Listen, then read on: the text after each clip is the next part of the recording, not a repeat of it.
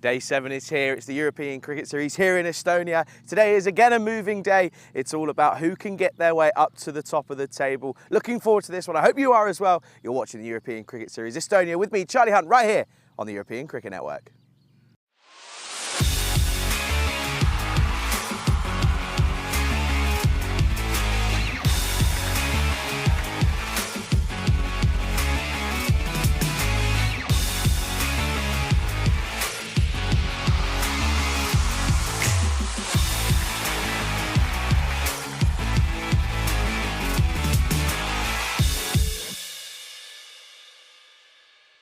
This European Cricket Network event is proudly brought to you by HCL Software and Paramatch. Good morning, everyone, and welcome to the Estonia National Cricket Ground here in Tallinn, of course, the host of the second ever European Cricket Series here in Estonia. Now, looking back very quickly on yesterday, of course, we ended up seeing the Bulls. They bowed out of the tournament. So we now know our top four for both Group A and Group B. It's just a matter of where they end up finishing in terms of positioning. Of course, it does make a difference in terms of carrying points from this first round of fixtures into the second round starting on Tuesday. Of course, here in the first match of the day of day number 7, of course, it is going to be the Wolves. They take on the Strikers, of course. Now, we saw this fixture yesterday, and again, it was pretty much, it was a bit of the underdog story, really. I think everyone at the ground, especially viewers around the world, were expecting to see the Strikers take a pretty convincing win, but that's not what we saw. That was not the case at all, of course. It was the Wolves who ended up getting a victory in that game. So looking forward to see how this one plays out. Let's go to tournament referee Charles. He's out in the middle with the two captains for the coin toss. Strikers to call. Heads. Heads is the call. And it's a tail. We will bat first. Okay, then news from the toss. They're going to have a bat first, are the Wolves. And I like that move. Get runs on the board, apply the pressure, of course. The Strikers, we know what they're about with the bat, that they know if you get the top 3 out pretty early, they could be looking a little bit nervous. So I think that alongside the pressure of scoreboard pressure could turn out to be an interesting turn of events, of course. They've got the psychological win over them yesterday, did the Wolves. So it'll be interesting to see how that plays out, of course. Conditions here today, pretty similar to yesterday, around about 23, 24 degrees at the highest point. It's going to be another scorcher of a day. I'm on my own today, so keep me company in the cube, in the live chat. I'm looking forward to today's play. Let's go over to the commentary box and we'll walk you through the first ball of the day. Well, before we do that, we can run you through a little recap as to what happened yesterday. Of course, I did mention that we'd said goodbye to one side. It was the Bulls who they had it all to do. They knew that they had to get a win under their belt if they were going to go ahead and just sneak into that top 4. It was a question of could they or would they? And unfortunately for them, they wouldn't. They, of course, bowed out against the Wolves. It was a pretty dominant display, in all fairness, from the Tartu Wolves. Of course, Ali Raza top scoring with 84. It was a great day for him. He made back-to-back half centuries, in fact. As for the Bulls, though, yeah, it just wasn't meant to be. As, of course, Vim McTee took a good catch. He also scored 39 off 17, but it just wasn't enough.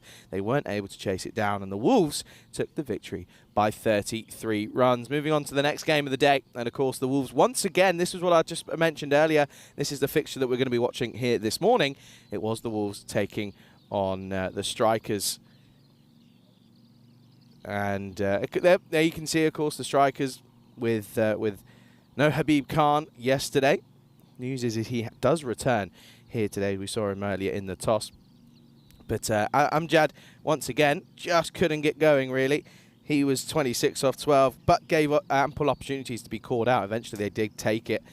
And we move on to game number 3, of course. It was our first look at Tartu CC, of course, and Jordan O'Brien opened alongside with Nicholas Salonen. And once again, it was just a very narrow victory for Tallinn United, mostly down to Shakil Chauhan, of course. That partnership between both the Chauhans, Shakil and Sahil, was crucial, weren't they? I mean, I think they put on around about near enough 100. They were a crucial partnership for those for that United side. Tartu, though, they would have been disappointed. I think they knew that they actually played pretty well. It was just a fact of just not quite getting the tempo of the chase right. Of course, we then went back to the Wolves. They took on Tallinn Super Riders, and again, that one was another victory, this time for the Super Riders. And the Wolves were probably a little bit disappointed that they managed to get a victory over the Strikers, but not over the Tallinn Super Riders. It was Moshe Rahman who was able to get the majority of the runs. He was 60 not out. He was able to get them over the line. Match number 30 then. It was the last game of the day, and it was, well, if you're a fan of good fielding, this one wasn't for you. The Rising Stars struggled big time, and Tartu CC made light work of it. Salonen not out 72 off 26. Well supported by Jordan O'Brien at the top of the order, but yeah, I mean, some of the fielding by the Rising Stars was certainly not of the highest caliber. That means then that this is where we are in terms of standings. This is Group A, of course, the Strikers at the top of the table, bust only just by net run rate, taking on the Wolves. The Wolves are certainly putting in a late push here, though. A victory here this morning could look to change things up, of course, and well, you'd have to also think that they need to get a couple of bonus point victories in there as well. But you can see there on the bottom of your screen, we did say goodbye to the Bulls, of course. They won't be making it through to the second round of fixtures, as I mentioned, starting on Tuesday. This is what the lineups are looking like, and as I mentioned, Habib Khan does come back into the squad for Tallinn Strikers. Of course, we heard the news yesterday that he wasn't here due to the passing of his mother, which we all, of course, send our best wishes to his family. But he is back, and he is captaining the side here this morning. Tartu Wolves, there again, impressed over the last couple of days, haven't they? They've really come out of the gates, and I've been getting the gist of what I've heard. It's a little bit of a surprise. I don't think that locally the Wolves were picked to be one of the favourites to get through into the second round of fixtures, but they're certainly proving as if, well, they seem as if they're a well-oiled machine at the moment. Of course, it could all unravel against them and they could perish, but yeah, interestingly enough, even though they did get a win yesterday, the supercomputer is still very heavily in favour of the Tallinn Strikers. An interesting one this time around, but once again, well, Rico and I were going against the supercomputer a little bit yesterday, it has to be said. There were times where we were slightly against it. But listen, if you let technology rule your lives, you're in trouble. Anyway, but a good morning to everyone all around the world, and to everyone in the live chat. A very good morning to you as we get ready for the start of day number 7. We're going to start with a wire. There's Terry umpiring this morning.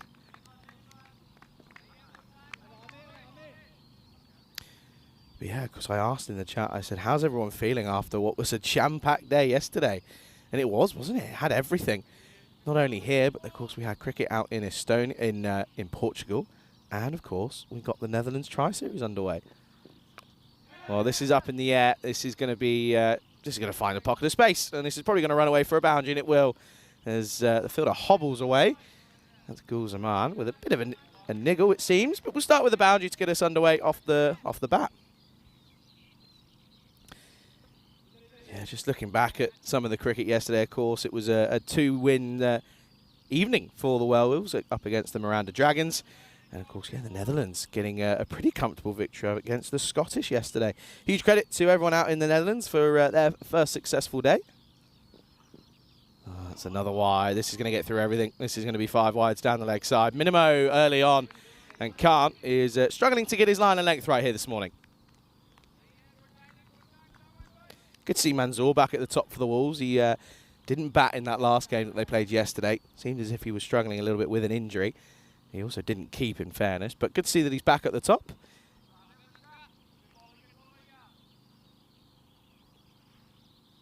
It's a lovely day here this morning. That's another one. That's another wide. Just can't control the swing here at the moment, I'm afraid. Of course, Habib Khan, the skipper. A lot of mental resilience coming into it after the couple of days that he's had.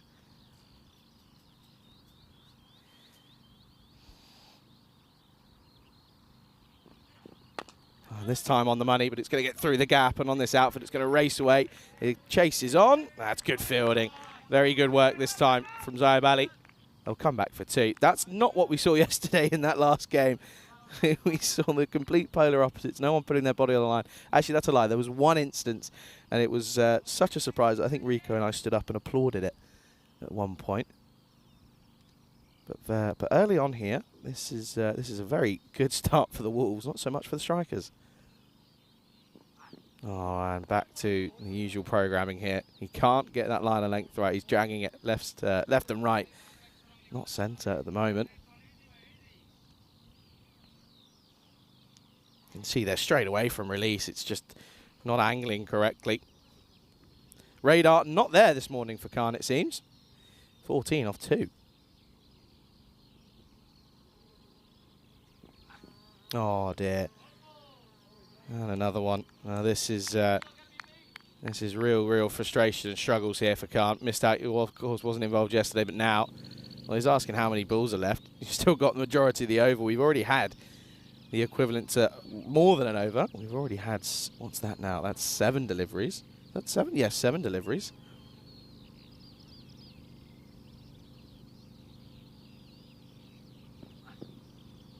And this one will be legal. Manages to sneak this one inside.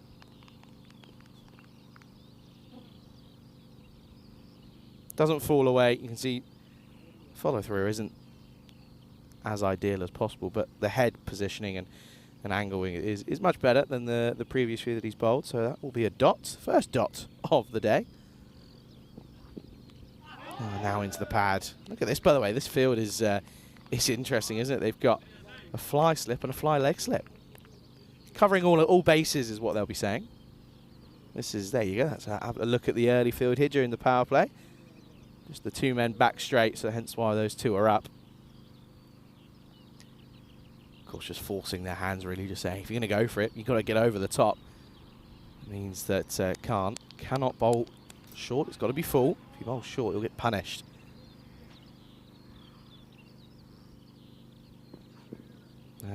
Now he's fallen over. You just can't get out of this over, can he? You just can't get through this. And Terry, well, we've had less than an over statistically, but you might be asking for an invoice for the old chiropractor because he's well, those arms are being stretched at the moment. He's got a long old wingspan as Terry as well. Of course, national team, the women's national team head coach held a training session yesterday. And this one sneaks inside. Oh, gets a bit of bat on it as well. Gets away with it, that one, to be more than anything. Yeah, a lot of sport yesterday, wasn't it? I did stay up for the Fury fight yesterday, or this morning, I should say. This one is well, they're asking the question. It's going to be a dot to finish, so we finally get through the over. Khan, to be fair, didn't seem that concerned with an appeal. I certainly heard something. Keeper was up. Doesn't come to any. Asking the question, yes, no, maybe. Not out. End of the over. It's an eventful one. It is 16 for no loss after 1. And there you go. You can see our stats gun provided, of course, powered by our partners at HL Software. You can see that maximum rate's increasing to almost 10 and over. It's at 9.4 at the moment. But that run rate just showing you that par score. I think the issue as to why that score isn't higher than what it is. It's 127. I think realistically it's just that there is a bit of variance in levels of skills. I think you can see there, of course, we've had a mixture of run rates. Yesterday was 13. We've been as low as 11.8. So anywhere between 115 and 130. But I think realistically you're actually looking at a 140 as a par. I think it's just the variance in skill-based levels and hence why you can see, well, that's nice, isn't it? Helping them out. Stronger together, I guess, is what you'd say to that. Shiva, he had a good day yesterday, didn't he? Took figures of 2 for 4 in just 2 overs. We'll be hoping he can replicate something like that here. They need it after that first. Yeah, it's a good start. And again, straight to the fielder down at long on for 1. But how good was it yesterday? That VCC ground looked stunning. It was a lovely Saturday evening out in the Netherlands.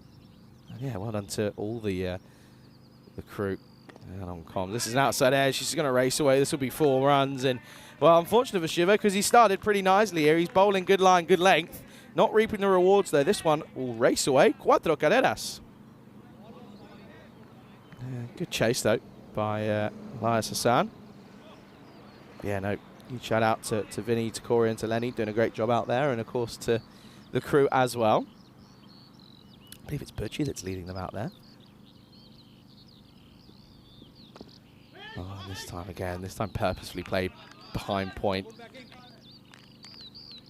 Strikers, of course, bit of a mixture yesterday, wasn't it? Of course, they would have been disappointed that they lost that game to the Wolves. Of course, they're looking for revenge here this morning. Does just mean that the Hippos are now probably in the driver's seat. Of course, Hippos with 1 game coming up later. Into the pad. Manzor, yes, no, maybe. Manzor was a little bit late to call that one.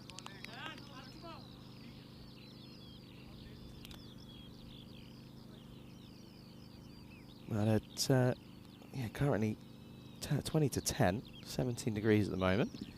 Oh, this gets through everything. Not too much that, well, Etisham didn't have too much of a clue about this one, and it's going to run away. This will be 4 buys. And he tried to just dig something out. It was a full Yorker. And this is just where the keeper stood. It's just a bit of a nothing stance, really. He's not back, he's not forward.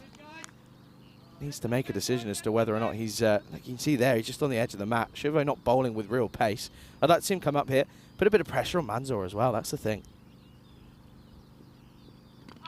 It doesn't matter, you take the keeper out of the equation when you hit the timbers, and Shivo does get the breakthrough. Manzor, to be fair, 10 off 10, but looked as if he was just struggling. Again, you do feel that that injury might be playing a part, but he will go. The first wicket falls, it's the first wicket of the day.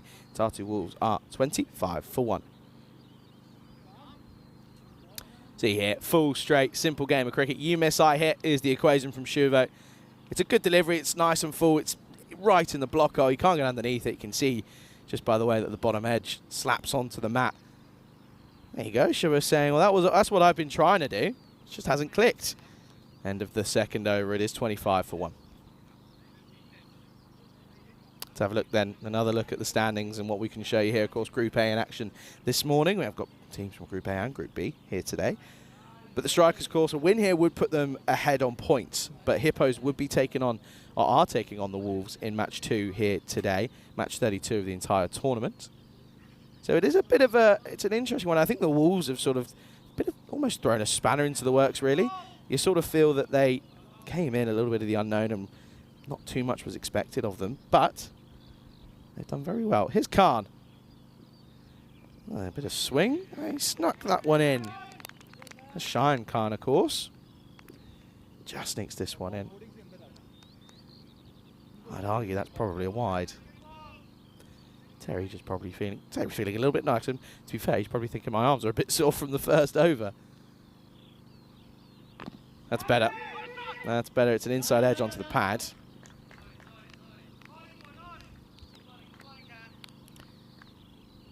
Good bit of noise though from the Strikers. They're certainly up for it here this morning. First over probably wouldn't have suggested so. It was a bit of a weary start. But they've come back well, mostly due to that over from Shivo. Going for just 5 runs, but also just picking up a big wicket of Manzor. Manzor not with the gloves though again here today. Oh, and he's got him. And that's going to be a first baller for Raza. And well, he did have a good day of it yesterday, but in that good day, he did have a duck in there as well. And well, this is another one, and he's going to be frustrated with this one. He plays on. It's a little bit unfortunate, but it's going to be a golden quacker. First one of the morning. First early sighting of Derek here off the pad. Chops on. Not much he could do about it. And that's the second one to fall now. It's 26 for 2. You can see it's an unfortunate sight for him. There is Derek here this morning. Early signs of him looking snazzy in his goal, isn't he? Rico's probably woken up to an alarm that's probably got his own Derek sounds, I'd imagine. But Raza goes without scoring, goes without troubling the scorers. As I said, 26 for 2. You can see that just everything was moving, really. It was a shot. It was early signs of an early innings shot, really, wasn't it? Everything moving, lots of moving parts. And Raza, you can see, looks at his pad straight away. Shayan Khan gets the big breakthrough.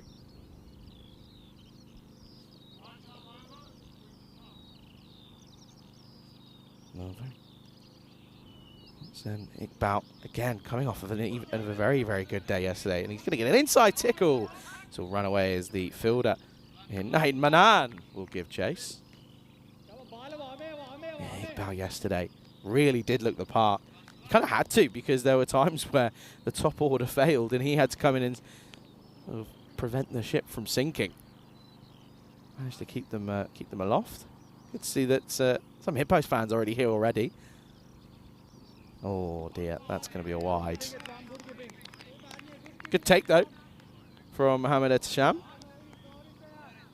As I say, they does just need to stand up a little bit. Doesn't need to stand up entirely, but a couple steps forward here this time around. He's not exactly pushing it through as Khan. Good over this, really. Nearly gone for the 2 singles and a wide. Picked up the big wicket as well. They'd like these two though, as Monsignor. Wild swing from the senior man himself. Bit of a rush of blood here. Steps forward, tries to play it through the onside, but the outswinging delivery is too much for him. But yeah, another big day of cricket, of course, coming up here. 5 games here, 2 in Portugal, 1 in the Netherlands.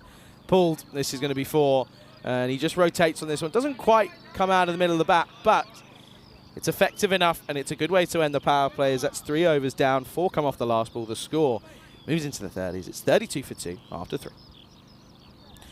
Just going at above 10s then. 10.6 and over.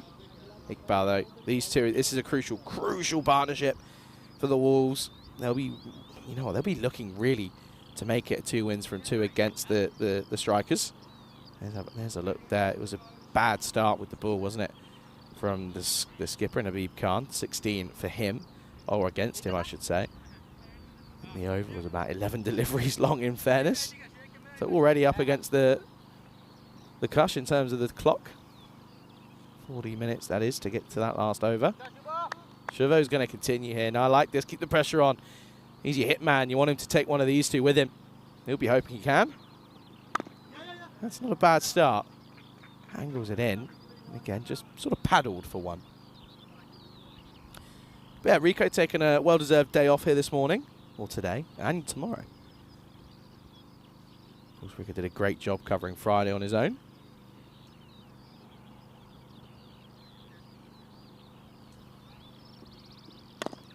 Full toss, doesn't get underneath it. And again, this Southern Cross field comes into play very early on. Crazy how that sort of spiraled, isn't it, as a tactic. We saw it first deployed, I believe it was the Spanish side in the skipper, Christian Munoz Mills, and Corey, coach, but it's just it's a continental, it's in continental use now, all over the place. Here in Estonia, we saw it. I remember seeing it back in Cyprus back at the start of the year. Just shows you, trendsetters, and they will stay around as well. Isman Senior plays down the wrong line and struggling here, isn't he? Again, seeing him that he can hit runs, he can score freely. Not looking like it so at the moment, though.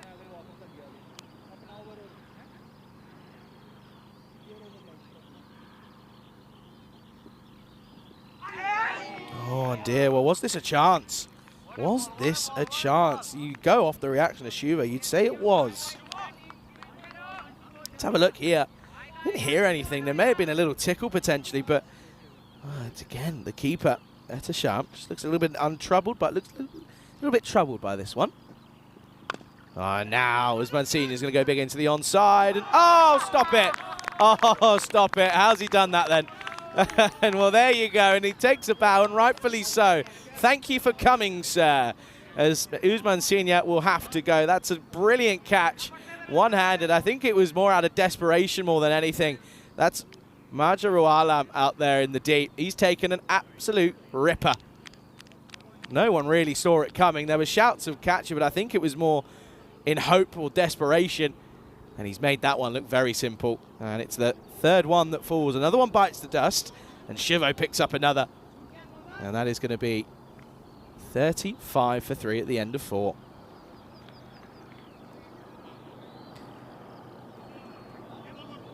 Plucked it out of thin air. I know it's a classic saying of mine, but unfortunately it's the best way to describe that one.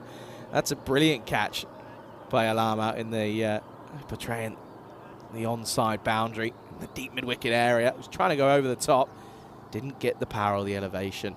So the Wolves under some pressure here from the strikers, and Shivo brings an end to a very good spell. Again, he's the hit man for them, isn't he? They need him to take a couple with him, and he did. He done 2 big scalps at that as well, with Raza and Usman Senior going.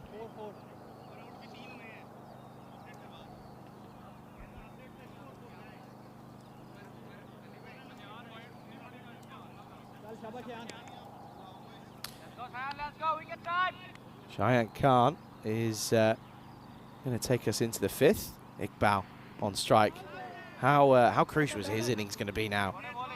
Because you look at what's left to come for the Wolves, and you think we haven't seen too much. I mean, we've seen Sonny Margie have a bout.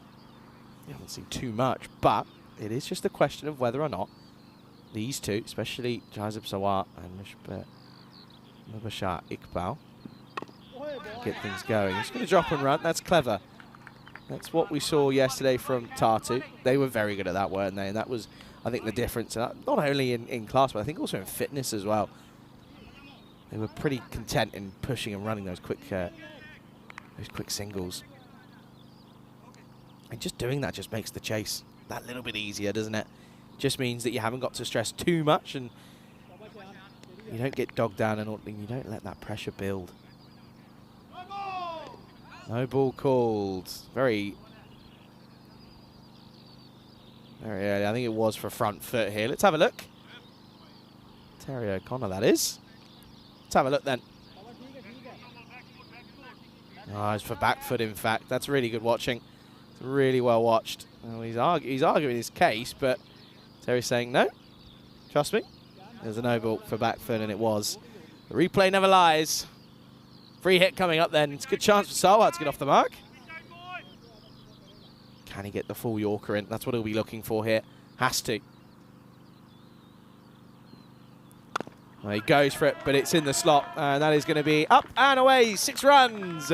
First maximum of the day, and Sarwar does make use of the no ball free hit, and it does prove to cost them. He just misses out on that Yorker length, doesn't he? The margin of error is not high at all. Wasn't far away from me, but there's no Rico, so I can't take it on. He'd be screaming Bale Bale at the moment, but Sarwar, good start for him. Gets the elevation. That just shows you he had to go for it, didn't he? He's got to put the Yorker in there. You've got the field for it. Can't go short, that's for certain.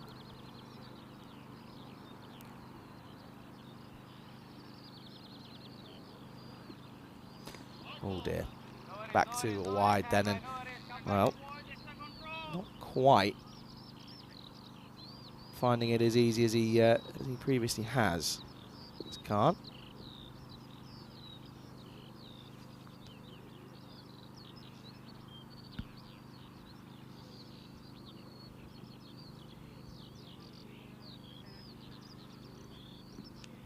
Oh, this is into the, I think that's off the thigh pad. It sounded very fleshy, that did for certain. But that will help. Just keeps into the money. You can see he's rubbing that one. That's left a mark. That'll leave a nice bruise in the morning.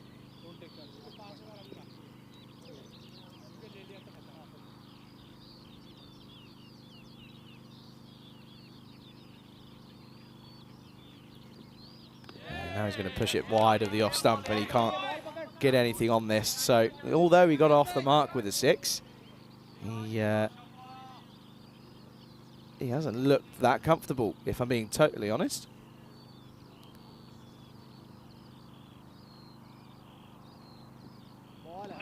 Once again, he does manage to sneak it in, so that'll be an end to an interesting over. And at the halfway stage, the score is 44 for 3. And for the first time, I can welcome you into the comms box here. Just myself on my own here this morning. And, well, what a morning it is. It's a glorious day. It's 17 degrees at the moment, looking to get up towards that 24 degrees once more. Pretty much the exact carbon copy of yesterday. And a very good morning to everyone tuning in around the world. Do let me know where you are watching from. It's always nice to know. We had people from Tokyo yesterday, I believe we did. We also had someone from Canada. So just shows you global reach. It is there. And, well, with 3 events in one day, strap yourselves in. It's going to be an exciting day. We had Super Saturday yesterday. Well, it's Sunday. What's that going to bring? It could bring anything. Can't wait for it as we go back to live action then. Oh, that's a lot of lateral movement on this one.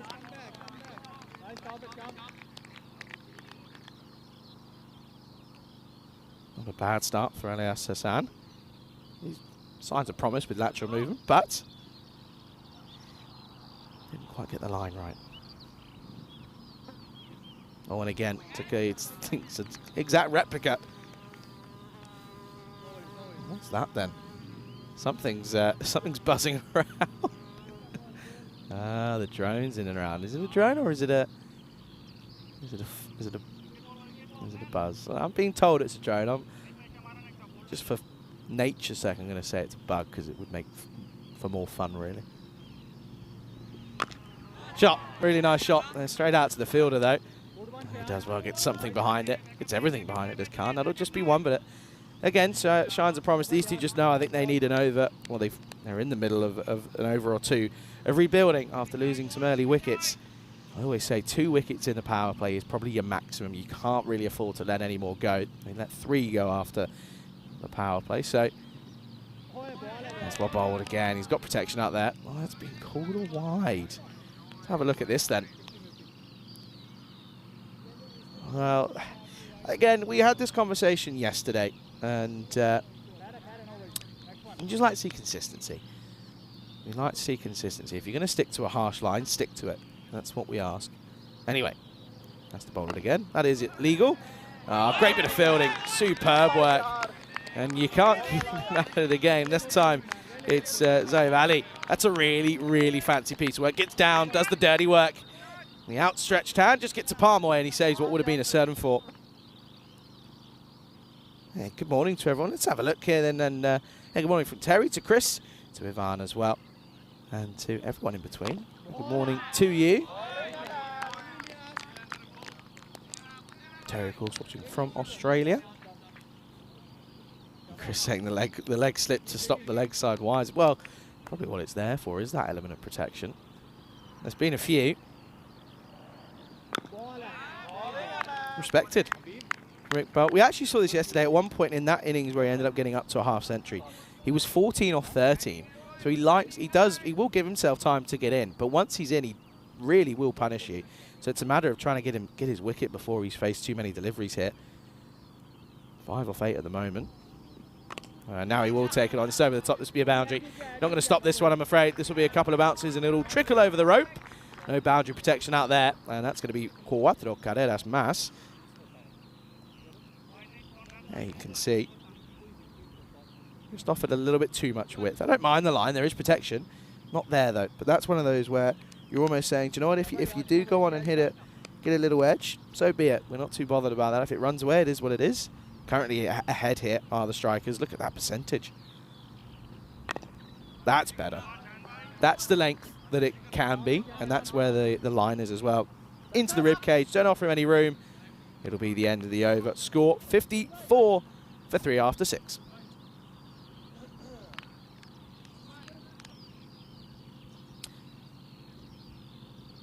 This is the story so far then. Not a pretty one for the Wolves. But look at those extras, by the way.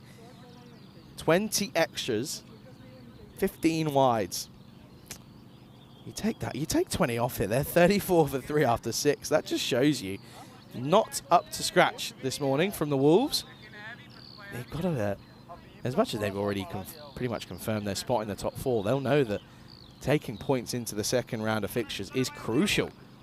So they really have got to pick themselves off the floor here at the moment. Here's Zaman, bit of spin. And he's got him, top of off, first ball. And look at the smile on his face. And Iqbal, well, it was a question of, do they have the time to let him stay in and get himself in, or did they get him early? And he will go early. Faces the 11 deliveries, only goes for 10. The skipper's back in the shed now. And the spin, good bit of turn. Look at that, by the way. Genuine turn off the pitch. And that's a really good bit of bowling. 54 for 4 now. Real bit of turn. I mean, it doesn't get much better than that. To start off your over, outside the off stump, spins in what can only be described probably half a metre of spin, that is, by the way. Top of off. Thank you very much. See you later. Thanks for coming. Look at this. This genuinely pitches about half a metre outside, I think. Maybe a quarter. Maybe a quarter. Maybe I've slightly over-exaggerated on that one. But still, it's a great delivery. Zaman on fire. Gupta comes out at 6 then.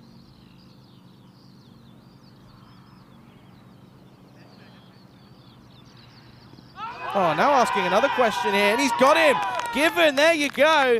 Gupta gone for a golden quacker. Zaman all of a sudden's on a hat-trick. It was stuck in front. The question was whether or not, especially going off that last ball, was it doing too much here? Let's have another look. It was certainly impact in line for me. Let's see. Does step across. And, well, just off that basis, there isn't too much that you can give against that. And the finger goes up, and all of a sudden he's on a hat-trick. And it's now 55 for 5, 54 for 5 even.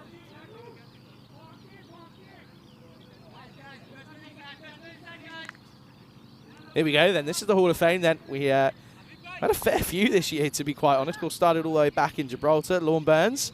We had 2 out in Gibraltar. And, well, the last one we had back in Brescia. Of course, it was Anwar Atiak. Anyway, here we go then.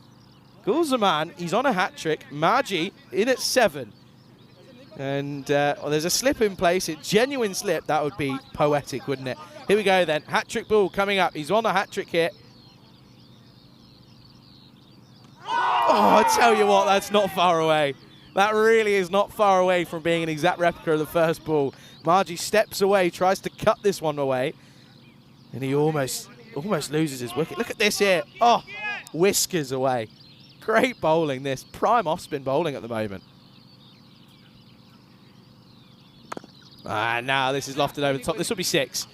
And that's just the slight issue with the off-spin. It's so easy to just slightly miss your length, and you get punished for it. So Marji will go for a 6 here. But still, well on top here is Gulzaman. He's got to keep this battle going, keep the pressure on.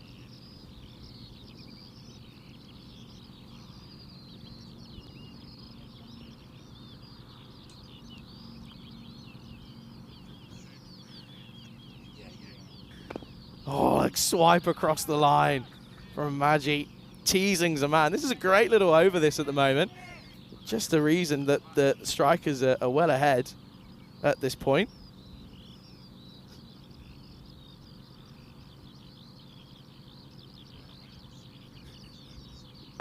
Up in the air. This could be another chance. Oh, he runs underneath it. He was almost trying to replicate the Statue of Liberty he catched just a moment ago.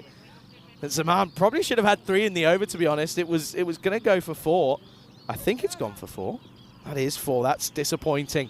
Fielder's run all the way in, and well, he's got a smile on his face, but probably could have done better. The over goes for 11, but it's 2 wickets to start it off. At the end of 7, it's 65 for 5. This is where we are, of course. This is our 2024 calendar European Cricket Series only. Of course, we're here in Estonia, and then myself and Rika will join Vinny out in England for that 5-day series. Of course, first ever time in England. Looking forward to that. Then we're out to Cyprus once more. It's the 2nd time out in Cyprus this year. And then we've got the summer of mainland Europe, really, is what I'm saying, is what I'm calling it. We go Czech, Romania, Hungary, Bulgaria. Then we go to Italy, Austria, and Croatia. Then, all of a sudden, it's the ECC. Plenty of cricket here on the network. As back into the attack comes Elias Hassan.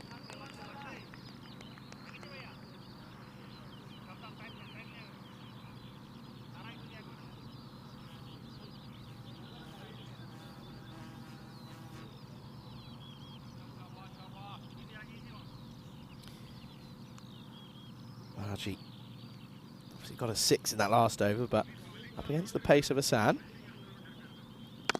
Oh, he's gone over the top through the offside. This will be 1 bounce 4. This is good hitting from Marji, and he's probably sat there saying, here, skipper, why am I this low down? Come on, get me up there. Too full and too wide, offers width, and just throws the hands at it here more than anything and gets a piece of it. 4 more then to this total.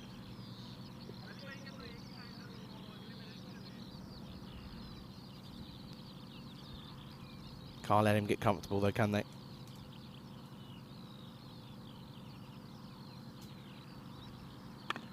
That's a better delivery. Well fielded. Good fielding by Manan.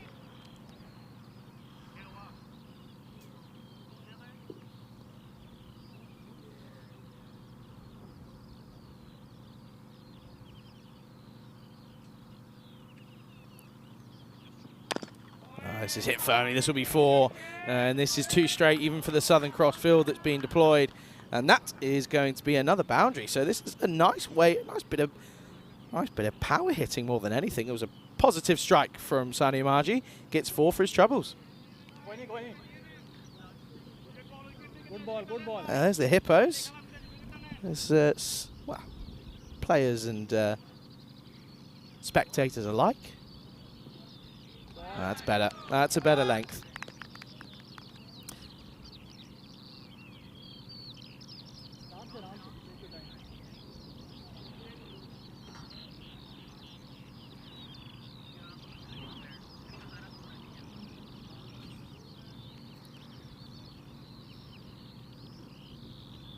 And again, trying to hide it outside the off. So, well, 2 boundaries in there, but nothing else to trouble the bowler. So just 8 come off it. And 8 overs down. It is 73 for 5. And they're looking as if they might struggle to get to even triple figures here. And that would be a real disappointment because you'd probably back the strikers to take that down pretty comfortably, to be honest. And this is the story. Look at that. Taking wickets pretty much consistently in more overs than they haven't. 2 coming in that 7th, of course.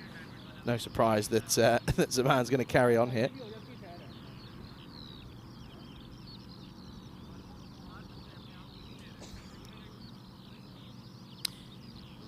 So then it'll be Sara on strike. These two, nice little partnership this, putting on a few runs. Up against Zaman. Again, it's not bad, you know. It really isn't too shabby. It's on the money straight away. And he just quietly goes about his business here, doesn't he? He's not sort of flashy, is he? Oh, this is up in the air. Chance. Oh no. Oh, that's a Tortuga and a half, that is. That's Arslan in front of me, Arslan Amjad, and he's just... He took a screamer yesterday. You saw it on our socials. This one, well, he pulls out of the catch and then just spins away, and he can't get a finger on it. That's Tortuga. 4 runs, and just these elements. Well, I'll keep the camera on it because I reckon he'll be furious. I reckon he might have done a nail-in or something there as well. The man. Bit unlucky that time around. Probably should have had a catch. Oh, now has he gone here? Well, there's a lot of movement. There's a lot happening here. Let's have a look. They're going to go upstairs. Well, this could be gone. Here is my initial reaction. And let's see. There's a lot going on here. Let's have a look then. Could be an excellent piece of work. He's fine that way. He's gone. Gone by quite a long way. That's a really good piece of keeping for me. Really good piece of keeping. And there you go, confirmation given. Excellent bit of work by Etisham, quick hands. And he had to try and get a move on here, did Sawa. But I just want to just see here. Good catch, to be fair, good take. He does it in an interesting way. I just want to make sure he's not far off encroaching, to be fair, but he's just behind. But there was a lot of moving parts there, and rightfully so. Make use of the technology whilst you have it. And another one goes then. Oh, well, Tartu Walls. I guess this is probably what more people were expecting. I don't know if he picked up that interaction between the umpire and batter. Batter's holding up at 2. It looks as if he's holding up 2. Asking for obviously 2 with his guard. I think Terry's turned around and gone, I can see 4 fingers there, what do you want? That's crass. That's very good. Anyway, Raheem is in at 8. It's a man. Takes another one here, and he's looking at a Michelle. You wouldn't really put it past him the way he's gone so far. Well, bowling like that, and oh, it's put down. Oh dear, well that's again our man out there in Alam. Took a great catch earlier, and he's probably put 2 down in all honesty. This one should have been taken as well. So there you go, he should have had 5 for it. He's had 2 drops. And then you put Arslan's in there, that's 3. Crazy, crazy, crazy. Yeah, got it. You feel a little bit hard done by, but it's good bowling. Oh, that's going to be a wide. First extra for him. Probably the best that they've got thus far in terms of that respect. A couple of questions about the England series in the chat. I'll address them in a moment. Oh, goes offside. That's 6. That's a really classy shot from Maji. And he's just providing a slight sense of hope here at the moment. And, well, you feel as if he sticks around for the next over, then they could get up to potentially near that 100, but it's going to be tough.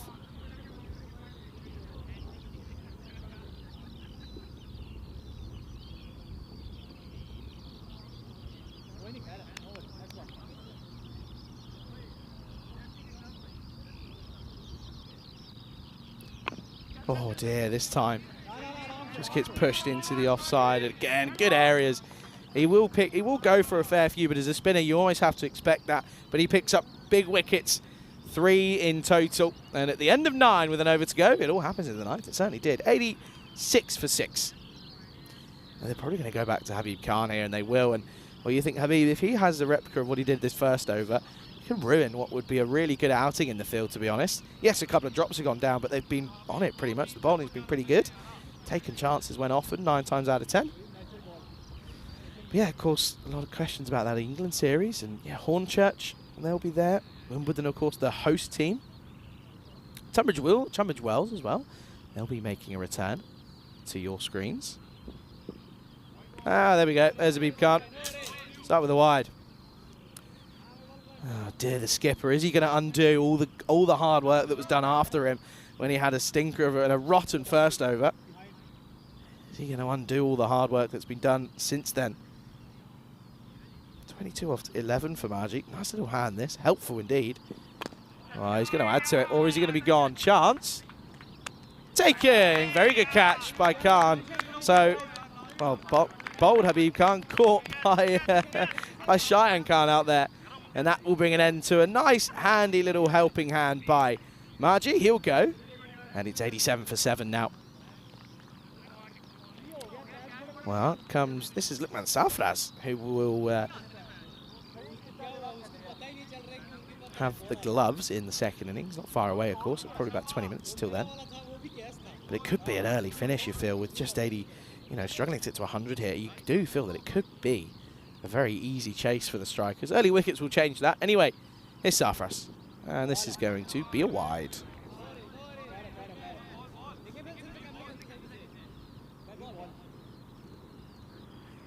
Ah, Habibi. Habib, what we're going to do? Can't get it on the money.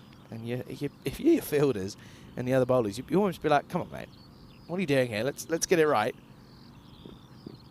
And he does. He might take another wicket here. Or is it going to be 6? It's going to be 6. Nice shot from Safraz. He does get enough on it. Just gets over the head of the fielder. And that's a Maximo here.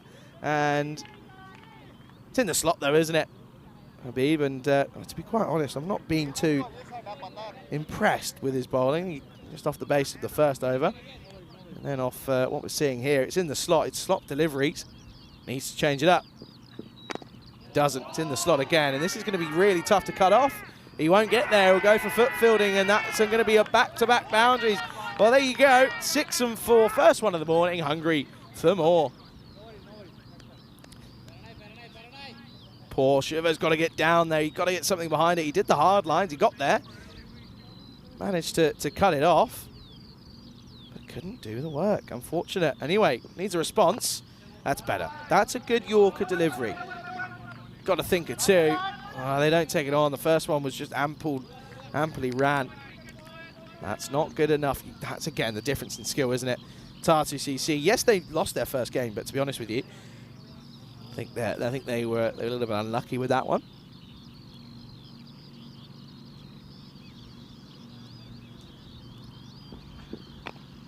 Oh, this is going to be another one. This is a lovely bit of hitting. This time it's Raheem. And this will get them up to that 100. So Habib Khan is, or has, undone all that hard work. They should never have got up near 100. And, well, he's going to rue this day because they're getting up there past it now. Past the 3 figures. 103 on the ball with a ball to come. You'd argue still well ahead here, but only time will tell us whether or not that does come to be true. And last ball then, and this is just off the glove, and will probably just be 1. So they will get it up to 104 for 7 off their 10 overs, which is a very valiant effort considering their batting hasn't quite been there, but it's the tail that wags for the Wolves. And it will mean they finish on 104. So 105 for victory then for the Strikers.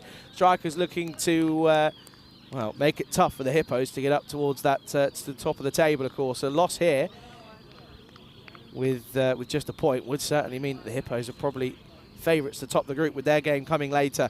And credit to them, though. They were able to get up past the 100. Let's have a look at the highlights of what was an interesting innings. It had a bit of everything. Let's have a look then as we started with a boundary. That was, of course, nice to see Manzoor back opening the batting. Don't think he's going to be keeping, though, just due to that injury. And he did look a little bit uncomfortable out there, to be fair. And Shivo, well, he bowled well. He started a little bit unlucky with 4 byes, but ended up picking up some wickets. That was a good start for him. It was nice and full, straight in the block hole. Thank you for coming. See you later. Simple game of cricket. You miss, and I will hit. And Came out Khan, Cheyenne Khan. He struggled with his line and length, but he got this one right, and that was the end of Raza for a two-ball duck. And well, that was the sort of the start of the fall of the middle order for the Wolves. This one was a nice pull shot by Usman Senior, but it was short-lived for him as Shiva came on, and this was an excellent catch. The Statue of Liberty was out in full display, and well, that was as good as it got for Alam, because he ended up after that having a couple of sinkers, to be quite honest. He had one that he ran underneath and then put one down as well. But there was elements of promise for the Wolves. Of course, we know what they're about. We know that they're good. This was good, though, in the field. Bit of scrambling for, I believe that's Saib Ali. It is. And then you can see here, there was a couple of miscues that did run away. But you need a couple of those. But this was the over that changed things, really, for me. And, well, Gul Zaman came on 2 wickets in the first 2. And they were prime off-spin deliveries. One hitting the top of off. Caught in front the next one. Maybe could have been going down low, but there's too much going right for it. You can't bank on the fact that it's going to spin. But this one, that was the hat-trick ball when you thought, oh, could it have been? Oh, what could have been? It very much was not far off at all. And then there was, again, a flourish of boundaries to finish off the innings. It was a nice bit of... that was the one where you feel like he probably could have done better there. This was hit nicely over the offside. And this one again, well, that was just a bit embarrassing from the double century himself in Arslan Amjad.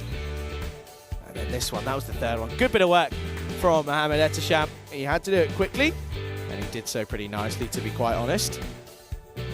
And this one was into the onside. It was, again, probably should have been his 4th wicket that he had, but again, put down by Alam.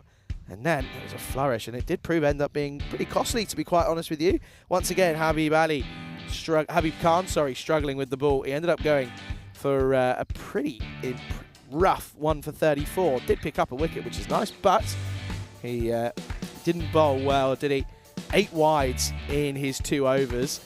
That's not very promising in it. So they will finish on 104 for 7 off their 10 overs. Have a look at the scorecard then this time, and well, we'll have a look, and I'll tell you what, it's a pretty not embarrassing, it's a bit harsh, but Extras was his top scorer.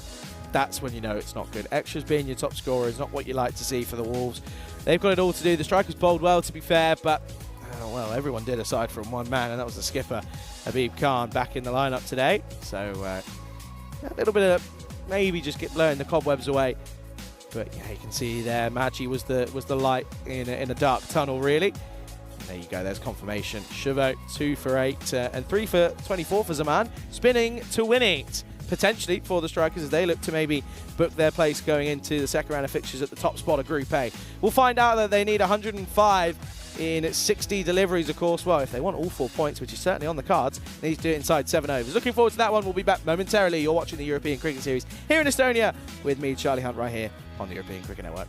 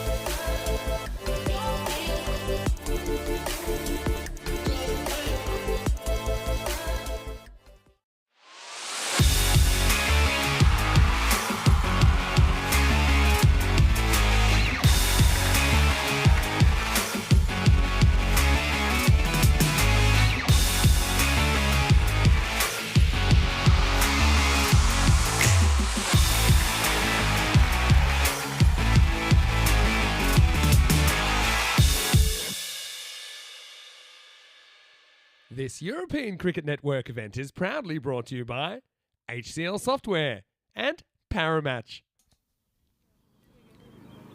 Good morning, welcome back to this Estonia National Cricket Ground here in Tallinn. You join me, Charlie Hunt, here on the European Cricket Network for the second innings of match 31. It is the Tallinn Strikers who are looking to chase down 105. Now, of course, if they're looking to cause a bit of an upset here and, well, put a bit of a downer on this lovely Sunday morning for the Hippos, they'll be looking to do this in 7 overs.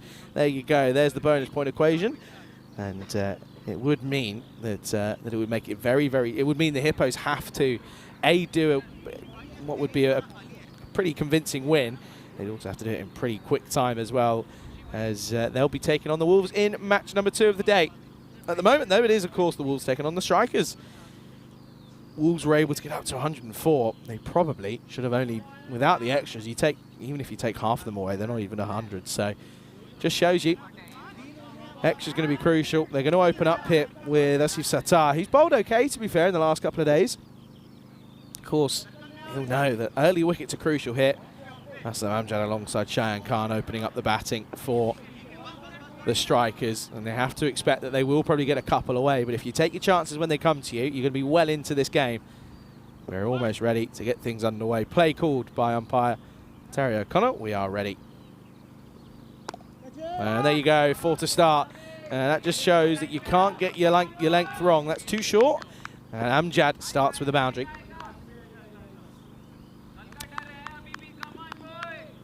The Wolves will know, though, that they are able to restrict this striker side. They did so yesterday, very, very well, in fact.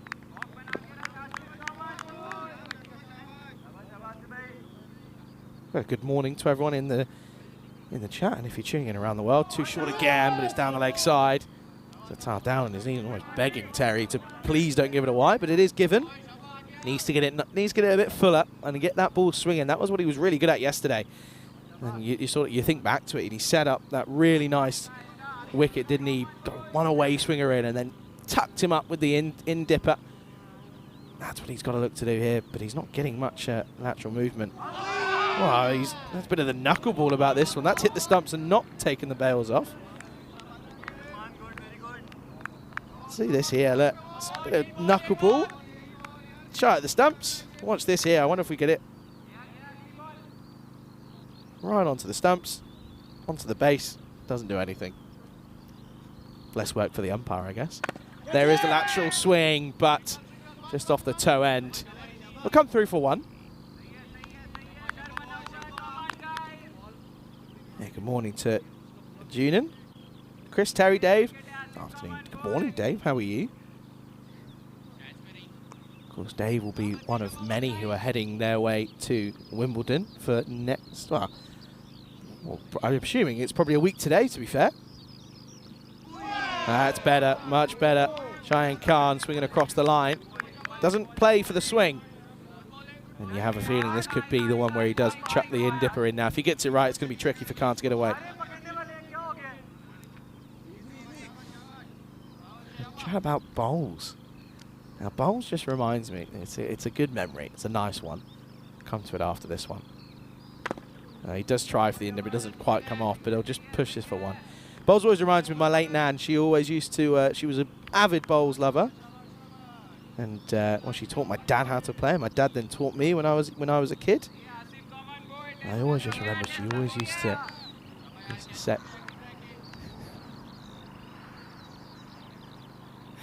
Brilliant. And well, in my ear, folks. You can't hear it. Luckily so, probably. Directing from the box is Andres today, and he's confused for what I said. And I'll make it clear just for you.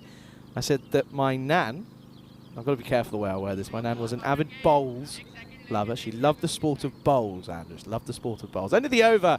It is 8 for no loss after 1. 63 matches since a golden ball. Looking to break that, though, I reckon, over the next couple of days. I have a tingle. There was certainly a few tingles running around yesterday. Didn't quite get it, though. And yeah, she was always a very good bowler, but yeah, it's one of those memories that you just sort of always remember. Bags and bags of them in the garage. Always used to bring them out during that sort of Saturday afternoon in the sun during the summer months. Very few and far between in the UK. Make the most of them whilst you can.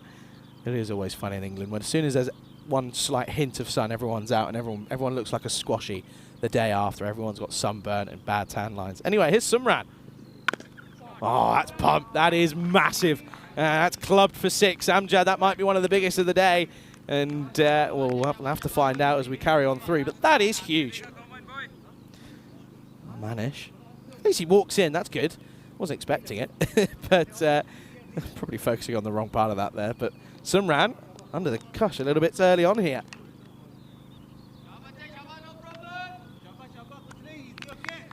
No problem, the call. Now listen, Rico's not here, so I've got to try and get the... or when I can, I've got to try and get the Hindi in. And, well, I've only got 3 sayings, so it can only apply to 3 certain situations. Up in the air. Oh, dear, that's got through. That's got through. But Betty fielding Kitty, and that's going to be 4. And... yeah, unfortunately, Sumran, it's a full toss, and once again, full wide, and all you can do is just throw everything at it, especially in this power play. Just the 2 fielders out, no one back on the offside. It gets through, it'll be 4. And I also don't have Rico here to laugh at my Hindi accent, so there you go. See? Learn something new every day. I need to add to it, though. On my page, I've got 3 sayings, and that's it. So over the next couple of days, I'm going to badger him for some more, see what we can do. All of a sudden, I'll be sounding more like Rico. It's just going to happen. I'll spend enough time with him. I think I've commentated. I don't know. I'd love to have how many games I've commentated with him over the last year. Oh, well bowled. Very well bowled, but well dug out as well. Get something down on it. That's where it's got to be from Sumran. That's the line and length that needs to be utilised almost every time. You're not going to get that away. You're going to struggle to. Yeah, Bod Betty fielding Kitty, of course. And yeah, you have to let me know in the chat, by the way, if that's any good, because I don't know. I'm just going off Rico, what Rico tells me.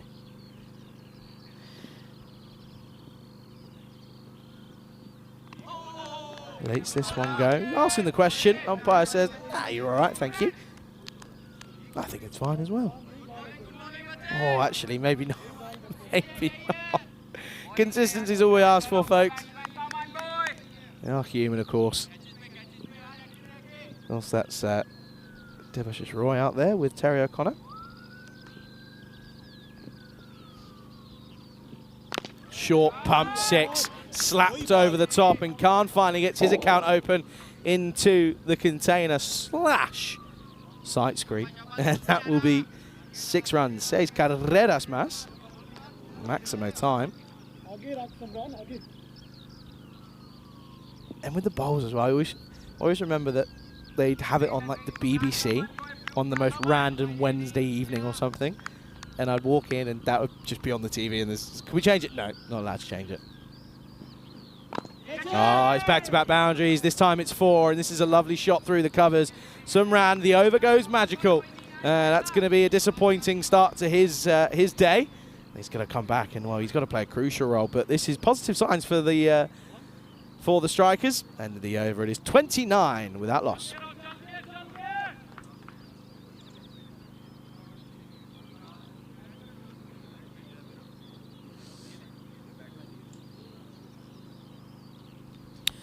Well, this is what it means then. So a victory for the strikers would put them ahead on points, with the Hippos having a game in hand.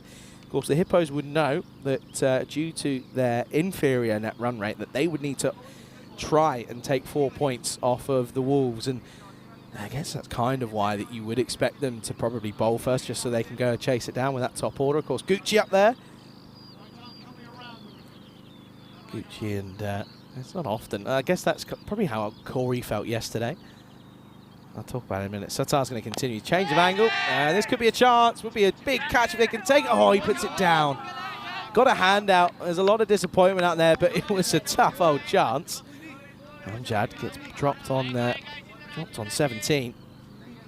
But yeah, we spoke about it yesterday, and I said it's got to be tricky for Ratty. Of course, professional as ever, but and credit where credit's due. All three of them did a great job yesterday, I have to say. It was a big moment for the European Cricket Network yesterday. No ball called.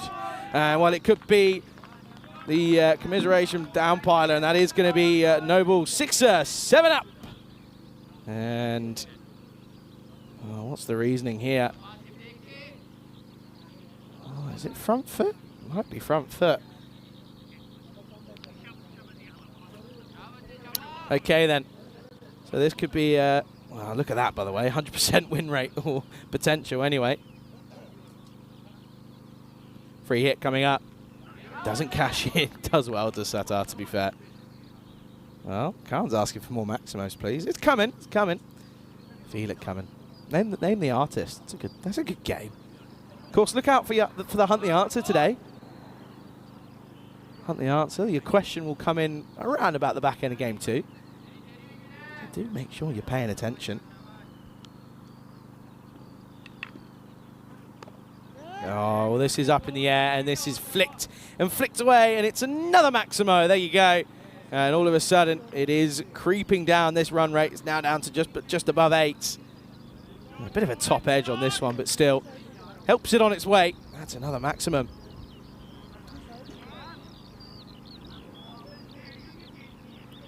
Lovely is that sound, isn't it? Of course, Estonia. One for nature. No sound of the birds chirping. Again, similar to France, really. France did out in Dreux was beautiful. Talking of France, if you haven't checked out our social media, by the way, Vinny and Rico, they built their ideal ECN player, and there were some interesting shouts in there and some big misses when it came to certain aspects. He's gone for it again. Chance, 6 runs, gets over. It's a great effort, a valiant effort by the fielder out there in the deep, but he gets over his head. It gets over the head of Sanu Marji. 6 more. It's in the slot, isn't it? You can't bowl there, I'm afraid. It's just asking and begging to be hit. And at the moment, Shahan Khan alongside Amjad is loving life. 4th, 6 for him, 29 now on the board off just 9.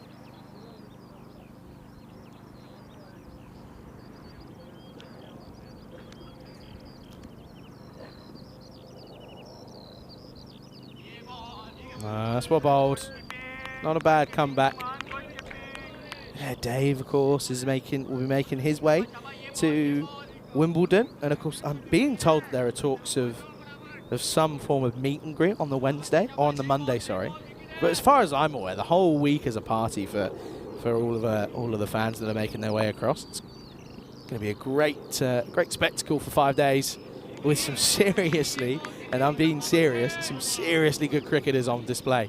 You have to keep a watch out. Anyway, this one is deemed too wide, and it was not, in fact. It's a top.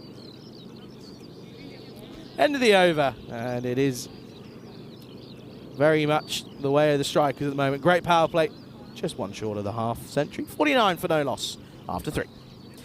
There's the comparison. 17 runs better off, but also 2 wickets less. So they're very much in the driver's seat. Their run going at 16s at the moment. They need to go at 8 and over from here on in. So, but they'll be looking to, again, trying to stare this down in that bonus point equation, really, won't you? Dave's on it this morning. He's on it, isn't he? Dave dropping the old boom shakalaka. I'll drop one in there every now and then, just because Rico's not here, and I know people miss it. I've already dropped a bit of Hindi. I'm just waiting for a good catch or some good fielding. That's what I'm waiting for. That's the only other 2 phrases I've got. Up in the air, 6 runs, lofted over the top. There's Uman Senior comes out to take the 4th over, and he gets pumped over his head to start. And the question here is, can they keep them down below that, or restrict them enough so that they don't get in a 7? And the Hippos watching on with a keen eye, you'd imagine they have to be, surely.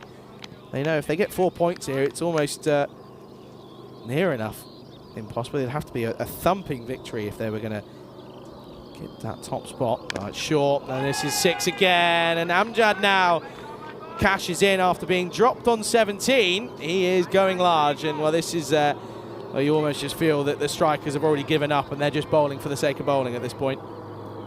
Well, I can hear it. I know you can. There's a plane. Should we find out where it's going? Well, I do.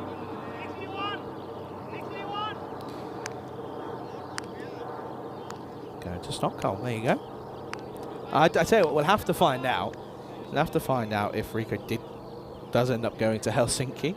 He was planning on it. He's got 2 days.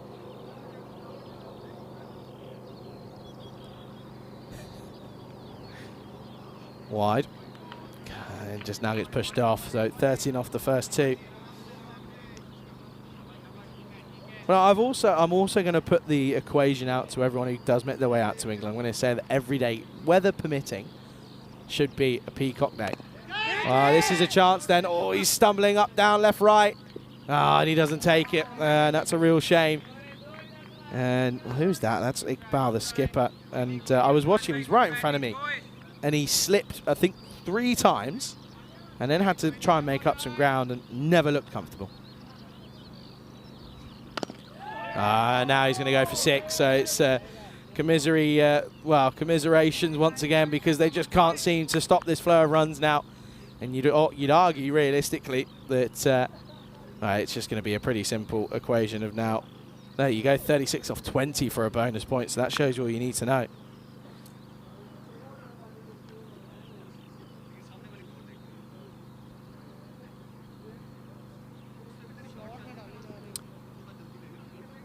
Yeah, 36 off 20. You feel that they could do it in maybe half that. Carl asking a question about the boundary size. Why is it not larger? Well, this is going to be 6 more again, and well, the over is running the risk of going supersonic, because that's 26 off it now. And well, with a delivery to go, this is well, this is what we can come to expect from the strikers. And I think yesterday the Wolves just got one over on them, and obviously the strikers, a grip between their teeth here. The 50-meter boundaries are regular. They're the regulations here on the network for ECS, that is. And it's just changes the game. This is drag. This should just be a single, so it won't go supersonic, but it goes for 27 at the end of 4, 76 for no loss. So just 29 needed off 18 for that bonus point. Now it's 29 off 36 from here on in.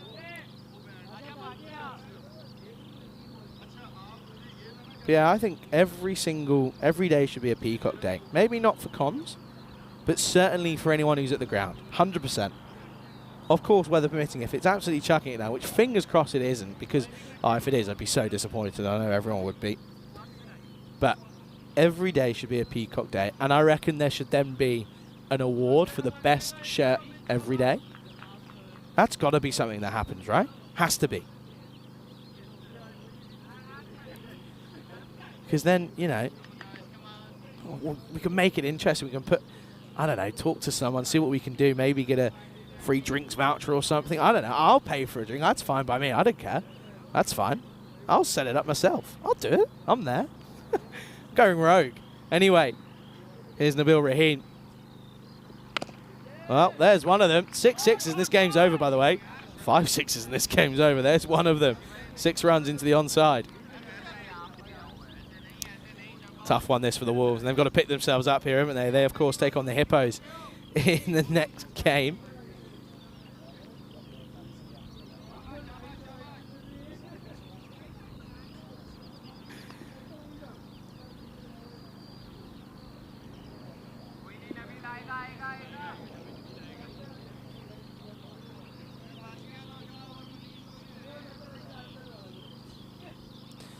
So, Raheem. 6 off the first. Got to get it full, isn't he? Got to try and get it up there.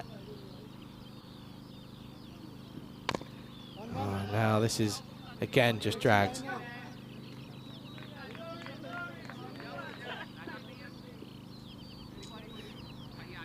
And again, keeping an eagle eye on it, aren't they? Look, they're not, well, one's training, a couple are warming up, but a couple aren't as well. They're, you can see, they're just popped into your frame as we left. They're just on the left. They're watching with keen eye. They know what the situation is. Oh, this is gone again. This is huge from Amjad. They dropped him on 17, by the way. He's now on 37. And, well, just 16 needed off 15 now. And this is outrageous hitting. Yes, it is just a shorter boundary, of course, the 50-meter. But look at where they're carrying all the way and some. Yeah, it's 6 on a lot of grounds. Oh, there you go, Chris. Chris getting involved. That flight from Tallinn to start. It is. You're not wrong. You're not wrong. Here we go then. Now this is concerning. I said I'd get one person a drink who has the best shirt of the day. Now all of a sudden everyone thinks I'm guying everyone a drink. But I'm a 22-year-old just turned student, a recent student. What do you think I'm made of anyway? 16 off 15. Boo. A boo, that's rubbish. And Chad just tries to tentatively push at this. What's that all about?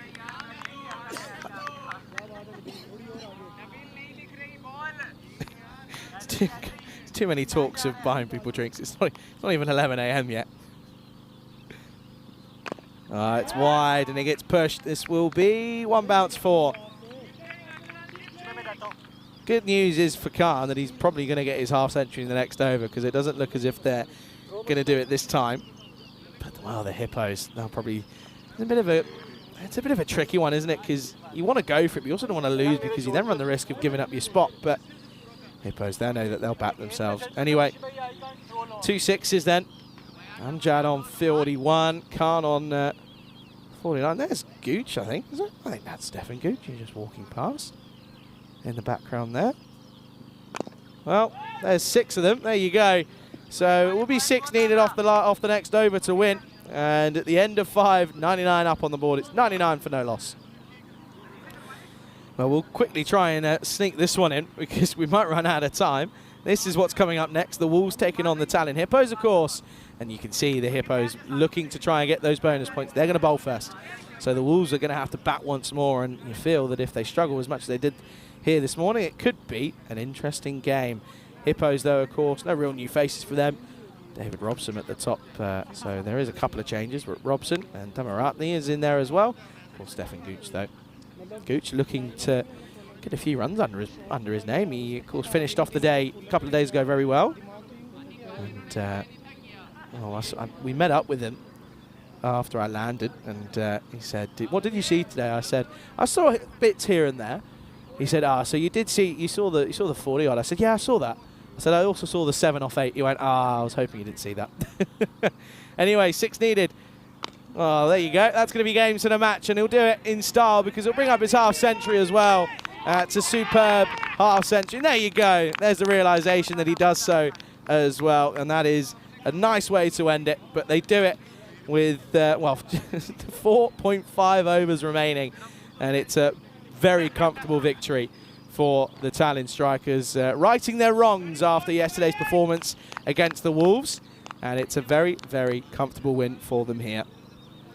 So there you go then, and credit to Khan as well. Finishes on 55 not out off of 17, which is a very, very pleasurable way of looking at it, and yeah, certainly be happy. Just another little reminder, this is what's coming up. See, we snuck it in at the right time, because game's over. But this is, of course, what's coming up next. That's going to be coming up in, well, just under an hour. In fact, it's going to be a 45-minute wait, I'm afraid, folks, due to the early finish here. But let's go have a look then at the highlights of this, of this first game of the day, of course. And, wow, in this innings, it was all just written in the stars, really, for the Strikers to come out and pummel everything, really, and that's exactly what they did. Grizzlies were sent flying to all parts of the ground, and there were some classy shots in there as well. They weren't all hoiks across the line. There were some really punishing shots down the ground. That was a flat bat for 6. There was a couple of those, to be fair.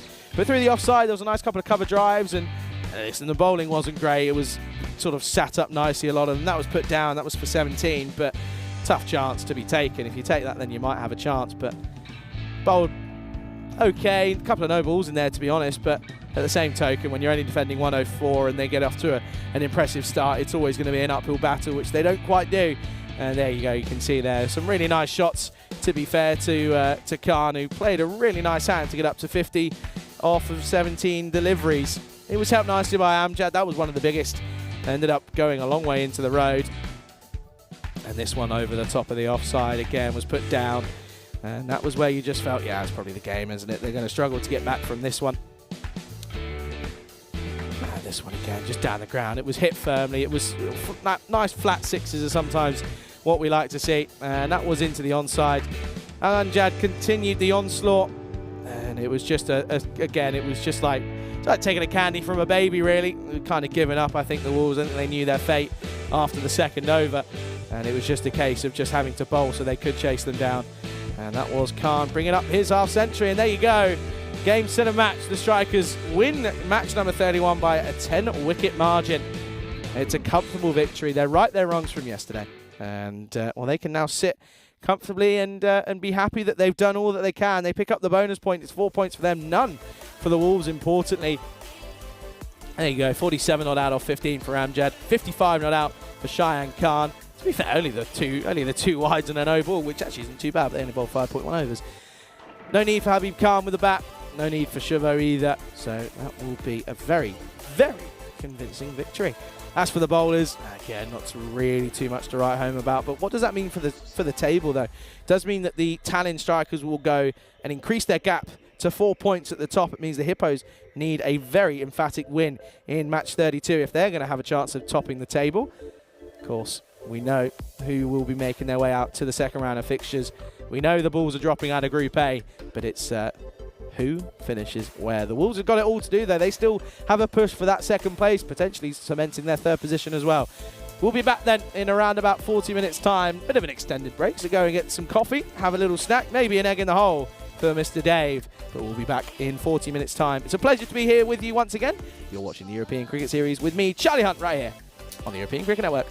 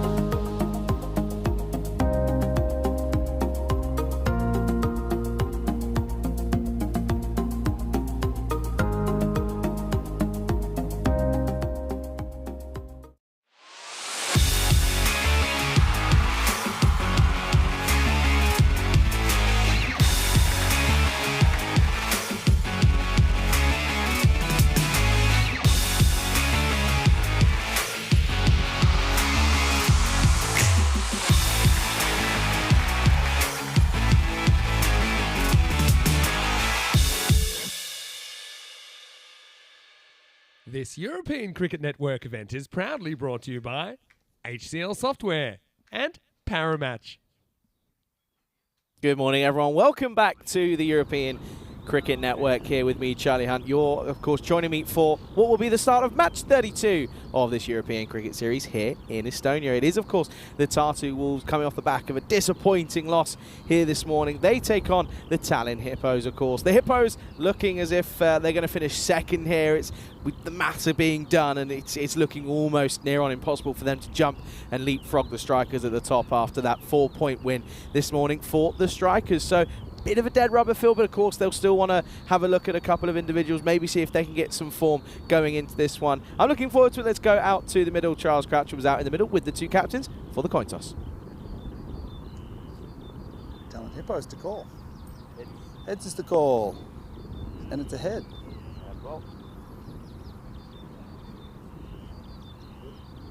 And classic Charles style, they're going to have a bowl this time around, are the Hippos. So it is going to be, as we thought, originally I thought there may have been a chance, but maths has been done, and it's looking as if it's going to be a little bit tricky and almost near impossible. But how good does this ground look on those aerial shots, by the way, folks? Credit to our crew at Spring Media. They've done a wonderful job with those, and yeah, it really is stunning at this ground here, the European on the European Cricket Network. It's one of the best places I think we've been to host a European Cricket Series here at the National Centre here in Tallinn in Estonia.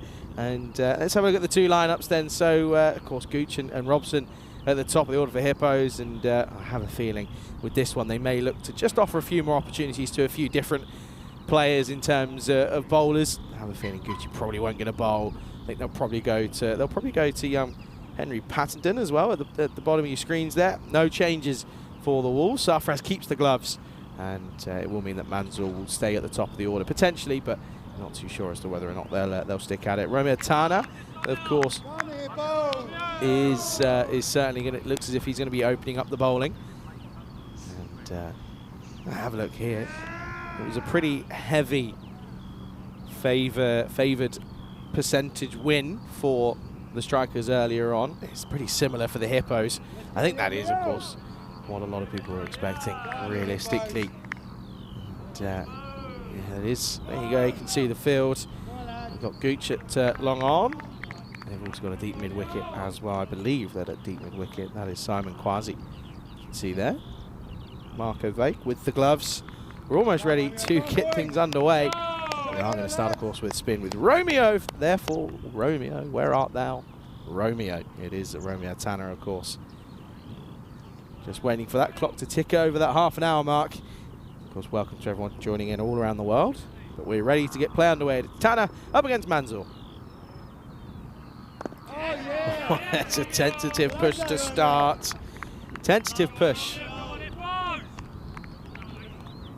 And my first time looking at the Hippos in person, of course. And I have to say, oh, how's this missed? That is not missed by a lot. That's a great delivery from Tanner. Good stop by Vake as well behind the stumps. How's this missed? Very, very good, promising start this. I have to say, one of my favourite kits on the network, if I'm being totally honest. Gets away with this one off the pad. Good start though. I like the fielders. I'm liking the two back on the leg side. They've got a regulation at mid wicket and then a deep mid wicket as well. Oh, he carves this away somehow from pretty much middle and off. Tana. Oh, here we go. Romeo. Romeo is up and away and up and about it this morning. He's clearly had his Weetabix. Other brands are available, of course.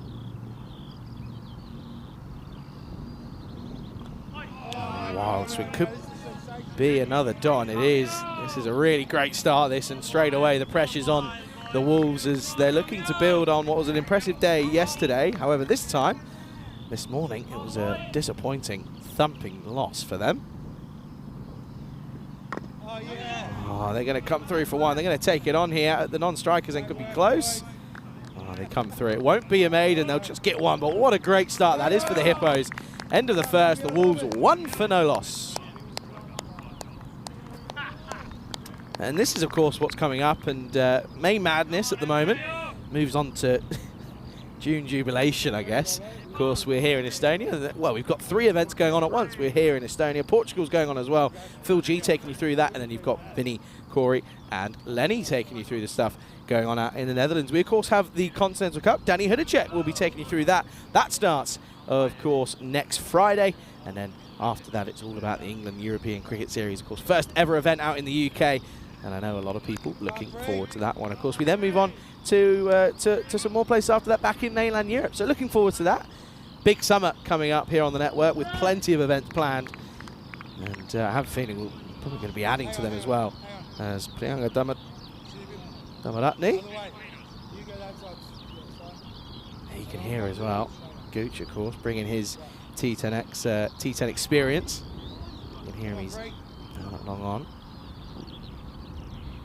Priyanka, Pri they call him.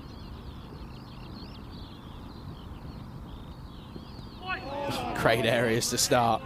Very, very impressive. And I think this is something that I've picked up and noticed quite regularly in every location you go. The teams that turn up and warm up and they do the basics right tend to be the successful ones. And you know, this morning in the nets early on were the Hippos.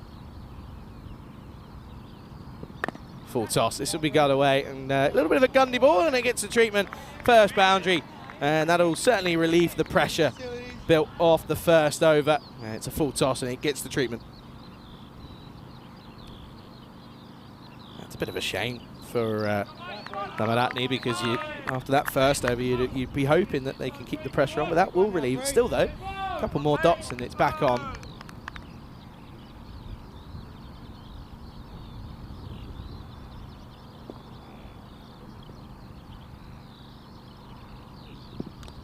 Oh, outside edge over the top of the keeper.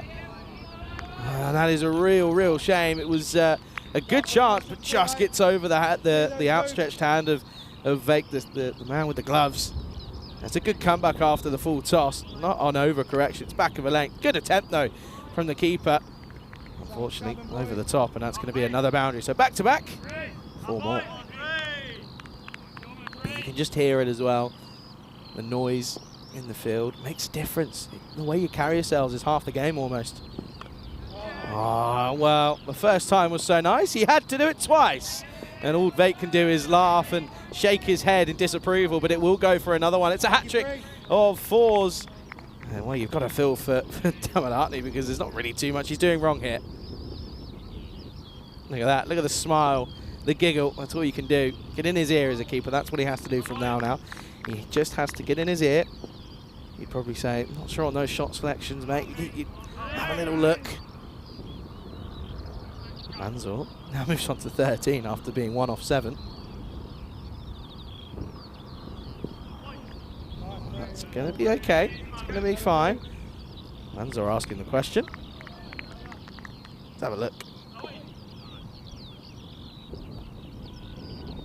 Yeah, he's fine with height. Again, probably does sneak in.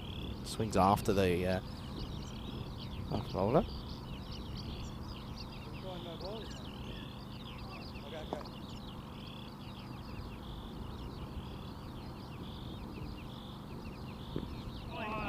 That is a wide. Won't stick that one in. So just, you can kind of understand it really at the moment. He's just been pushed off his line of length, just simply to the fact that he's bowled well, and he had 4 boundaries against his name. First one wasn't really a good delivery, but the other 2 were snicks behind. Yeah, Rob talking about a different sport, a lot of different sports going on in the world at the moment. It's a good end to a tricky over. A couple of edges that ran away towards the rope. 13 come off it. 14 for no loss after 2. Couple of wickets now, boys. Yeah, lots of sports going on at the moment. Of course, well, the thing is, we're building up to the Olympics, of course, this later on in the year. And this there's confirmation that big increase in the net run rate for the Strikers just means that it's basically out of reach for the Hippos. So they'll finish second. Strikers will top the group. But it's all about, of course, the Tartu Wolves. And yeah, that will conclude. It'll be an interesting one as it concludes Group A. But looks as if they're going to go to Owen Feely, who's going to take this third over. So Tana, of course, doesn't get another over, which is fair enough. I think keep him, you want to hold him back. And of course, there probably will be a bit of heavy rotation this time around, just simply due to the fact that they can't top the group. Good start, but this is a good shot from Manzor, and that's in the slot. And that's not Manzor, that's Usman Senior gets off the mark with a Maximo time. Just goes off length more than anything, and takes it on, makes the use of the power play.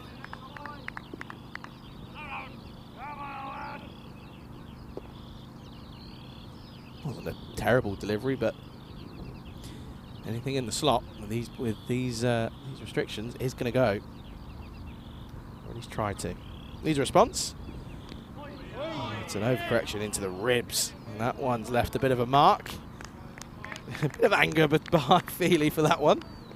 He probably doesn't want to feel that one again, because that's leave a little bit of a bruise. He's still rubbing it. Don't rub it, makes it worse. You can hear it as well. Just they know that a couple of wickets and they're well into this. That's what we saw the strikers. They were able to take wickets pretty consistently.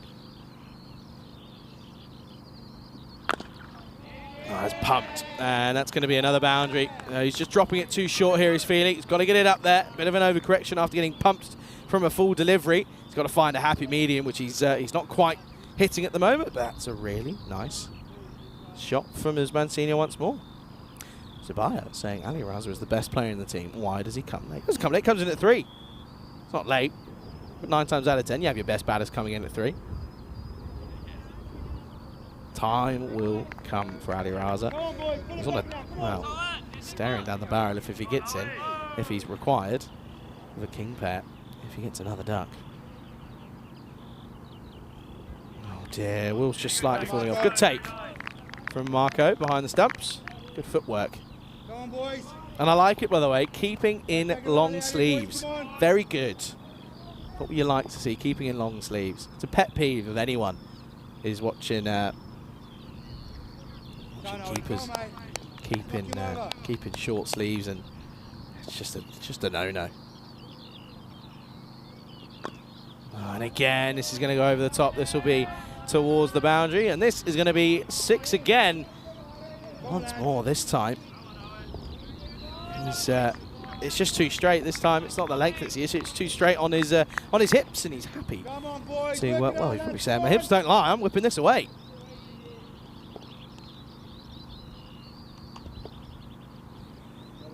There's another over in the teens. This time 15 with 2 to go. Could go magical if he bowls has any more issues.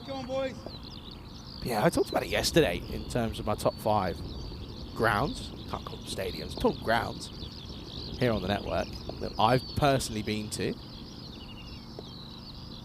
That's better. There's the length, there's the line. Does get it in eventually, and it's a dot. That'll do his confidence a well for good. Yeah, I'd say this is definitely in my top 5, 100%. Romania's up there as well. Khartoum for me, just when it's got all the lights and all the sort of bags and whistles. That's up there as well.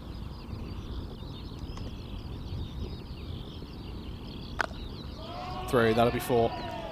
Carved away to point. That's a really nice way to end the over. It doesn't quite go magical.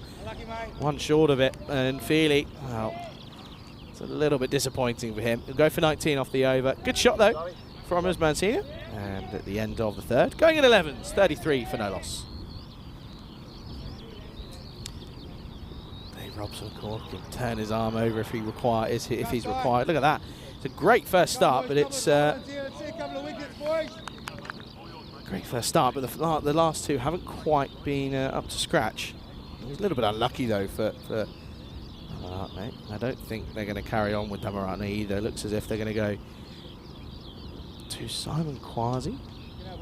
Simoon Quasi, I should say. His name isn't Simon.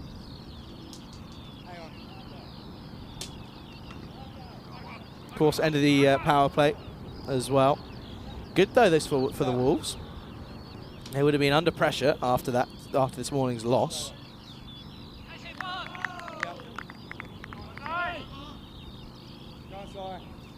I think it's also underestimated the impact of having someone who's watched and ref so many games in the form of Gooch. Dot to start. Loopy! Snooker Loopy from Quasi.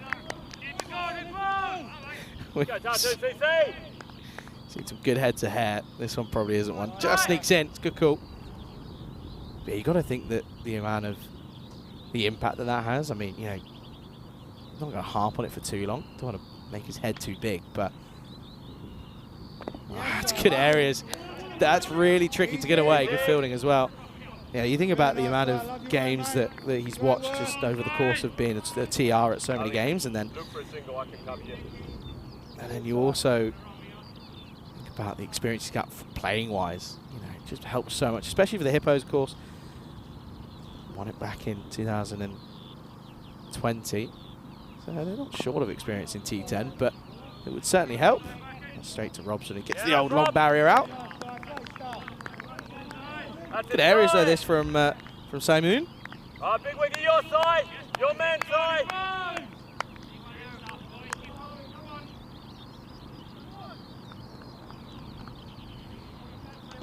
Could do with the wicket though, couldn't they? Could do with breaking up this little partnership. We're 34 now.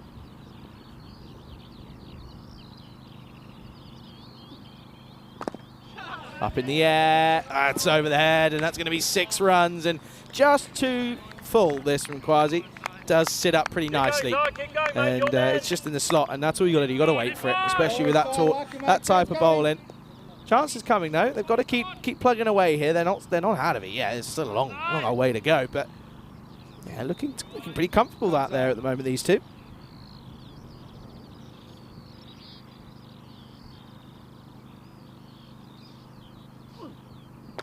Oh, he's gone for it again, and he's got it.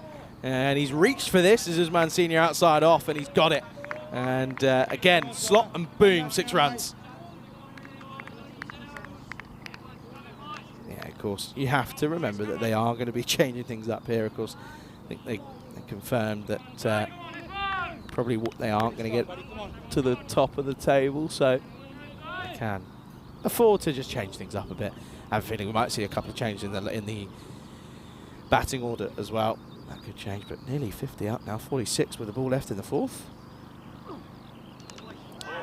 Still a ball left in the 4th. Good take though from Bates, just keeping an eye on Usman Senior's back leg. Watch this here, he does come out. He's back, they get something down. Not sure if that back foot is definitely behind the line. Nonetheless though. Come on, boys, come on, boys. The old sideshow Bob-esque about that sort of trim, isn't it?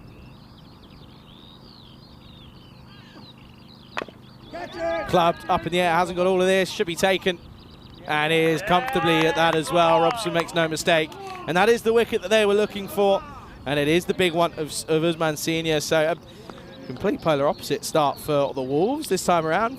They get 47 on the board for the loss of the first wicket. It is 47 for 1 at the end of the 4th as well.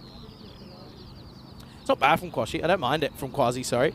Just put it up there consistently and just wait for them to make a mistake. You're almost just sort of hoping that they do. That's a nice way to look at it. And yeah, Usman Senior, he'll be disappointed. He will have to go. 47 for 1 after 4. Yeah, someone's just gone in the chat and just spoken about, of course, the IPL and RCB. They have qualified, so congrats to them. A lot of players and a lot of people enjoying all the cricket going on in the world at the moment. A lot of it, to be fair, not biased, but a lot of it is here on the network at the moment. What is it, 6 games a day? No, more than that, has to be. 8 games a day, sorry. 5 here, 2 out in Portugal, and a T20I in a T20I out in the Netherlands. Big players, of course, on show out there in the Netherlands, of course. Vikramjit Singh in the runs yesterday for the Dutchies, and yeah, it was a good little start from Nevitt and Max O'Dowd. Nice to see Scotty Edwards up at 3, by the way. I like that move. That was planned. I don't think anyone was expecting that. Of course, we've normally seen him coming in at sort of 7, playing the classic keeper batsman. Anyway, here's the left arm of Richard Parkin. And this is going to be a dot to start. Really does come in. That's, again, that might be a wide for me. But he likes to, not really a trundle, is it? It's more of to gallop in, doesn't he? That wicket falling means, of course, Ali Raza comes out at 3.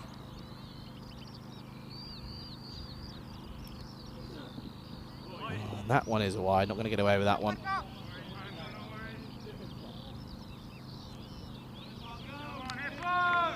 Was left arm over the wicket.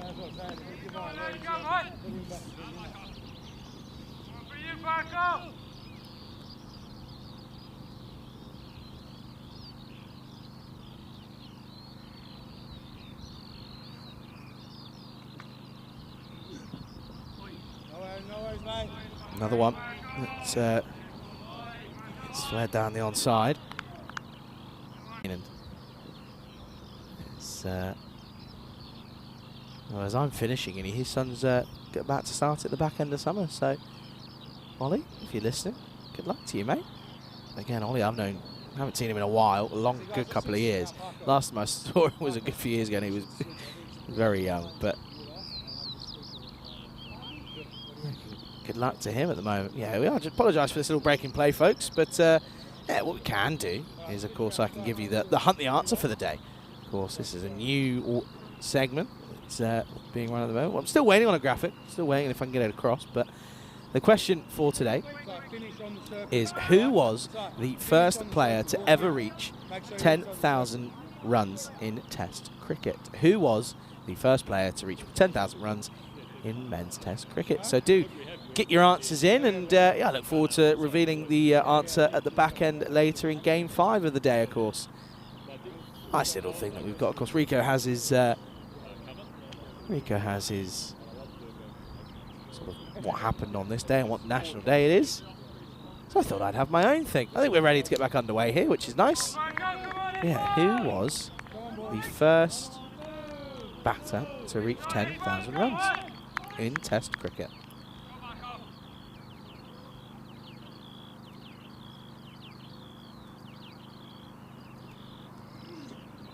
Oh, this is up in the air, and this break could bring a wicket. The youngster's underneath it, doesn't quite get there. That's a good attempt, though. He made the ground, but he'll come through for a single.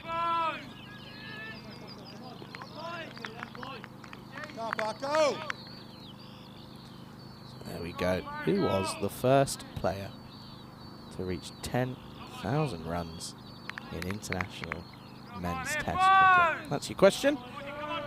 Get your answers in whenever you feel like it. Anyway, no cheating. Don't be boring. No one likes that.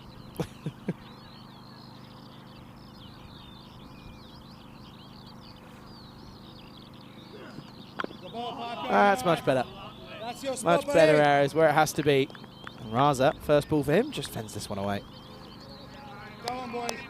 Keep pushing, boys. Couple of quickies, lads. Yeah, so you of course have to let me know who your answer is. We're back up and running on the YouTube live chat as well. That just broke down for a minute, but we're all okay. Carved away. There's a fielder out there who's going to take some cutting off. That's Savio. Can't get there. It's going to be another one. Another boundary then. And that's yeah, just again not a bad shot though. To be fair, there's nothing you can do with that one. Nice shot, 4 runs.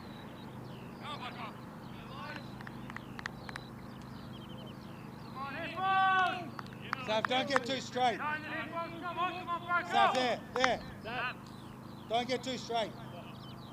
Changing the field. He goes a little bit squarer now, does Savio. Sort of deep extra cover.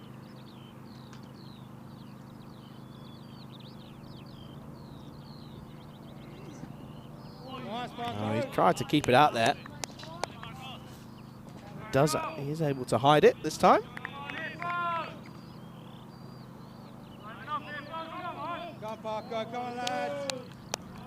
Parkin just struggling with the wires at the start, but he's been okay since then. Just the one boundary.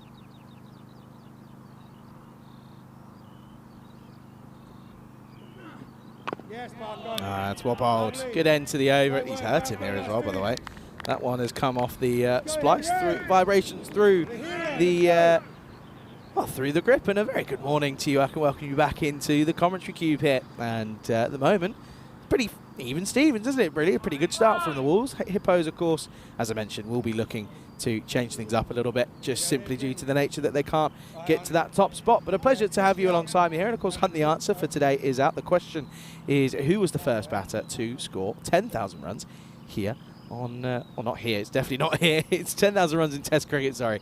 Get your questions, get your answers in, and of course we'll reveal the answer later on during the day. So yeah, stick around, and yeah, pleasure to have your company here on the network, of course. And well, we're not just here today, of course. Portugal later on tonight, and the Netherlands will be getting underway later on. Netherlands taking on Ireland later today. Here is the youngster then. Here's Henry Pattenden.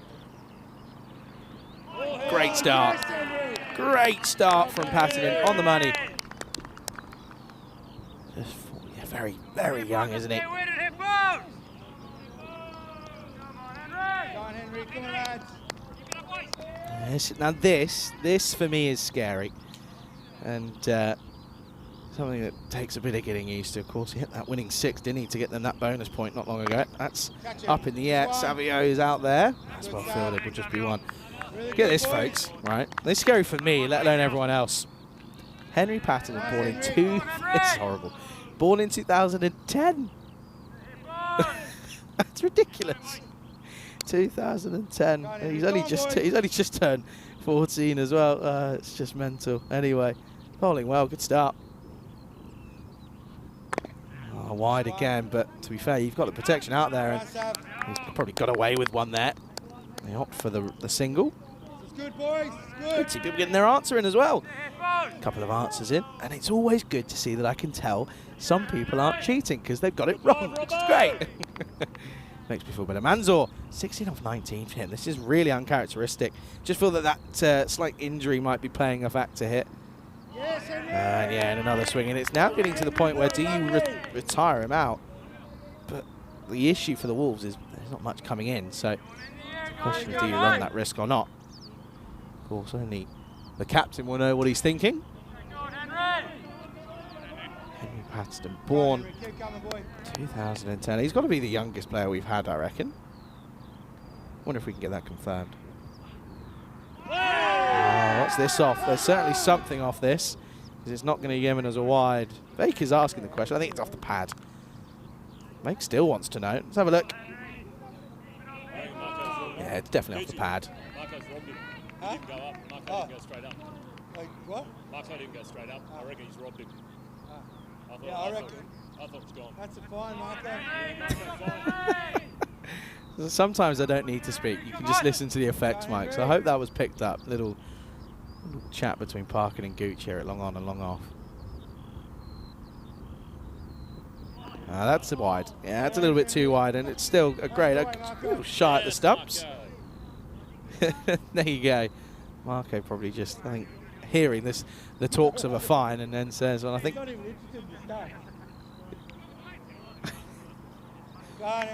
This is what cricket's about. This is how it should be played, though, isn't it? This is that chat, that camaraderie. And that often, as I say, that often leads to a successful team, and that's what we've seen here for the Hippos. At the moment, though. Interesting. God, that's going to be thump. It's a disappointing end, but it's still a good over nonetheless. Just too short. And that will be the end of the over. And with that boundary, it's 64 for 1 after 6.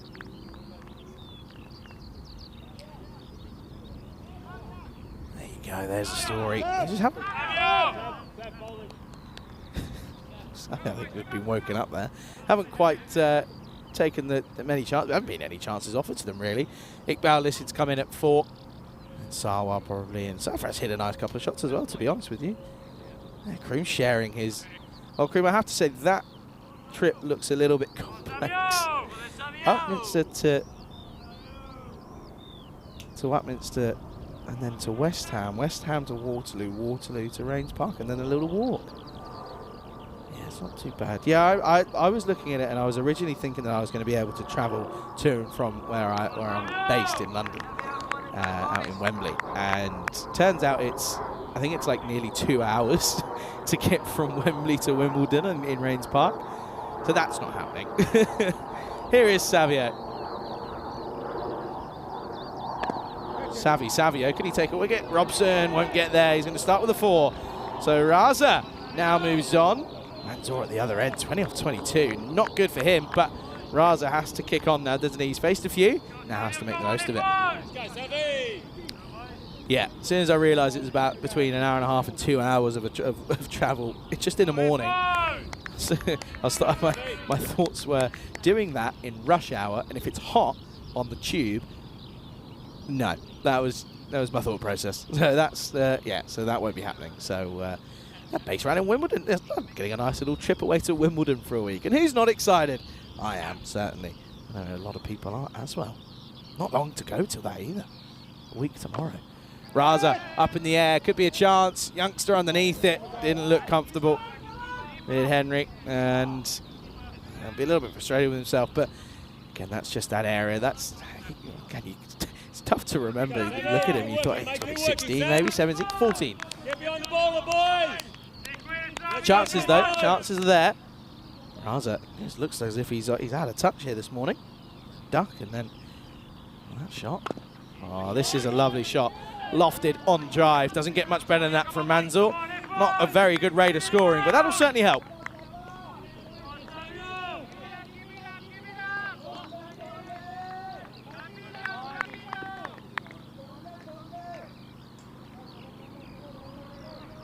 Lovely shot, isn't it, really? Balance through the crease. Prime example there.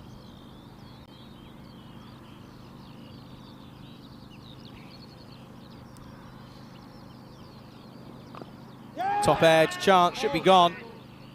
Oh, put down. Put down, and you can see around the ground that there's a few sighs at that one. That one should have been taken. And I think that's Owen Feely out there. That's a real disappointment. So, drop goes down. Dave's saying there are trains for 50 minutes. There are, but I've got to walk to this train, to the stations, and then you add in the commutes of there and there. Well, there's Raza. Raza goes high and handsome. It's Maximo.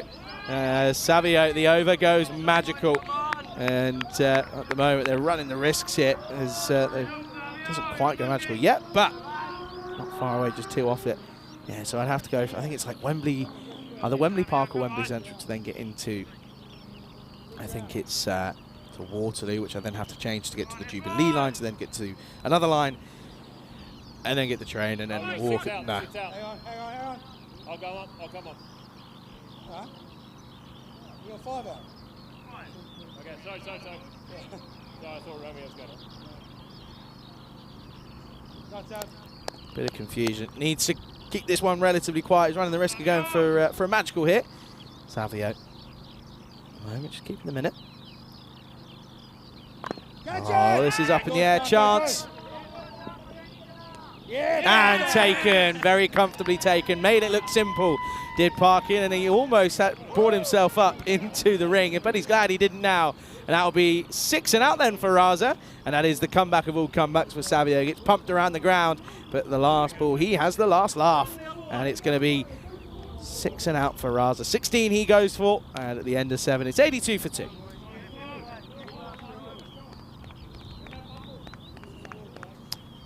And there was a bit nervous. And this is what's coming up later. This is a big game. Punjab CC Amadora versus the Lisbon Supergiants in match 11 and 12. Of course, that's 4:30 GMT, 6:30 Central European time, and 10 o'clock out in India. Night 6, and get this, folks, night 6 of just 25. 25, we're out there for 3 weeks and some. So looking forward to that one. Of course, that's Phil G will be taking you through that. And a big shout out to all the crew out there. Off the top of my head, Evan and Ravi, I know are out there. Simon as well. This is Vizlapu asking the question, and he's got him first up. And I actually think it was Vizlapu that put the catch down, so that means that he ends up getting the last laugh, because Manzur will go. A disappointing innings for him, 27 off 25. And, well, it's a potential for a team hat-trick here, but, well, the Wolves now fallen to 82 for 3. Good catch low down to it in front of the keeper in Vake, and Marco happy he's taken that one, and there he is, Vizlapu. Yeah, I think it was Vizlapu that put that down, so apologies to Feely. A little bit harsh on him there, maybe. Long on and long off went up. So.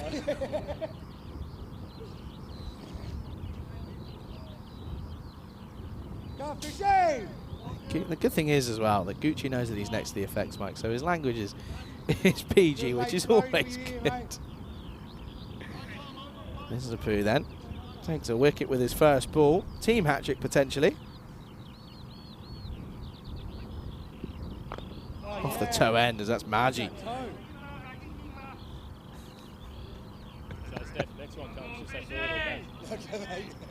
Sometimes it's great to hear some of the chats. Sometimes it's not.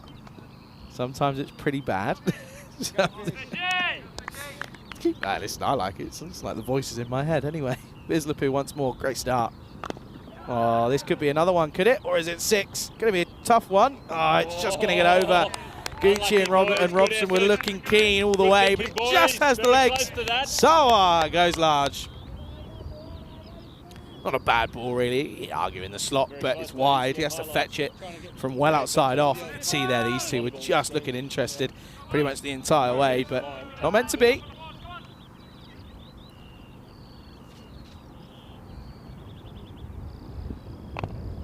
Now Shaw back of the length, and they're going to take it on here. It's going to be a mix-up here.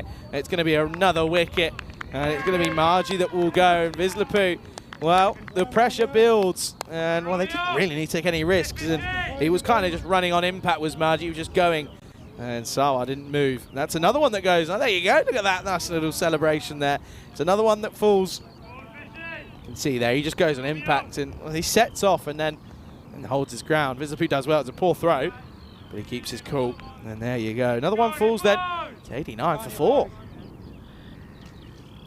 Out comes Mubasha Iqbal. So again, they're also the Wolves are also changing things up as well, which is nice to see as well.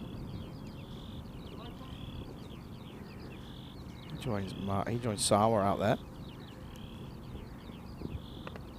Oh, could be another one. It wasn't meant to be. Well, it could be a run out, and oh, not taken. Well,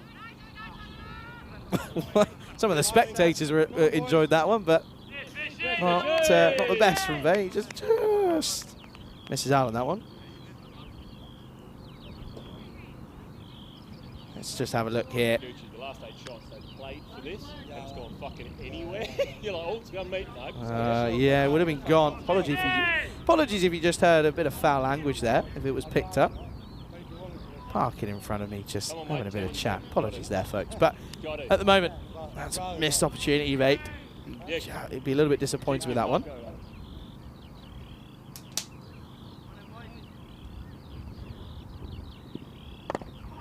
Up in the air, should be taken. He doesn't drop them. He's made it look a little bit trickier than what it was. The dive, he'll say it was necessary. Anyway, Gooch takes it, and that will be another wicket to go then. And what a great little over that is from Bislapu. Picks up 2 to his name alongside the run out. 3 fall in the over just for 8 runs. End of 8, score 90 for 5. Yeah, I'll be having chats with Steph after that one, see if the dive was necessary. Bit of a camera catch maybe, I think. I'll have to do a little bit of checking on that one.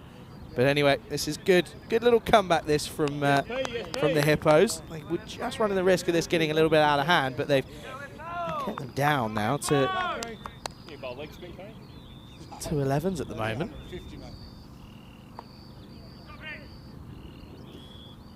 As looks as if Double Update is going to. Boys, can we update wickets as well, please? That's good chat. Okay, fair enough. That's quite a good one. Thank you.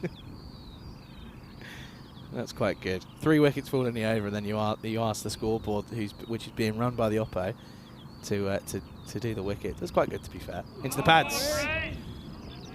Oh, that's nice. Plays it back to him. What a butcher!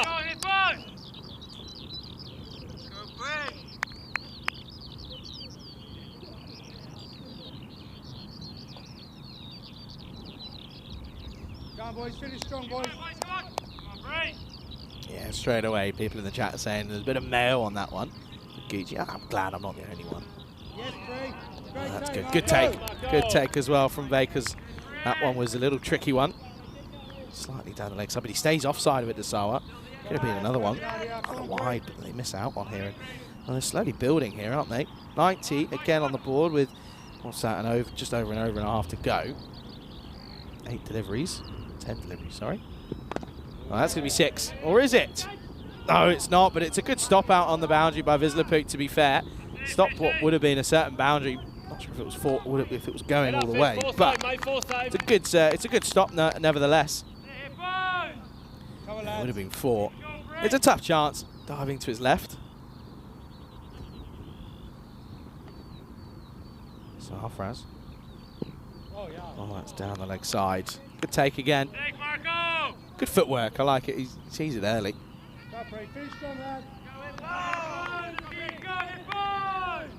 Oh, I was always taught that you can tell straight away, just simply by the wrist angle of your bowlers, where it's going to go, and that's probably what Vake's looking for there. You can see it's not where the ball goes, you can tell. This is off the splice. This is going to run away. This will probably go towards the rope. A little bit unlucky, bit of a full shot from Sarfraz, but he gets enough on it. So wide now follows. The extra ball goes for 4.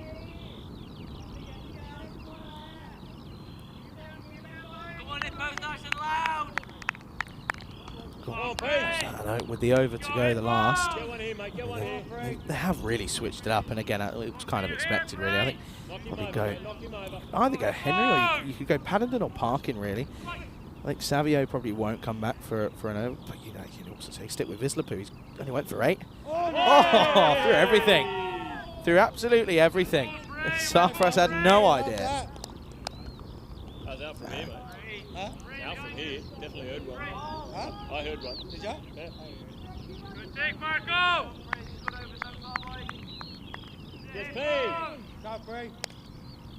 Good afternoon to crew and to Helix as well. To everyone in the chat, good afternoon. Welcome. Off the pad. And again, good work. Keeps it down. It'll be a dot to finish. So good spell. Doesn't pick up a wicket, but only goes for 19 at the end of the 9th. Score is 19. 6 for 5, and it looks as if it's going to be the youngster who's going to get this last over. Yeah, of course, they got 104 in the first game.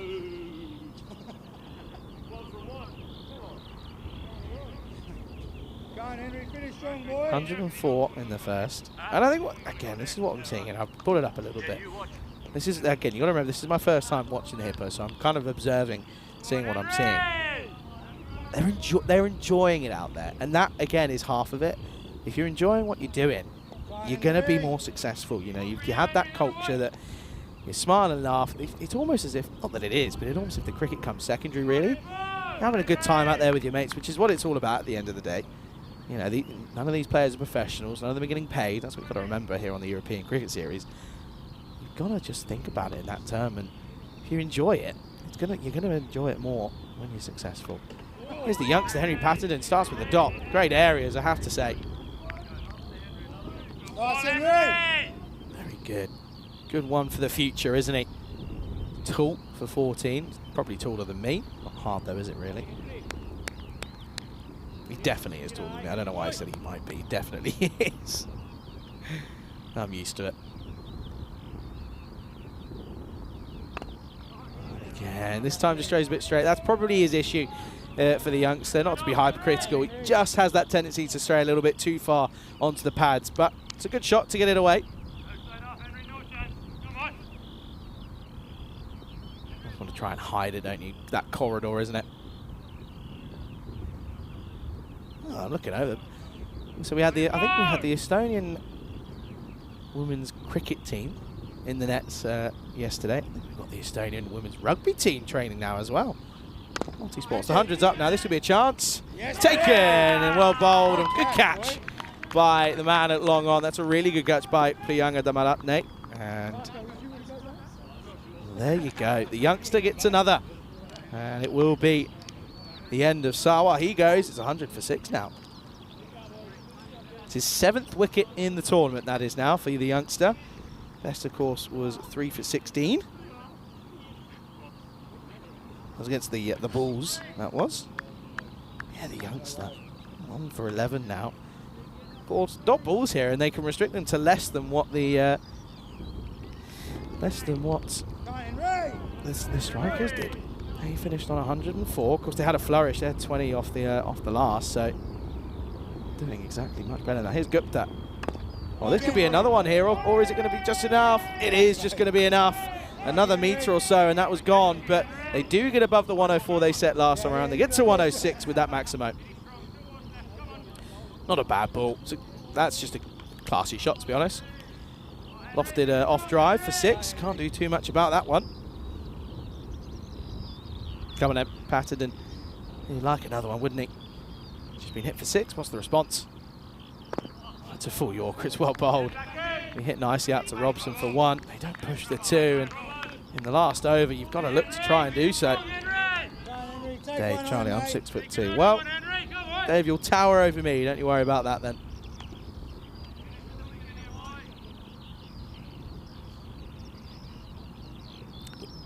Last ball of the innings. Oh, no, it's not. I really need to stop saying that. That's a no-y. It's going to be, that'll be a minimo. Not too much that Fate could do with that one. And Patterson just gets this one all wrong. He's not exactly the tallest. That's Lukman Sarfaraz. And it's also, as much as it is a no ball, it's probably not missed the stumps by that much, to be fair. Anyway, free hit to finish then. So it's a minimo that time around. No ball in the 4 byes. Hate the fact that that goes against the keeper. That is horrid. That is horrid. It's just awful. 1 response or 1 warning from the umps there. Okay then. Free hit coming up. Last ball. Oh, that's going to be 4. That's a splendid shot through the covers for Sarfaraz. And that will be 4 more to finish. So bit of a collapse towards the back end of the over, but it's still not too shabby from young Henry Patterson. It will go magical, which is a little bit unfortunate. So he's in similar style in the last innings that the Wolves. Oh, there you go. Look at Henry there. It's 4 runs, guys. We're just waiting for a signal. Wonder when we're going to see. There we go. How many can we get going? 1, 2, 3, 4, 5, 6, 7. 7 field. Right, 6 fielders and an umpire. That's what it took. Who's that? Who's on score? I'm going to have a look. Was that Joe? Is that Joe and Keshi's already so that was definitely Joe. Okay. Oh dear, Joe's fallen asleep on the score, but that's always good. Oh dear, save that one for the end of the day highlights. That's a good one to look at. Anyway, they'll finish on 116 for 6 off their 10 overs. That last bit better be in the highlights there. I'll be fuming if it's not. Let's talk about highlights. Let's go ahead and have a look. It's a bit of an up and down innings for both sides really, and you can have a look here. It's this time around. There was a couple of full tosses to start. It was a tricky first over, to be honest. There were 2 edges over the top of the keeper that Vate could do nothing about. And it went for 16 in fairness as the first over. But after that, it was well caught back by a good bit of bowling. Not by Ownfield. Ownfield had a bit of troubles to start with. And yeah, again, it's a below par total though. The Hippos will still back themselves to take this on realistically, and at the same token I feel that there probably will be a few changes. Of course, Gucci, I have a feeling, might drop down slightly, and there were some nice shots though for the Wolves. I mean, you have a look at Mohamed Isman at the top, by the way, 32 off 9, sorry, is still very, very good, but it's just a shame that his opening partner in Furkan Manzoor wasn't able to replicate it. He was 27 off 25. Not the most effective when it comes to strike rates. He's not exactly struggled with that so far this tournament, but that's a first. Anyway, this was over the onside, mostly where the runs were scored, really. There was a couple through the off, to be fair, which were quite nice. This one, though, was dropped by Patterson. It was a tough chance, but just didn't quite get the legs going. Get near it, really. That was a drop by Vaz Lapou, but he certainly made up for it after being hit for 6. He ended up with the last laugh. He got a couple of wickets, and the big wicket of Raza was gone, as it was a good catch down at long on by Parkin. Tall left-hander. This is Visabudi. He had some really good over, to be honest. It'll be probably a little bit frustrating he didn't come back for the second, but there's always next time, as we know that they will come back in that second round of fixtures. You can see here, though, a couple of 6s towards the back end, and it was a nice little partnership, to be fair. That last over, of course, had a bit of everything, and there was the run out. It was a proper misunderstanding between the two. And a bit of a laugh and a giggle and a bit of a, oh, well, thanks, mate, I'll see you later. Then this one was also a chance, but they just didn't quite take it. So again, one that goes missing, goes astray. And then this one up in the air. Gucci, bit of mayo on this one. Definitely did not need a dive on that one. He'll tell you otherwise, I'm sure. This one then was just put down. It was a Good stop though from Vislepu. And you could kind of feel that there were a few too many leaks at the back end. And that over and that to finish off did go for exactly 20. This one though was a good catch out in the deep by Kamadate. And then towards the back end there was a nice flourish of runs. This one's over the top for 6. This was a noble minimo, and then it was a lovely cut shot for 4. And it doesn't get much better than that, and it's a good way to finish. Safras, I actually liked the batting I've seen from him. Anyway, there you go. It is in the highlights. Look at this. I think we counted 7 Look at the batter. There you go. The batter got involved as well. I didn't even realise. It's 8 in the end. Even better. End of the innings. Finished on 116. That might be the highlight of the day. 116 for 6 then. Runs pretty shared, pretty equally. 13 extras isn't too terrible. Certainly areas for improvement though. But apart from him, Mancini, no one else really got going at a ridiculous rate. 116 on the board means it's 117 for victory. For the Hippos then, as they look to, well, not really do much movement, they can't, but you have to say, look at that. Plenty of bowlers used, which is nice to see, lots of rotation. Patterton, 1 for 23 off his 2. I have to say, I thought Vislepu, 2 for 8 is the pick for me at the moment. So it'll be 117 needed for victory then. You're watching it all unfold with me, Charlie Hunt, right here on the European Cricket Network. Don't go anywhere.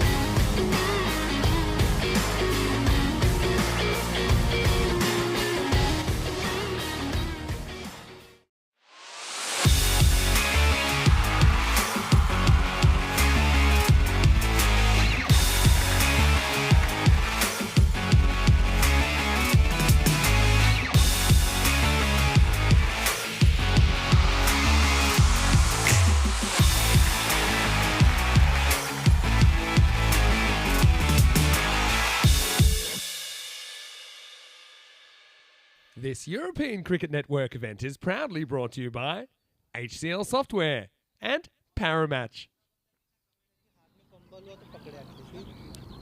Good afternoon. Welcome back to the Estonia National Cricket Ground here in Tallinn, where we're about to see the response of the Hippos. They're looking to chase down 117 for their win here. If they're going to get a win, they need to do it in 7 overs or less, of course. Well, it would be pretty magical. They need to be restricted to 81 or less if the Wolves are going to take 4 points from this game, of course. And, well, for the Hippos, of course, it's 117 that's required. 116 is what we ended up on. 2 lefties at the top of the order, it seems. No Gucci, as he's trying to drop down, and I think he's just turned around and said, yeah, lads, give someone else a go. Let's just, again, rotation, give people a chance, and Robson stays up there, but it looks as if that's Priyanga. It was down to come in at 3, but he's going to go up to number 1. And it looks as if it is going to be the usual Asif Sattar who's going to take the first over. So interesting how he goes against the lefties. Haven't really seen that battle too much, but interesting to see that he won't change his angle. He'll stay at right arm round. But a good afternoon to everyone tuning in all around the world, whether of course it be on Fancode out in India and in the subcontinent, or on the ECN European Cricket Network YouTube channel. Very good afternoon to all of you. And if you are, of course, new, do make sure you subscribe to the ECN YouTube channel and never miss a broadcast. Dhammaratne up against Sattar then. 117 needed to win. He's going to start with a firm shot down the ground. This one is going to take some cutting off. He's not going to get there. That is going to be 4, and he might have done some damage here as well. He's hopping and limping. That's not nice. And that's why you don't footfield, folks.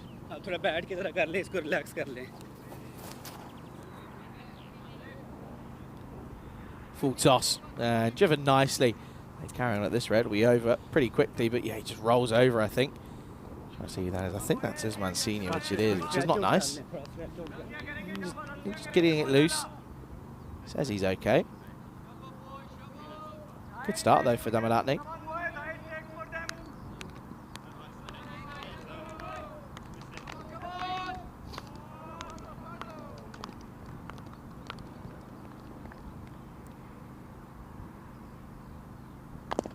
He's gone again. Usman Senior. Oh no, it's another one. Yeah, if I was you, I would turn around and say, yeah, it's the foot. It's definitely the foot. Because after that's another one that gets through him. It's back to back, pretty much replicas here. 4-4. And yeah, he's still down here, which isn't good. I think we might be looking at the old magic spray maybe. Need to come off. If he's injured, maybe come off.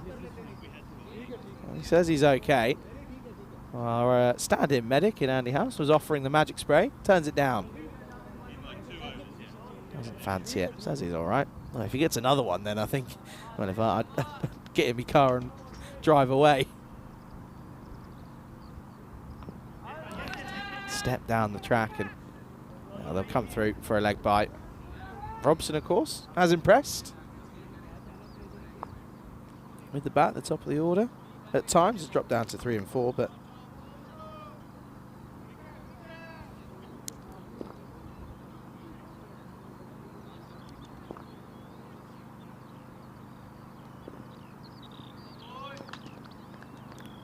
and of course, looking back on yesterday,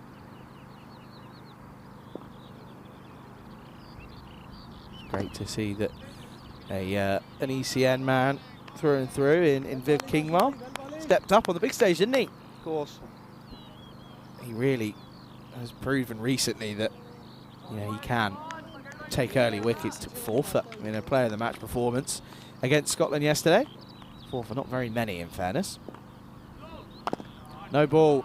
It's going to be 7 up then as Robson goes large into the onside. Downtown. It's 7 up time. He struggled with the no ball, with the front foot no ball a little bit this morning. And that's going to be a little bit misfortunate for him. Chris saying that's why he hates foot fielding. Yeah, it's a perfect example of it. Free hit coming up then. 16 already off the over.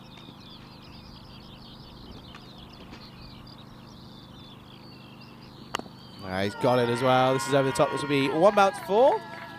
And that will race away yet again. So it does go magical. There's a ball left in the over. And the free hit well, it gets punished.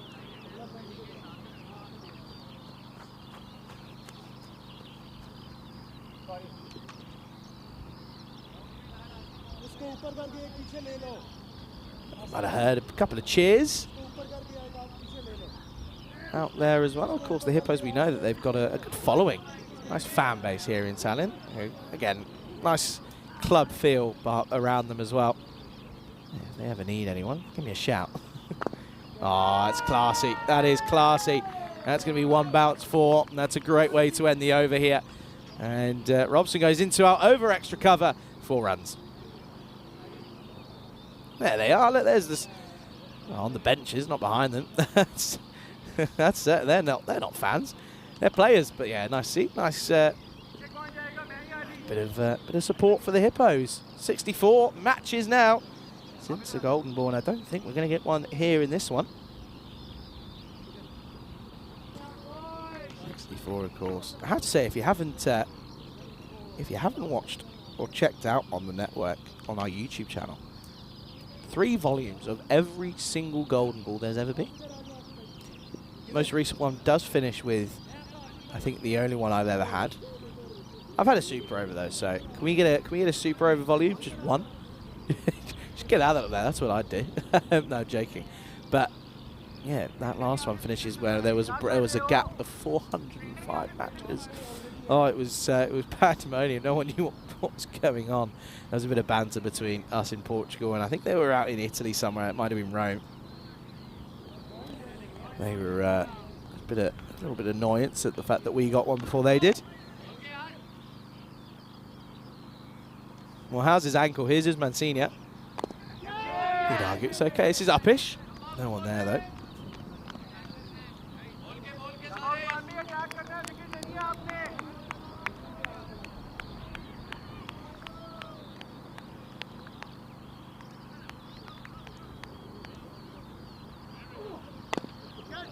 This one into the onside, get down. He does well actually.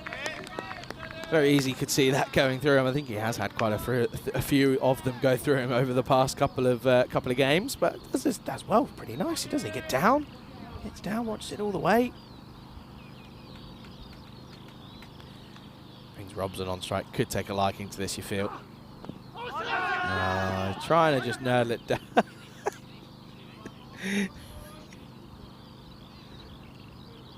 Oh, watch this. This is class. Look at where the keeper ends up. Look, running away. Oh, getting a peel in as well. How's that? I think even Robson says, mate, what are you doing? You were miles away. Oh, now this is a bit of an ugly hoik across the line from Robson, but doesn't get anything for it either. Bit of a rush of blood potential. Something about wicket keepers. They're a strange breed. Proud to be part of that breed. Just miles away down leg side and then just thought, I'll get an appeal, and how about that? Comes down and launches. That's a big one. That's 6-er. It's into the scorer's 10. Well, maybe that might wake them up. They took a while to get that last signal at the end of the innings. That might wake him up as a Grizzly enters. Chris Smith proving he's got a better memory than me, says they were out in Rome. I thought it was. Ain't got a win against our friends at Hornchurch. Not the ones, the threes. Oh, he's gone again. This is the biggest of the lot. Oh, that's out of here. That is huge. Listen to that. That's almost carried to the road. That's a really, really monstrous 6 from Robson. And the over ends up going for 13. And at the end of the second, it's 37 for no loss. That's a huge, huge 6. Robson will watch that again with pleasure. Yeah, so they weren't. Dave said, I haven't seen the 3rd volume. Well, I ruined it for you. I'm sorry. There you go then. And even if they do get the 4-point win here, the Hippos, they won't really get a superior net run rate that will lift them up and above the Tallinn Strikers. I think it was something like they need to chase 102 overs or something like that, which was crazy. Super Riders, though, of course, they're sat in 4th. They'll be getting through because we know.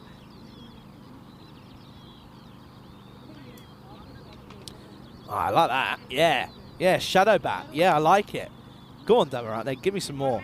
Oh, this is good. What do you reckon this tactic, what do you reckon this conversation is? So, Sumran, see that? That's the bat. They'll try and play it with the bat there a little bit. And then you need to bowl it at the 3 sticks at the end. There you go. That's where we go. Oh, dear, oh, dear. It's all good fun, isn't it? I'm on my own. I'm let loose. No one here to stop me. I'm still waiting on my on that graph. It's a Sunday. I'll let everyone off. It's fine. It's fine. 80 needed off 48 then. Bonus point. Need off 30, I believe. Maybe more. Sumran. Well, he does use the bat. He's not going to get a wicket, though. It's a good chase, though, by Manish Gupta. And they come back. That's good running. Oh, he's taking it with him as well. They'll come through for 2. Yeah, Barry showing his appreciation. It was some 6, wasn't it? It went a long old way. I think that might be the longest one we've had. It's a lot. It's not easy to clear that, by the way. To clear the rope it is, but to get that to cover the distance it did, that's a big one. Grizzly was hitchhiking, wasn't it? Stuck on the curb, asking for a lift back to the manufacturer's part department maybe. Inside edge, this is going to run away. Should be stopped for 1.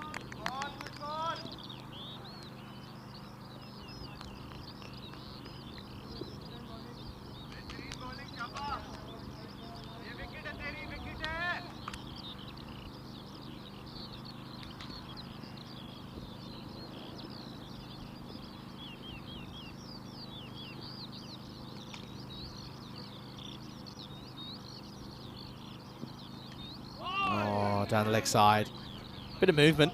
Nice to see a bit of lateral movement, but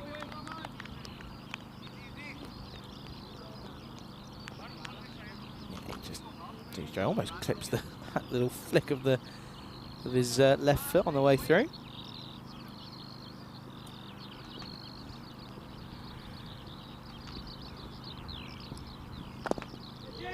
Flat batted. That's going to be 4. That's a really nice shot from Robson.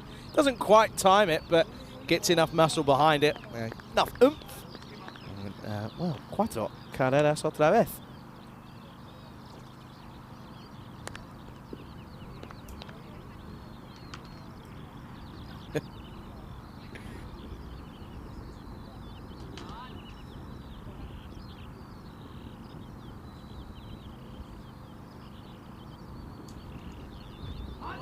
This one.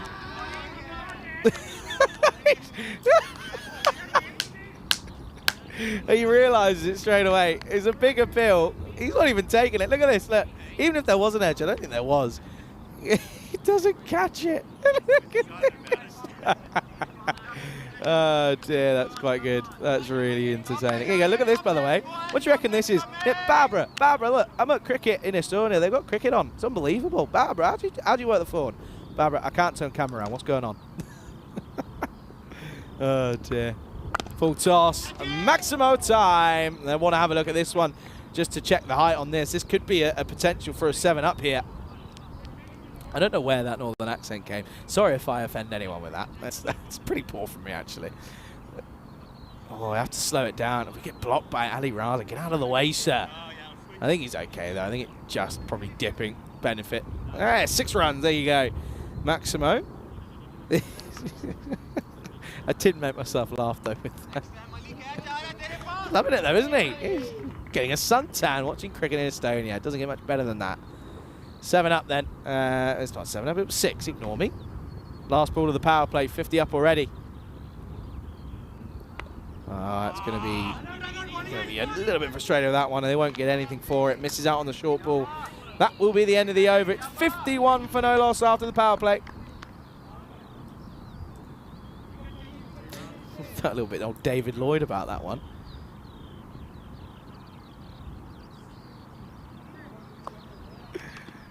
This is the story so far. There's the difference. 51 for no loss against 35.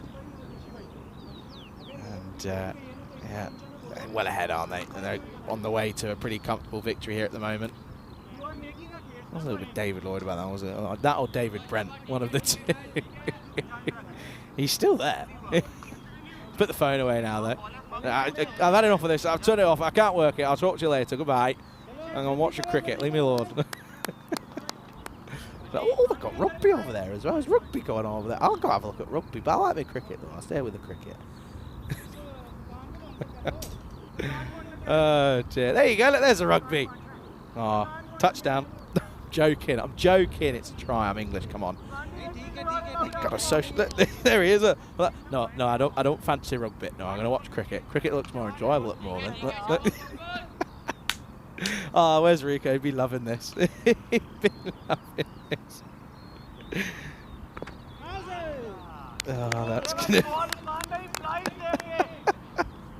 Oh dear! Look, he's there. Look. Oh, he's having a look. He loves it. It's brilliant. Dave says it's cruel, not cool. Oh, Dave, what are you going to do, eh? It is what it is. It's funny. Come on. Oh, up in the air. That's 6. That's over the top. Maximo once more. There you go. Tamarate's enjoying his time out there in the middle, isn't he? Ah, Chris, stop it. That wasn't a bad northern accent. Well, good news for you. You listen on a little bit longer. There's a few more. There you go. There's Mancini. This is not a good start. Dot and a 6 already. I like me accents. I used to do drama at school. I had to do a Scouse accent once. Oh dear, it's a missed stumping. It's a missed stumping. Safra's got to be stood up here. He's got to be, again, that middle area where he's not doing anything. He's back on, not back as well. Missed stumping though. What do you reckon he's saying there? Oh, he missed stumping there, Lal. Yeah, he's missed out there. Glad to. Oh, this is carved away. I think maybe we'll call him Mick out there. He was excited. He got jumpy. He was about to take the field there. Oh dear. Hey, listen, if you're not laughing, you're not enjoying life, are you, anyway? Robson, 36, not out off 12 at the moment. And this is going to become 40 not out. That's going to run away towards the rope. Too wide from Usman Senior, and he just helps it down towards the vacant third man region. And that will be 4 runs. And yeah, kia ora to Michael. Says, watching from New Zealand, that was some brilliant commentary. Bravo, how do you work the phone? Thank you, Michael. Hope you're well. Let us know where in New Zealand. At the moment, though, 55 in 37 for a victory, and yeah, looking like it's going to be a pretty comfortable one at the moment. And another one up and through the gap. This will be another 4, and this time it is it's in front of square, and he's staring down the back of what would be another half century. Good end to the over. It's 15 that come off it at the end of 4. The score 66 for no loss. And well, there you go. I said to Rico yesterday, with these new graphics, if you're colourblind, good luck, because you've got grey, blue, yellow and red. Red is where they need to be. Blue is where they need to be in terms of the bonus points. Grey is where they are, and well, they're very much ahead at the moment. Chris, I'm only about 9 minutes away from Liverpool, 2 hours from Manchester. There you go. I got the approval. That's a win for me. It's thirsty work, all this. It really is. It's thirsty work. Here's Margie. Oh, he's missed out. Look at him. Doesn't know how he's missed out there. Look, as he can't believe it. It's thirsty work, all this, watching all this cricket and rugby. Oh, dear. Bottom edge. Missing out here, isn't he? A couple of quiet overs, and the game could be on, but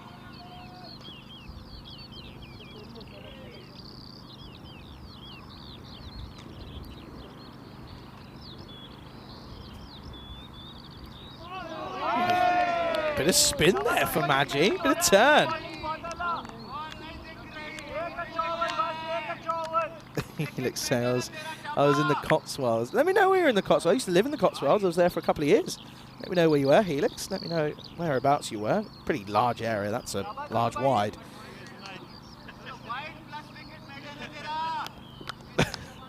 What did you? I don't know what I just heard, but so I can do both acts. I can do Yorkshire plus my local ones of Wolverhampton. Wow. Dropped. That'll just be one. That's all he has to do. Get Robson on strike. Wolverhampton. It's a good one. Get a little accent there. Got family from Birmingham, and yeah, my accent was one of those. So especially with all this, well, obviously there's a lot of South Africans on the tour. You meet a lot of and work with a lot of them. My accent is very easily influenced. This is up in the air. He's going to fall safely. You're going to swing hard. And it'll just be one. That's Steve as well. Steve C's there as well. Good. Everyone's walking in now. Now would be a good time to put the question in, wouldn't it? Drop that in there. Last ball of the 5th. You're going to drop it around. That's cheeky ball counting. That'll be a single. It'll be 70 for no loss after 5.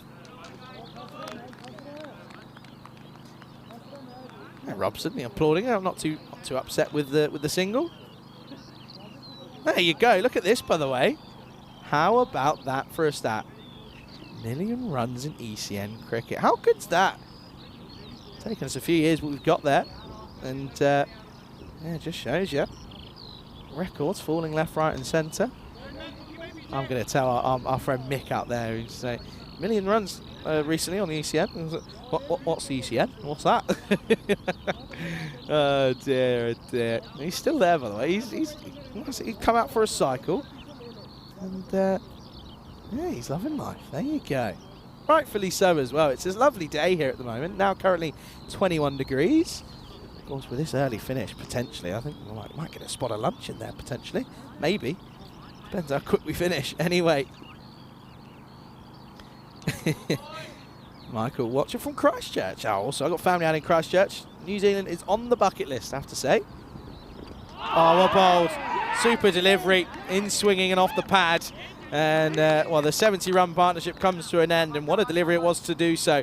And that will be the end of... They promoted to Open. And that will be the end of him. So the score now, 70 for 1. Just see there, gets done by the swing. And yeah, all he has to do is watch it go on to the stump. So, first one goes, and looks as Marco Vite's going to come out at number 3. I bet I'm going to step out of the queue, and I put all money on the fact that Gucci's got no pads on. Gucci's got no pads on. Gucci's got no pads on. He won't be coming out, folks. Near Cirencester. Okay, yeah, Cirencester wasn't too far. It was about half an hour from me. I went to school, went to sixth form in Burford. And I lived there pretty much for most of the 2 years. And then I lived in Whitney, which is just a town outside of Oxford, for not too long, for about a month, 2 months. Loved it, really enjoyed it. Loved my time there. Learned to drive there. There you go. Always remember where you learn to drive. And I also... What else is that? I played for Shipton under Wychwood. Didn't get too many games in, just because by the time that the season that school finished, it was time to go back home to Spain. But yeah, a lot of love out for that area.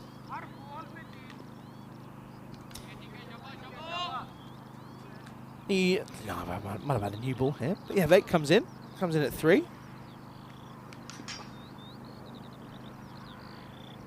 Yeah, Cirencester is home of Agricultural Uni, the poshest uni in all of the UK. No, it's not St Andrews, it is the one at Cirencester.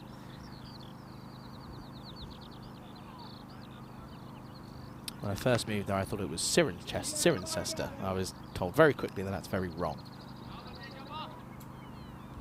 Vake then in at 3. 47 off 11 for a bonus point. Not too worried about that, I don't think. It's going to be 4 to start. Nice shot. Just rolls on this one. Gives it the old MJ style. It's a nice start for Vake. Gets off the mark with 4. I like it. I have to say, right, and I'm allowed to say this because it's fine. I love it when batters have, and it's just something I've always enjoyed, when you've got the same kit, your softs are the same as your bat and your everything. Looks brilliant. It's just something about it that looks classy. Makes you look like a proper player, even if you're not. I'm not saying the because that's not what I'm getting at. I'm just saying that I feel like when I have pads and everything that matches up makes me look less less rubbish. Oh dear, what's happening here? What's going on? Doesn't like it. What have we got here? What's getting out of there? Okay. That was interesting. Couldn't tell you what was going on with that one. Yeah, we flew into Bristol from Dublin, then caught the train to London and out the next day from Heathrow. Ah, lovely, Helix. Hope you enjoyed yourself. I've enjoyed myself here in Estonia. Should have come over. That's a wide. Down the leg side.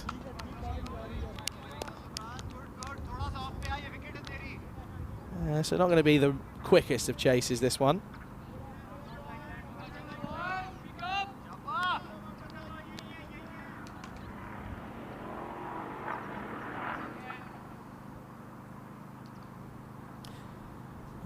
Mick is making his way around the ground. This is going to be another boundary this time around. One bounce for Vike. What a lovely start this is.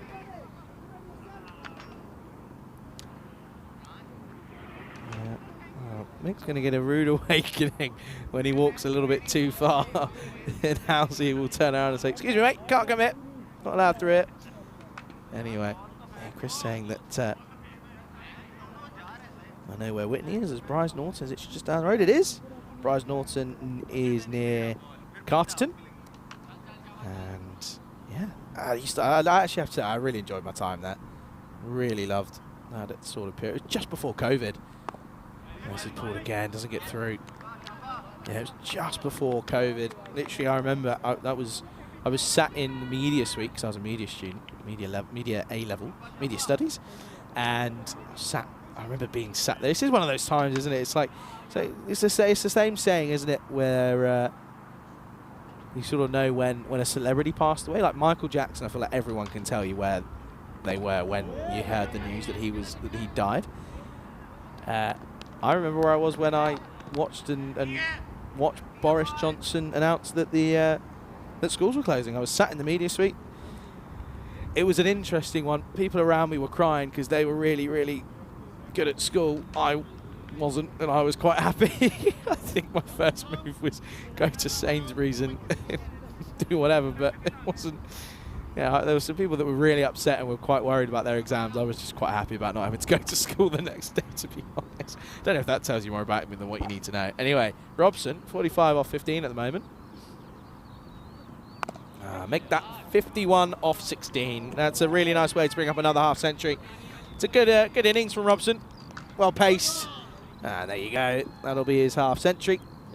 And not just yet. I've done maths very poorly. Ignore me. I'm not concentrating. Apologies there. He moves on to 49. I thought it went for 6. Ignore me. 49 off 16. And it's 84 for 1.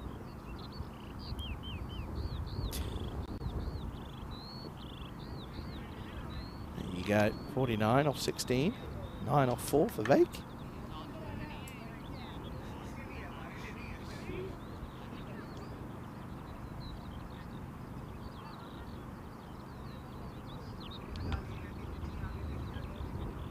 So Margie's going to come back here. Felix, I think, there he is. There he is. Oh no, that's been ruined. He's got a West Ham top on. Oh, he's not Northern anyway. He's a Northern West Ham fan. That's who he is. Okay, that's what we're sticking at. Because I'm not doing a Cockney accent. It's not fun. Everything's more fun in a Northern accent. This is going to be pushed away for 1. Oh, he's an Irons fan. That's disappointing. There's always a downfall somewhere, isn't there?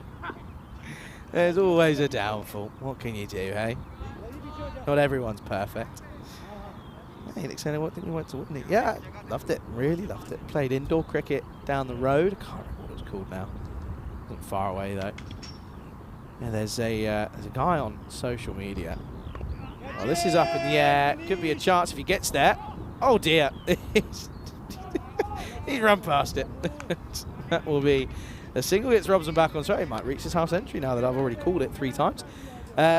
yeah, there's a guy on social media, the OX29 Bat Doctor. He fixed a couple of bats for me. And yeah, he makes his own bats now as well. That's a wide.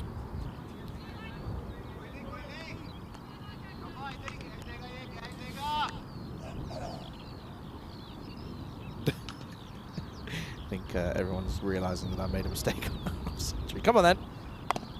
And he'll bring it up with a 6 anyway. There you go, 55 on the board. And there you are, finally some applause, because he has actually reached his half century. There you go. And that's a lovely way to do so. There you go, he raises the bat to the to his supporters as well, the fan club. I've lost him, by the way. I've lost Mick. Where's Mick gone? Mick, where are you, lad? I've lost him. Not a clue. Actually, don't know where he's gone. I think Housey is actually going to talk to him. Oh dear, oh dear. Oh, this is an outside edge. He's going to run away.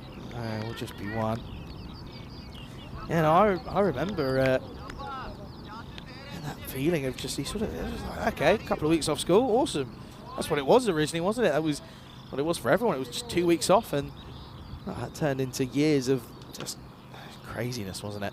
Crazy that, I think the thing that you sort of think about and you get lost if you think about it too hard is crazy how we all lived, we lived through that time, lived in that period of time. It's just crazy, mental. Anyway, just 23 runs needed here. I have a feeling Robson's not going to hang around here.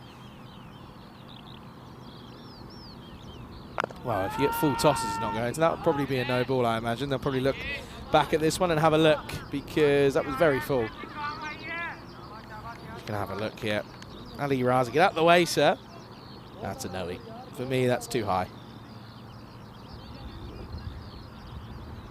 For me, that's not. It's not too high. Okay, a little bit lenient today. Anyway, end of the over. The score is 95 for 1. This is what's coming up next, course, coming up in 35 minutes' time. Tartu Cricket Club, they return. They take on the Tallinn Stallions. Of course, looking forward to that one. Yeah, Stallions 3-2. New names, though. Look at that. Sharakar, Mohammed Umar, and Abdul Hakim. For them, new names as well. We were trying to find Mick there, I think, but I think he's been apprehended. Well, look, oh no, where's Mick? Don't tell me Mick's been got. Oh no. I know he's wearing a West Ham shirt, but it's not that bad. It's not all bad. Come on. Mick's gone. Oh dear. There you go. What's happening? Little to these guys, they're driving past the best spectacle going on in Estonia. That's 4. It moves into the 60s now. Yeah, Bryce Norton. It's an RF pace, still is, I believe. But he is gone out of service. Well, I just look to my left, and who is that was doing some of the worst shadow batting I think I'll ever see? There, Mick's okay, everyone. He's fine. He's back on the phone though. Oh, thump down the ground as to take some cutting off. Doesn't get there. It's another boundary, and straight away the ankle goes again. Shouldn't laugh, but. He bowled all right. Now he's gone down again. Come on up, you'll be all right. Anyway, good shot, 4 runs. Not going to get much sympathy from me, I'm afraid. Not if you do it twice, bowl and then do it again. No, not happening. He'll be fine. I can see Mick's but he's back on the phone though. Barbara, I'm lost. I'm lost in Estonia. I can't get home. How do I get home? Barbara, help. Barbara, I can't get home. Oh dear. Either that or he's gone. Oh, they got cricket here. Oh, shot. That might be the best of the lot. That's over extra cover. 6 runs. It doesn't get much better than that when you go into out. Now just into, what is it now, 8 needed with that 6. 8 needed for victory.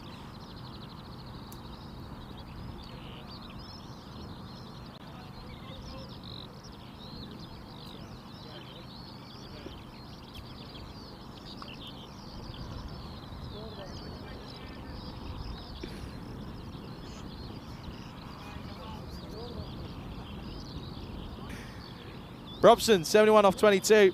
Can do it in 2 hits now. That's well bowled.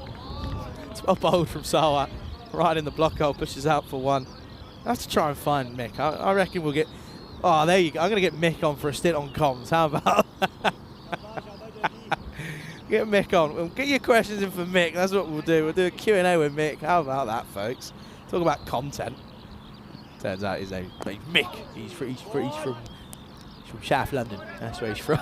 He's from West Ham. I prefer the Northern. Northern's more funny, isn't it? Northern's funnier, realistically. I'll tell you, everything sounds better in a Northern accent. It's just true in every sense of the word. It's just fact. David Lloyd, if he was a Southerner, probably wouldn't be funny. Oh, this is up in the air. 6 runs. There you go. And that will be the game. And what an absolutely perfect way to end what's been an almost perfect chase. They do it with 2 overs to spare, and it will be the end of the game. It's game, set, and match. And fitting that David Robson hits the winning runs, the skipper for the Hippos. Handshakes all round, but it's a thumping victory of 9 wickets here for the Hippos. And the Wolves, well, disappointing morning for them. They lose by 10 wickets in the first game, lose by 9 in the second. And oh dear, well, this is a bit of an unhappy finish for them. Not to be honest with you, they will probably finish third. But this is what's coming up tomorrow. Oh, later. Tar2CC.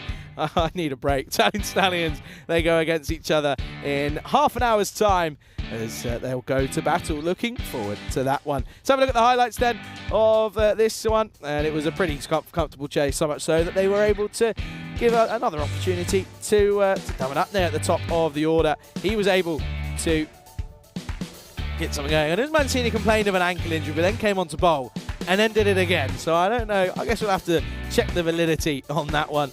But Dave Robson, some of these shots, classy as ever, weren't they? And yeah, not the thing is as well for me, the key aspect is it's not just one area, it's not one angle, it's 360-degree hitting. Well, that one was looking for a ride home, was the Grizzly. And well, it might join Mick on it as well. Mick might be looking for a ride home. Barbara, I'm lost. That was, again, nice shot. But a nice little opening partnership of 70. And some nice shots to all parts of the ground. Mick's there, he's watching. He was loving life. Mick's an ECS legend now. I don't care who you are. He's keeping me company. Anyway, boundary after boundary after boundary. They kept flowing. This was how they were able to get the 1 wicket that they did get. And of course, that was the end of Damanatne. It was a really well bowled delivery, well directed in swinging. And then out came Vake at 3. He had a couple of hits, didn't he? He ended up, he ended up finishing not out at the non-strikers on 12 off 8. 2 4s for him, but Dave Robson just continue on the onslaught, didn't he? And this one was a chance. You probably feel it probably should have been taken. And there you go. Good attempt though, to be fair. And Dave Robson, I called his 50 earlier. I've jumped the gun, but he brought it up anyway. And that was a big one as well into the onside. Mick was probably thinking he might take that one, but there you go. That was how he brought up his 50. Well, as the runs kept flowing, the comedy kept ensuing, is what I'll say. People saying the sun's getting to me. No. This is just normal day-to-day practice. That was a brilliant shot, and well, then there was one more down the ground, and that was it. Game, set, and well, you are right. It would, if Vinny was here, it would be game, set, and Maximo, as they do it in style. And what a way to do so. So we're going to have a little break here. I will leave you with the scorecard. But yeah, all I can tell you, it was all about Dave Robson. 78 not out off 24 for him. As for the bowlers, not really too much to talk about for the Wolves. They're going to have to look back at themselves and maybe regroup as they look to improve upon what has been a pretty disappointing day for them. We'll be back then in half an hour's time. Pleasure to be alongside you. I promise you, I'm not losing my beans yet. Not far away though. We'll be back in half an hour's time. You're watching it right here with me, Charlie Hunt, and Mick. Mick is there. All right here on the European Cricket Network.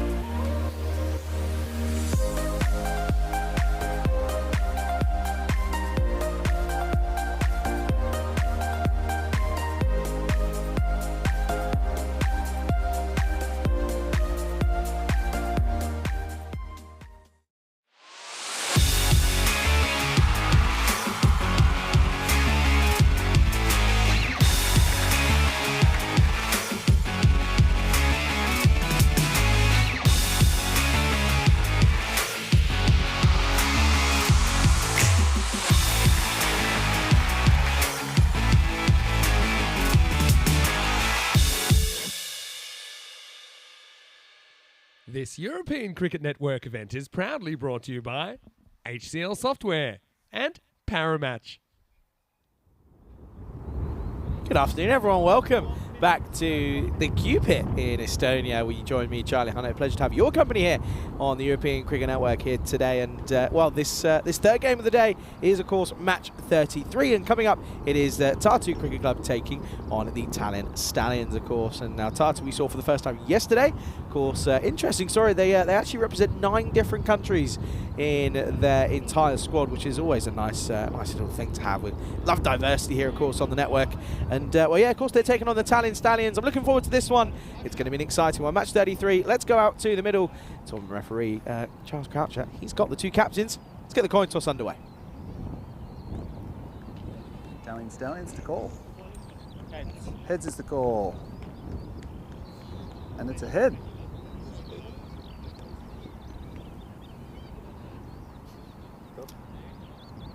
There we go, then the Tallinn Stallions will be having a bowl first. Interesting choice, if I'm being totally honest. With the likes of Salonen and O'Brien at the top of the order, I would probably say maybe that might not be the wisest of decisions, but only time will tell, of course. That's where we are here in Tallinn, just not far off the coast. In fact, we're on the coast, really, aren't we? But I just didn't realise we were that close to it. But these are what the lineups are looking like. A couple of new names for both sides. Uhak and Rahul Bolat for Tartu CC. At your bottom of your screens there. Shirai Khan, Mohamed Umar and Abdul Akeem also coming in for the first time here for the Tallinn Stallions. In this game, of course, 3 and 2 plays 1-on-1. It was an up and down day. Actually, to be fair, that's a lie. It was an up day for Tartu. That was all very promising. I don't think they had a bad day at the office. They were a little bit unlucky to lose the first one by just the 5 runs, but they made sure to rectify that in the second game of the day. It was an unbroken partnership, wasn't it, that got a 10-wicket victory for them yesterday. Of course, you can see there O'Brien and Salonen and Salonen. You can really understand as to why they're at the top of the order, because they were hitting some bombs yesterday. Of course, today is the last game, last time that we play from this end. We change to the other end from tomorrow onwards. Win percentage is an interesting one. The win predictor is giving it to Tartu here, so this will be a good look at them. Of course, up against the Stallions. And a very warm welcome to everyone tuning in all around the world, whether it be on Fancode, out in India and on the subcontinent, or on the ECN European Cricket Network YouTube channel. A very good afternoon to you. Hope you had a nice spot of lunch, or because it's Sunday, maybe have a nice Sunday roast, maybe. Oh, I'd love a Sunday roast. We had some nice Sri Lankan food. I couldn't tell you what it is, because I don't know if I could pronounce it, but it was stunning. It was really nice. I think it's, someone will be able to tell me probably if I tell you the ingredients. It's like fried spicy bread with chicken and veg, and amazing. Very, very, very scrummy. Anyway, we're on to the cricket then. It's Jordan O'Brien who will face up against Pranay Javala, up against the Stallions. Match 33. Here we go then. It's a good start for the bowlers. Nice in-swinging delivery first up then. Yeah, nice bit of movement for Javala. Nice to see the, of course, the Stallions, of course, represented Estonia in the ECL. You can nice to see that they've got the strips there, grizzly strips. Proper in-swinging delivery, but that's well played by Salonen. Just pushes out to the offside. Nice early signs of it. You can see there, just telling him that hooped. It is hooping. He's getting it to do quite a lot.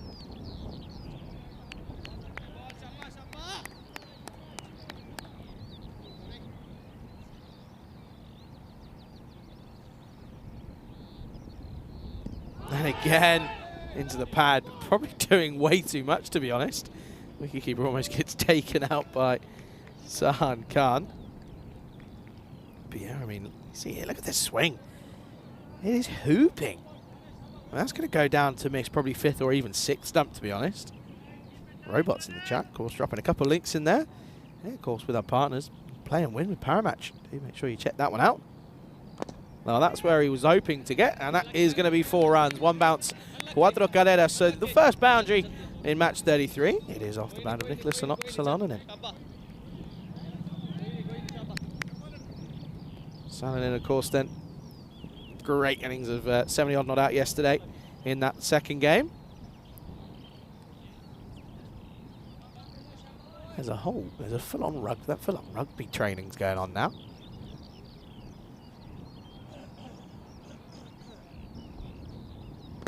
No swing, and gets pummeled. That'll be back-to-back boundaries. And Salonen, when he hits it, it certainly stays hit. That's what we saw yesterday. That one just stays straight. And he gets all of it. Makes most of the width that gets offered to him. That's going to be 4 runs again.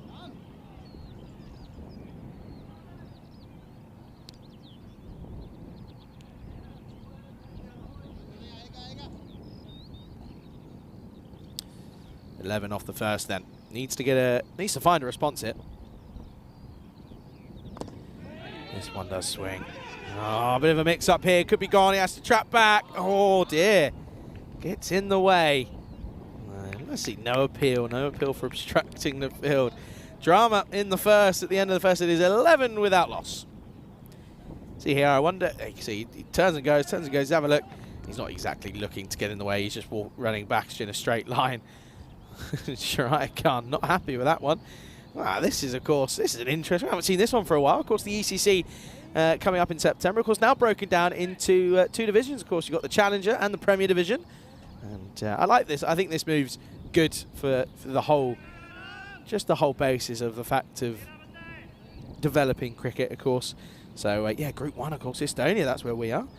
And, well, they've got Isle of Man, Bulgaria, Croatia, Turkey, and Slovenia in their group. And then Group 2 is Greece, Czech, Luxembourg, and Cyprus, of course. And, well, England, of course, they'll be in the Premier Division Championship. We could see that the Challenge Division has also got its own finals as well. That's going to be a wide start for Krishan.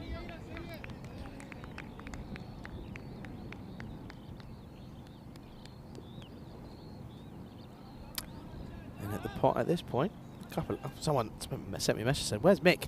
Gone. Mick's gone. Mick's gone. That was always good fun. Oh, this Grizzly is doing bits, by the way, but well, the batters are enjoying life at the moment. They're saying, that's fine, bring it on. That's Maximo time. That's the first one of the innings. Just sits up, isn't it? That's what I'm saying. I don't get why you'd want to bowl first here. Well, there he is. Who have we got here? Good fielding, sir. Very well fielding, yeah. It's Lowley, that is. Oh, up in the air. Could be a chance. Good luck. There is a bit of wind here today, and it gets put down. Oh, but there's going to be a mix-up here, and he's going to be gone anyway. Well, it's a direct hit in the end, and he got dropped, and there's giggles all around. Oh, dear, O'Brien. That is not a good sign for them. They'd already had a mix-up to start with, and now there's another one. It was a nervy start for them, but it's 18 for 1. Let's try and break this down then. They take the run. You see here, look, Salonen just goes, and then, oh, I have no idea what's happening. They cross over. It's a direct hit. It doesn't even matter, but just interesting. And Rico and I spoke about it yesterday. There tended to be a good understanding between these two. Can't say that about today. 19 for 1. Out comes Avashesh Kumar. Of course, Rico actually had a conversation with Casey Collins yesterday. Look at this here. Must have been a call of yes. I mean, it's Jordan O'Brien's call, to be fair. He's running, you know, he's got the best view. As we come back to live action, that's just a dot ball. This is what we just missed. Wild from Kumar, not waiting around.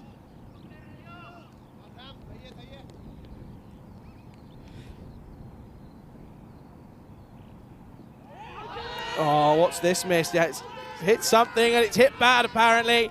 It's going to be a 2-ball duck, and it's the second wicket in the over, and the Stallions are well on top here. He was probably expecting a bit of swing, but he just plays down the complete wrong line.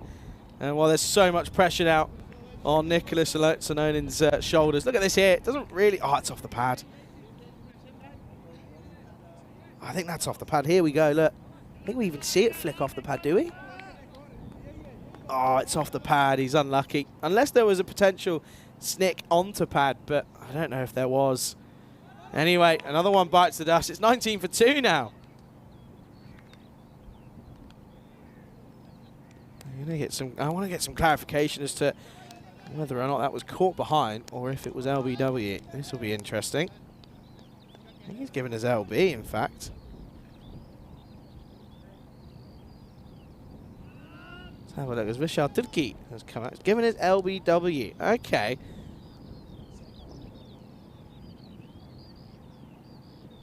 Turki starts us off here. Let's have a look at this then. So it's actually given his LBW. There you go on the bottom of your screen. Let's have a look then. I thought it was missing leg stump. Oh, I don't know. It's close either way for both dismissals. It's argument for both. Anyway, he was given his marching orders. What an over this is. Last delivery of the second. Plays this one through. Doesn't get through. Gets something on it. Don't take the run either. I can't believe they're turning down runs in the second over. 19 for 2 after 2. Let's have a look at what the standings are saying then here in this this time around. And well, of course, Group B this is. Sally and Salin second at the moment. Rising Stars, of course, are third. Viking Stars, we'll see them later. They have not got a point. And yeah, not nice to see. But Tartu, of course, one win from 2 games. They'll be looking to try and push up the table. They certainly are within a chance. They just have to, well, they've got a bit of a rebuilding point here at the moment. Well, Nicholas Salonen is, he's really has to stay there. If he goes, then, well, momentum shifts massively. That's a nice shot. That's classy. Really classy. Ali comes into the attack but gets dispatched back over his head straight away. 6 runs and, well, arguably, probably 6 of the best.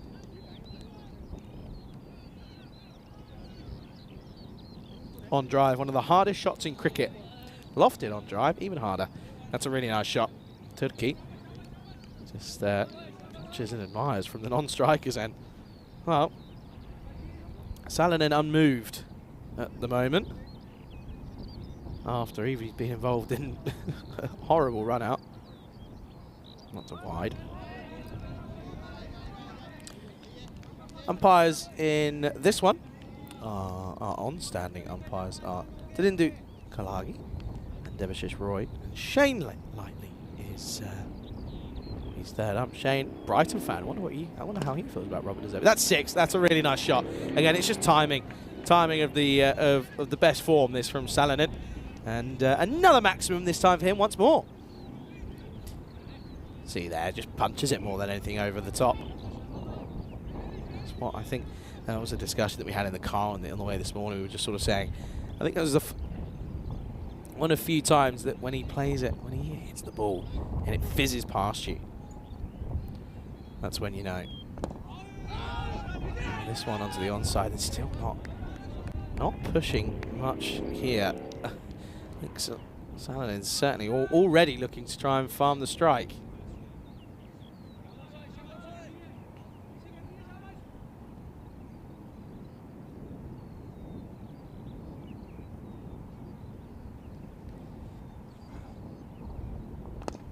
Oh, this is a chance here. And he's taken it. And that is the big wicket. And Salonen goes for just 21 off 8 deliveries. There was already damage being done, but he now falls. Oh, gets the old shot. That's Ankit Patel. Oh, this is a big breakthrough. And now Tati, we're going to see a different side to them now because they're 3 wickets down. It's 32 on the board. It's 32 for 3.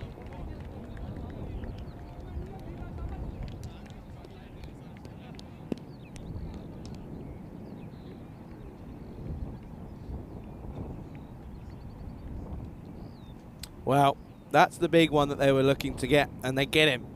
And that's a nervy catch. It's a nervous time, but it's a good one. Casey Collins, the skipper, comes out. Look at this hit. It was just a poor shot selection for me. Didn't need to take it on either. He's already got 2 6s in the over. Just, just play yourself. Especially when you know your wicket is crucial. Don't give it away stupidly, but he does. Look at that now, 50-50 on the board.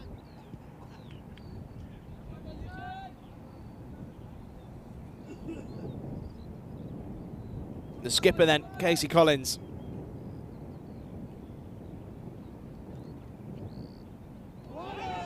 dear. That's a tentative push at this one outside off.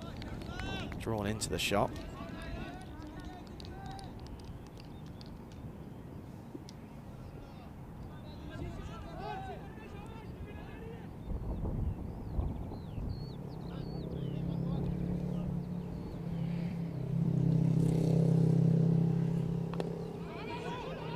And again, just drops this one into the offside this time. Once more, just can't get it going here. And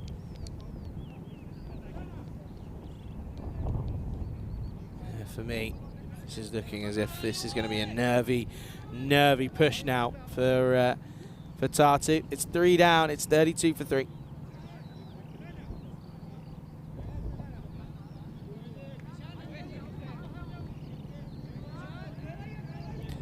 There you go, 11 off the first 8 and then 13 off that one. But you'd argue that they're just looking very, very nervy at the moment.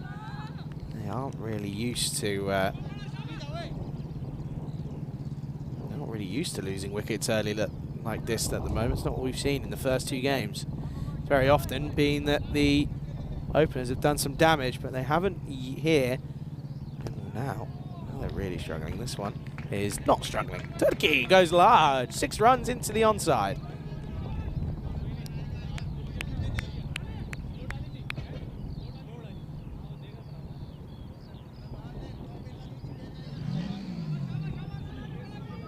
Nice shot there from Turkey, to be fair. That'll show a few do a few nerves some good after seeing that. Aurangzeb, not a promising start for him. That's now going to be a wide. Struggling early on here at the moment.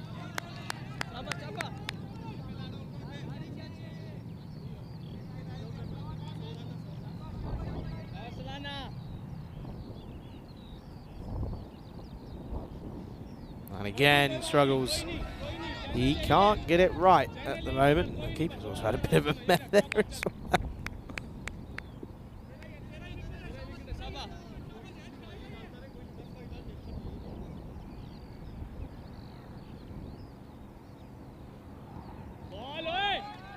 And again,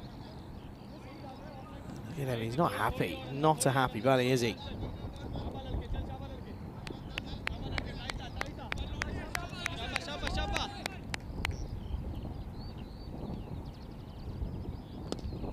Oh, now chance gone again. Credit where credit's due. He gets surprised probably by the straighter one. And Aurangzeb, after struggling with 3 wides on the trot, the straight one gets him.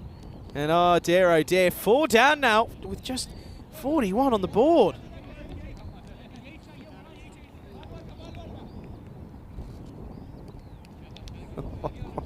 Well, this is a real struggle here for Tartu. I think this is where we're just seeing signs of desperation. He's furious as well. He's picked him out perfectly. Credit to the Stallions, though. Anything that's come their way, they've taken. As out comes Gul Shah. Interesting fact about Gul Shah, by the way, from what I'm hearing, he actually has a condition with his neck. He can't move, like he can't swivel his head, which is rather an. My granddad had something similar. I can't remember what it's called, but yeah, you can see he can't move his head. Just I think his neck's quite fixed, which is interesting. But oh, good luck to him out there. He joins Collins, the skipper, out there. Both of these two sat on 0 at the moment, and the Italian Stallions are well ahead at the moment. They've got to keep this pressure up. That's going to be a dot to start for Shah.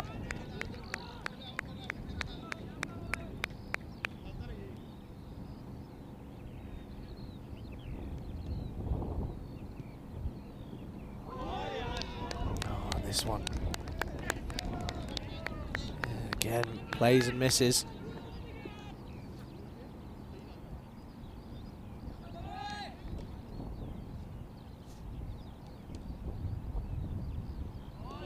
That's a wide though.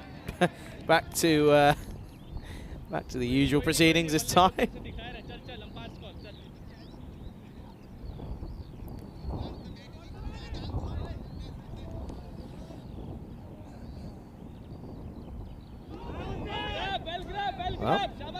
asking a question, and then, well, there's your answer.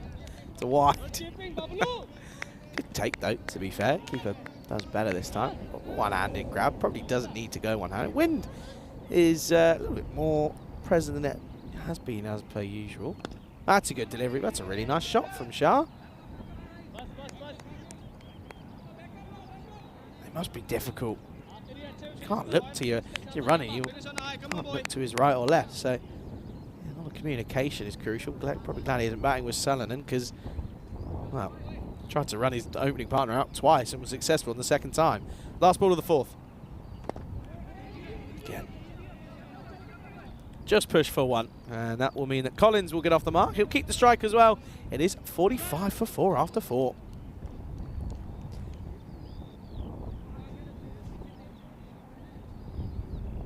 Look at this, though. This is not a pretty sight for Tatu. 2 wickets falling in the second. They've lost a wicket in every over up till now, and you almost feel that this could be a changing point, because for Tatu to struggle, they're now going to rely pretty heavily on their bowlers. And again, Salonen is one of them.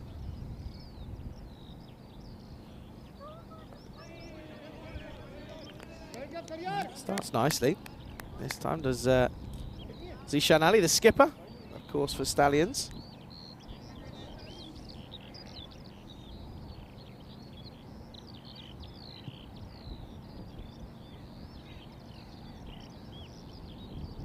That's going to be a wide down the leg side. Can't bowl there, I'm afraid. Just losing his line a little bit there, Zishan. He's saying, thank you, Mr. Wicketkeeper. You have saved me. And rightfully so. He has, as Shahrar Khan. Hi to Cheryl. Joins us in the chat. How are you, Cheryl? Hope you're well. Thanks for joining.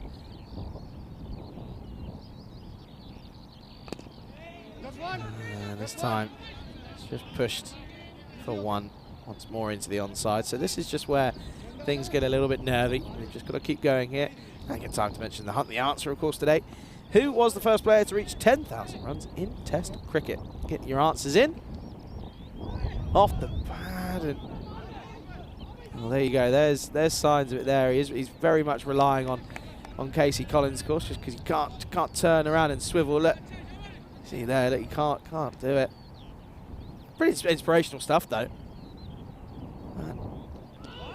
Asking the question, maybe not out.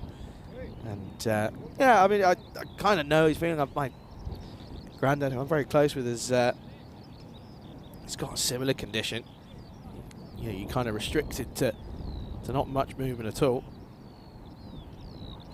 That's a wild swing, and that's going to be a wide. So not quite out of the over just yet.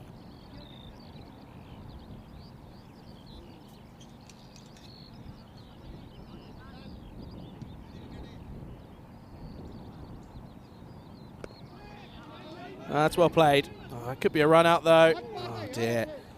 And you kind of feel that that's kind of expected, really. Let's just be a dot though.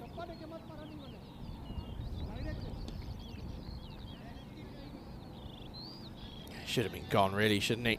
Then he'll survive. Probably might want to keep him there. They're 1 off 6 at the moment.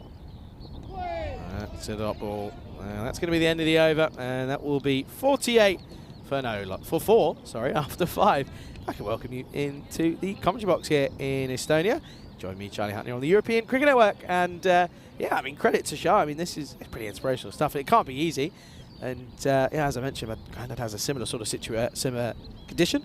I'll have to try and work out what it's called. I don't know if anyone could do a bit of research for me, maybe try and find it. But yeah, I mean, it can't be easy because you're kind of restricted to not really being able to move. So yeah, it's pretty inspirational stuff that he's out there, and he's doing okay, isn't he? Anyway, this game though, is pretty disappointing for Tatu. I was kind of expecting a little bit more from them, but I guess it is a good early chance to have a look at what comes in their middle order. And well, at the moment, the answer would probably be not too much. But a bit of time to go though left in this one. Could be interesting to see. But I hope you're all well, and I hope you're enjoying a nice Sunday. Of course, Monday tomorrow, start of a new week, and hopefully you'll still join us here on the network. We're going to carry on here with a bit of spin, and how is that missed? And Zahan Khan takes us into the 6th. And what's going on here? We're going to get to a there we go. Got in here, but we're going to miss it anyway. Oh, a bit of turn, and this is going to be hit nice as it split the field. Oh dear. Anders was wanting the old Benny Hill music. That's what he was wanting. Anyway. Gets through one, doesn't get through the other. Oh, he thinks he's in for a catch here. Just can't. He's got him. It's full straight, and that is going to be the end of Shah. Disappointing for him, but credit where credit's due. He's going to have it. Look at that, nice as well. Look. Says, oh, well bowled, sir. And that's nice to see, isn't it? And he goes for one, and that's going to be another one that falls. 5 down now, 49 for 5. Yeah, it's where it had to be, isn't it? Get it above the eye line, and it's going to be tricky to get away for anyone. And that's going to be another one that bites the dust. 5 down now. Good afternoon to Chatu and Palman Vlogs, who joins us as well. Make sure, of course, if you are watching on YouTube, make sure that you do subscribe to the European Cricket Network YouTube channel. We're making our way towards that 400,000 subscriber mark. Of course, none of this and none of what we do is possible without all of our amazing viewers, and of course part of the community that's kind of been built up over the last couple of years. Of course, started all the way back in 2019. Started, you know, the history of the ECN started before that with German Cricket TV, of course. Sessenjan is the batter at 7. Gets off the mark straight away. But yeah, of course, is that now, 5 years. Of course, 2 of those, the ECL was lost to COVID. And, but it's been, I think, for me, and I think the same for everyone that's involved. This will be 1. Call it 2, but Sessenjan wasn't very keen. I think it's been pretty cool and pretty special to be a part of, no matter what. I think everyone's pretty passionate about what goes on here, and the whole end goal of growing the game within Europe. And in such a short space amount of time, you can see the effects of it already. I mean, look at Henry Patton, for example, just 14 years old. Up in the air, this one could be a chance, and taken again. They don't drop many to the Stallions, and what an over that is. Pick up 2 wickets. And only go for 3 runs as Indran goes for 1. 6 down now, and staring down the barrel of what could be, and what could be a very, very dangerously low total. 51 for 6 after 6. Helix is calling me out, rightfully so, saying it was a bad idea to bowl first. Very true, that is true actually. I got that one wrong. I'll happily admit when I get things wrong, that's fine. More than happy. Yeah, I mean, that's what I'm saying, but go back to Henry, 14 years of age, right? 5 years ago, he was 9 when that first ECL took place out in La Manga in Spain.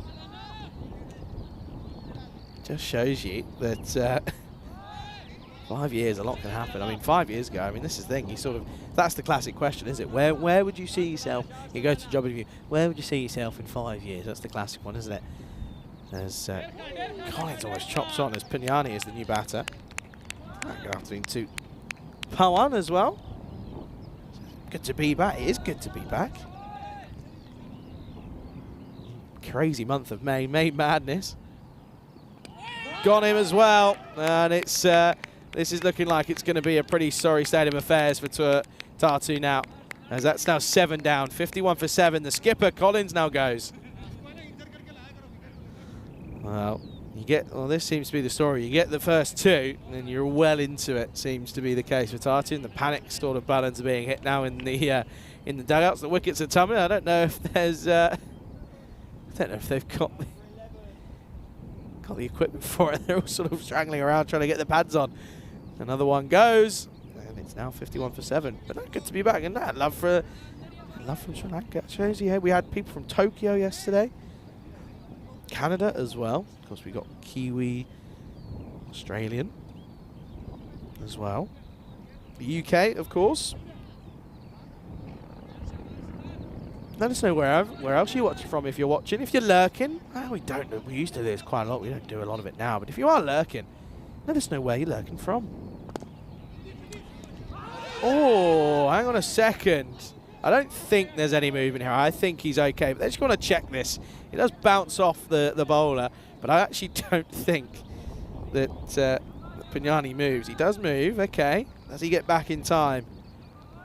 Just gets down. That's lucky. It's the worst. That is, and I tell you now, that is the worst way to go. It's the worst way to go because you've got no involvement. There's nothing you can do. You're within the laws of the game as long as you're backing up correctly. There's nothing you can do, and you're gone. There's really not much you can do.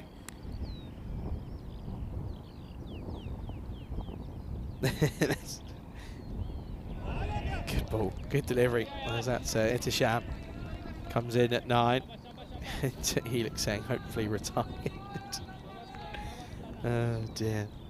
Yeah, I mean 5 years ago, this is the thing. 5 years ago, where was I? I was 17. That's concerning. Up in the air. This could be gone as well here. And they don't drop it, folks. I'm telling you, this is outstanding. Well, Dave will tell me otherwise because apparently they've dropped one, but they've taken everything else that's come their way. It's another one that goes, and it is a 3-ball duck. Derek's going to make a return. It is at 51 for 8 now. Ah, dear, oh dear. And out comes the new batter. And out goes the outgoing one. And then there he is. There's Derek. Oh, no, Rico isn't here. That was my sorry attempt. And I won't do it again. Anyway, don't say I can't do everything, eh? I try my best. Talking of trying your best. You're trying to motor along, get some runs, but they're just struggling here at the moment, aren't they? It's good bowling, though. Keeping it straight. Line and length's pretty much spot on.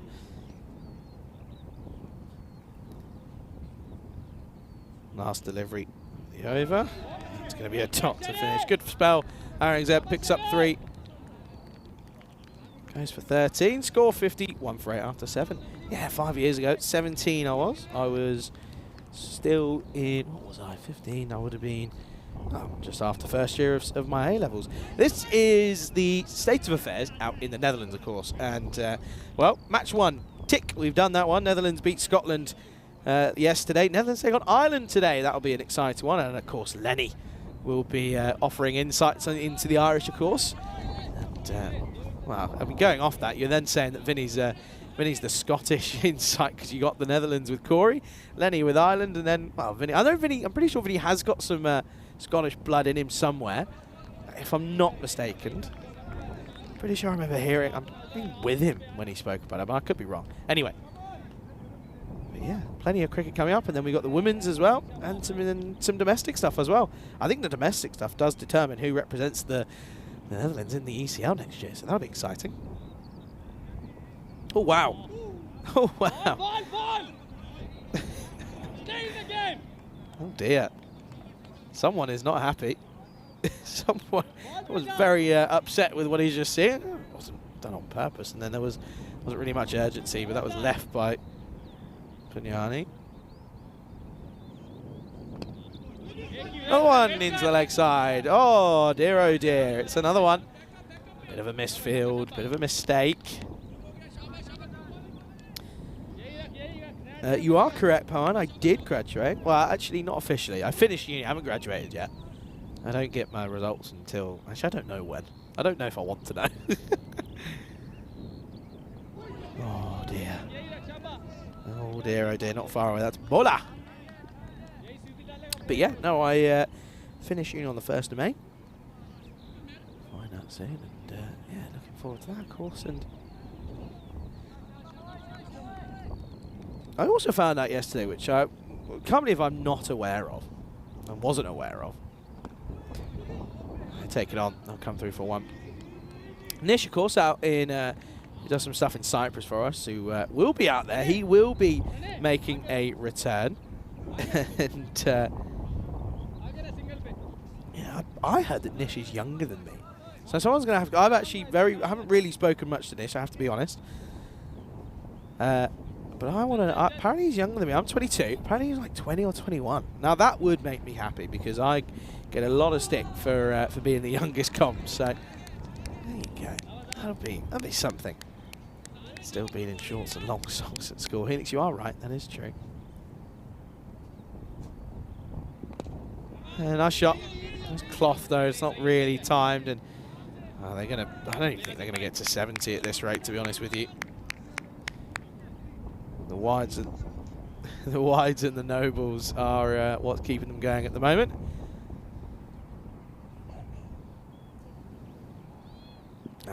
Oh dear. I was going to say he's got to bowl straight if he's going to get wickets. And, well, you can either do that or you can bowl on down the leg side and get it off the pad. And not even celebrating. He's not too bothered. He's going to just do his laces.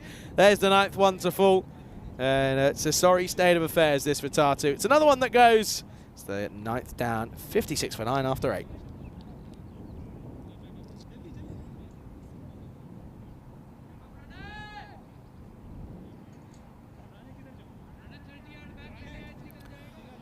So the new batter comes out then.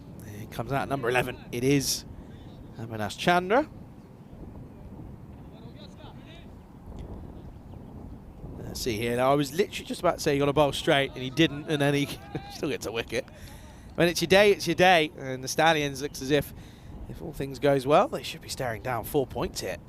Of course, that would help them in their pursuit of the top. This is up in the air. It's not going to fall to a fielder. Oh, well, the sunglasses have gone for 4. The ball hasn't, though, which is lucky for them.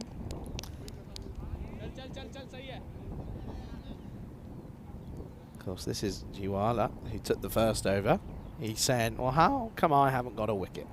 I bowl against the best batters. Let me come on now, please. Well, full tosses aren't going to get you anywhere. That'll be 1. Run out? No. Oh, well, will they get to 60? This is the question. Let's have a look here. It's not far away, actually.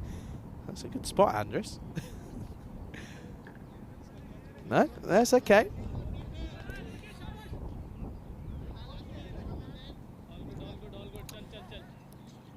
Okay.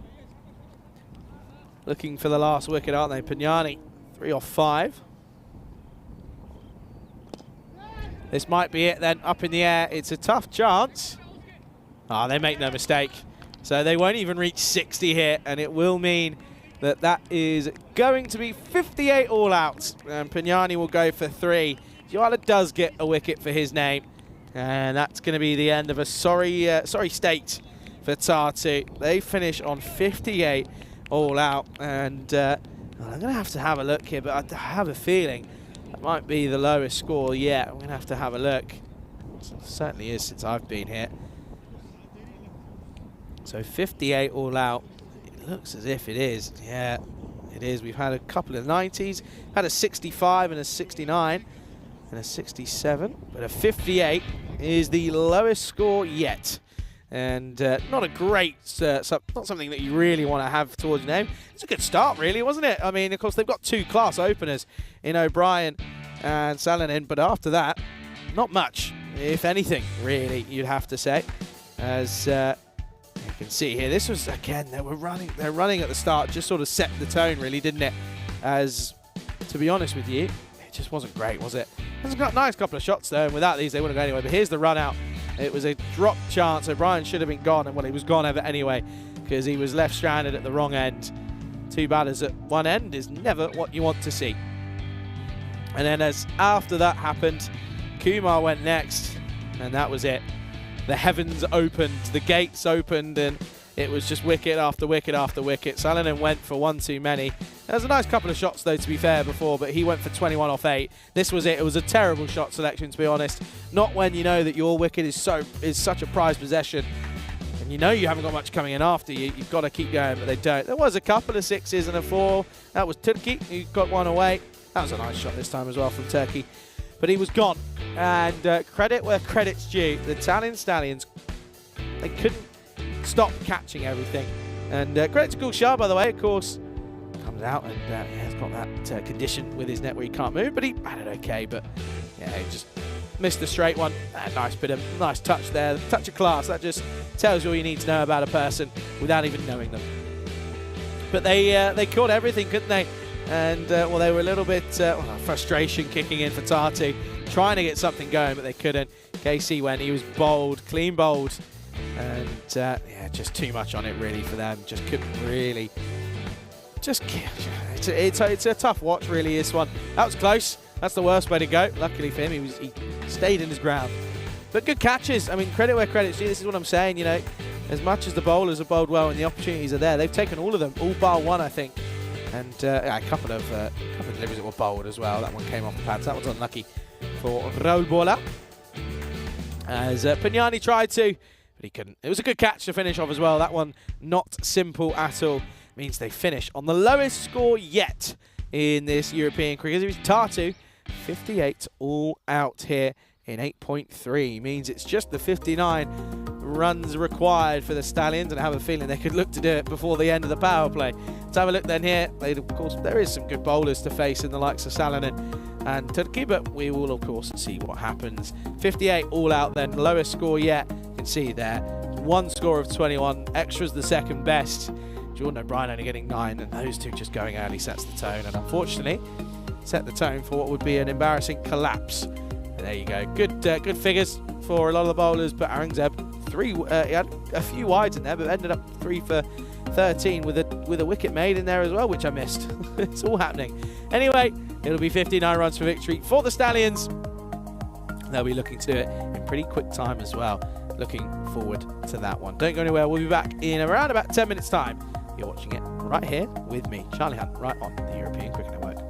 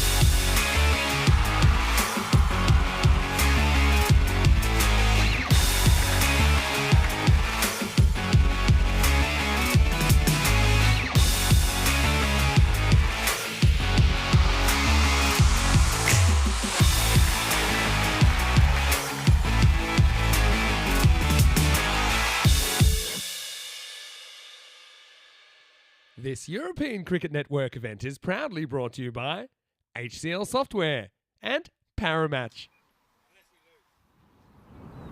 Good afternoon, everyone. Welcome back to the Estonia National Cricket Ground here in Tallinn, Estonia, where we've witnessed a bit of a one-sided affair thus far. 58 all-out for the Tartu Cricket Club. The two Finnish national players failed with the bat. No one else was really able to get going, meaning that, well, for the Stallions, if they get this in at 7 overs or less, they'll get the 4 points. As for Tartu, of course, well, for them to get some points out of this, they got to restrict them to 40 or less. Well, that would certainly be something. We're talking to Nilkesh in the break. He was telling me about Croatia. Well, there was a 58 all out or something, and I think the next team got 40 all out. So it's possible. It is possible. Do I think it'll happen? Probably not. Depends if Salonen can sort of pick up a 6 for or something. Anyway, here we go. Just 59 runs needed for victory for the Stallions. That's a good, promising start for Salonen. Gets it on the money. He's got to take 6 wickets realistically if they're going to do well.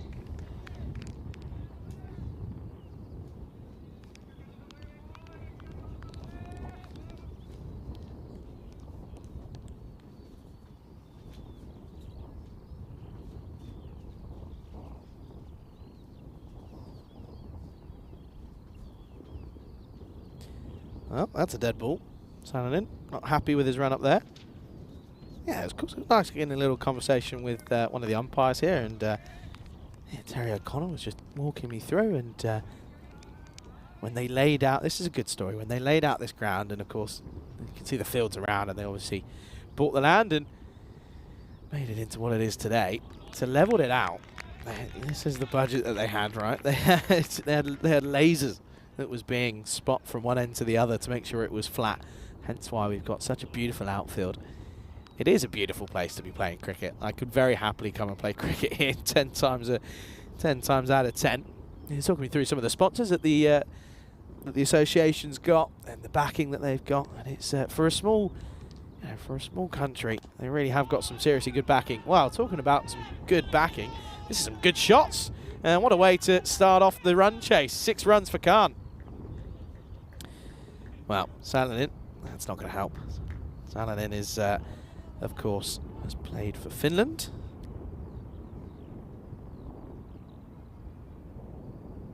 This is Jordan O'Brien.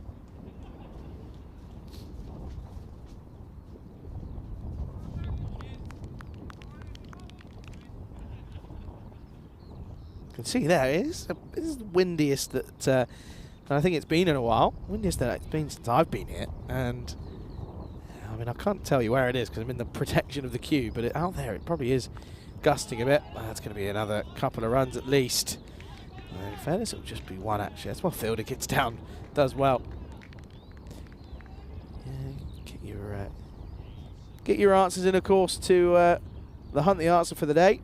Who was the first player to reach 10,000 runs in Test match cricket?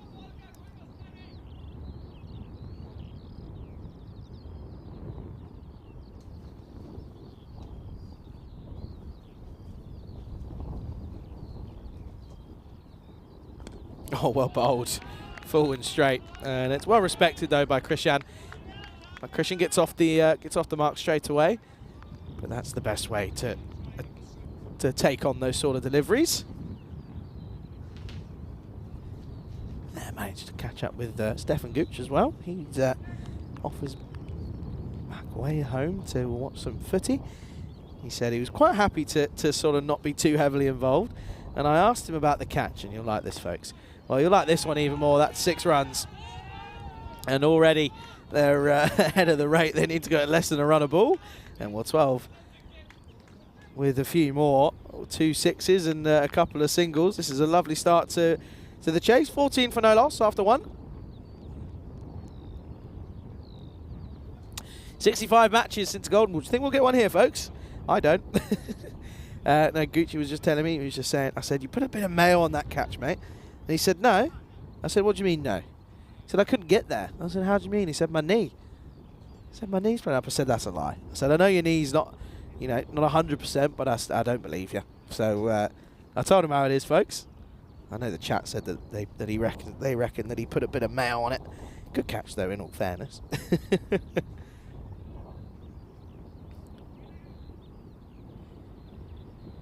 So there's Turkey. Oh no! Oh, how's he got away with that one then? Oh dear. Even the batter, I think, had a giggle at this.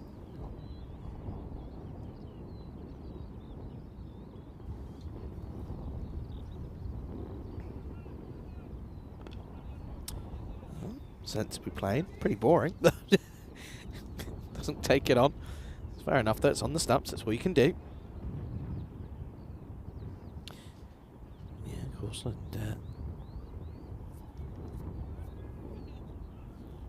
yesterday there was oh,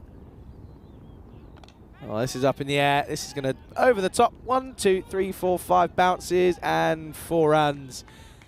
Oh, good to see that the there's a kid there applying some sun cream. That's always good.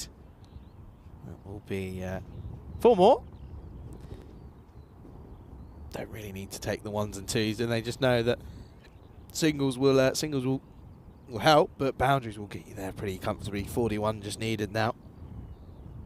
Pretty lackluster from Tartu. Of course, they've got to go again, and well, they're up against a side that, well, haven't got any points at all in the form of the Viking Stars. That really is going to be some matchup. You feel that if the openers for Tartu, if they can go ahead and get runs on the board, then maybe maybe they'll get a win there. But anyway, this is hit to the fielder and off the. Oh dear. Well, you got to laugh at it. If you don't laugh, you'll cry. If you're a R2 player. Ready? And it's gone. You've got to feel for Chandra. He tried. This is up in the air. Chance. No, it's gone through him. That's going to be a boundary. It's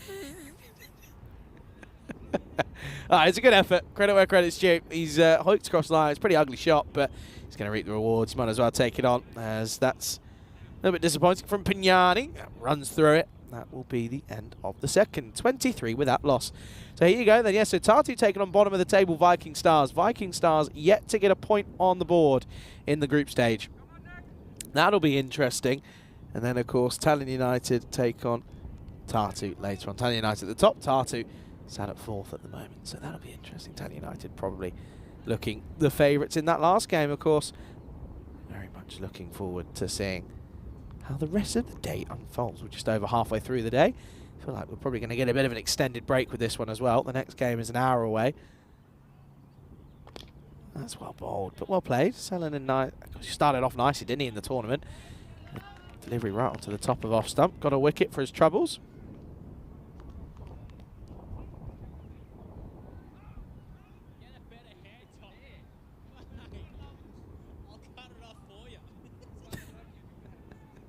I like that. That's good chat.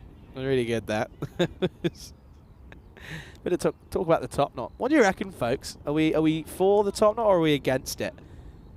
Let me know in the chat, because I reckon there could be some interesting looks on this one. I know how I feel about the top knot.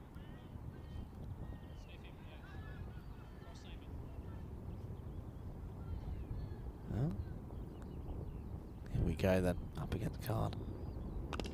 Oh, and he got pumped over the top. That's going to be 6 runs. And, well, I think there was a bit of a challenge from O'Brien to go cross him, and I don't think it's quite worked. He asked the question, and the answer was, well, it's going to go for 6. Yeah, do we accept the long-haired top knot, or do we not? Not accept. I guess that's the wrong word. Of course we accept, but it's just a question. Do we like it? That's the one I'm looking for. Oh, this is slap chance. Won't be taken. Almost spins away from O'Brien here at long off.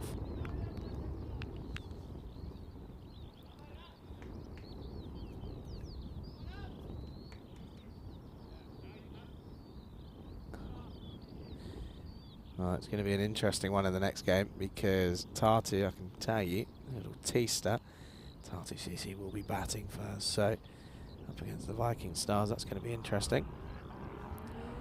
Oh, that's got through everything. That's got through everything. It's going to be 4 byes. Not too much that Saladin can do with this one. As Casey just too far away, isn't he? Here's Collins, the keeper, the captain as well. Needs to stand up a little bit. What's that now? 24 needed, off 26 for a bonus point. I reckon they'll do this. I reckon they'll do this pretty comfortably, folks. 35 already on the board, just 59 the target. It's 24 needed now. A couple of hits in there. That's not one of them. That's more bold. And you kind of felt that they were just going to... we're just going to take out the overs of Saladin. Of course, just 2 for him.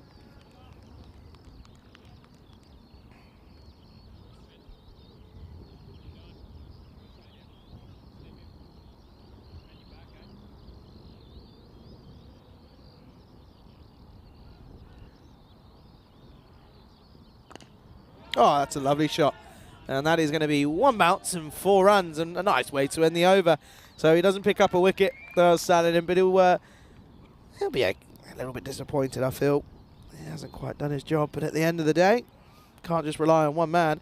End of the power play. It is 40 without loss.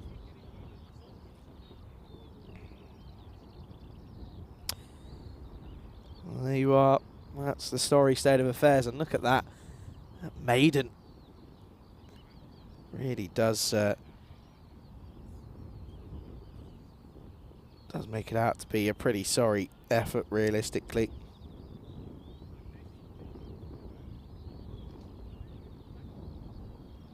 Anyway, 19 then. Magical over, and they do it here. And you have a feeling, folks, it's going to be a pretty quick end to this one. Here's Turkey. And again, he somehow has got away with a Gundy ball to start with. Don't know how.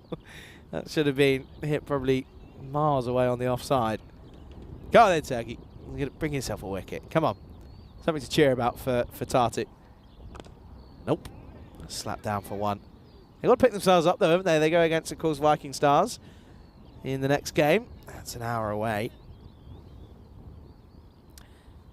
There he is, Turkey. They had a good start yesterday, did Tartu. This morning, or this afternoon, it's just sort of fallen away from them, but got to go again, haven't they? 18 then. Can do it in 3. How's that missed? That's not missed by much. Watch this here.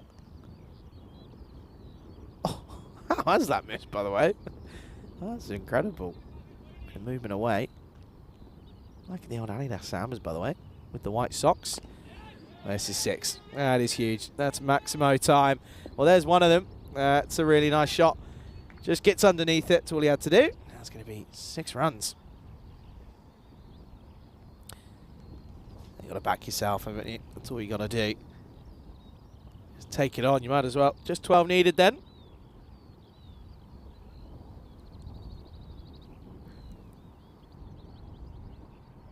Oh dear.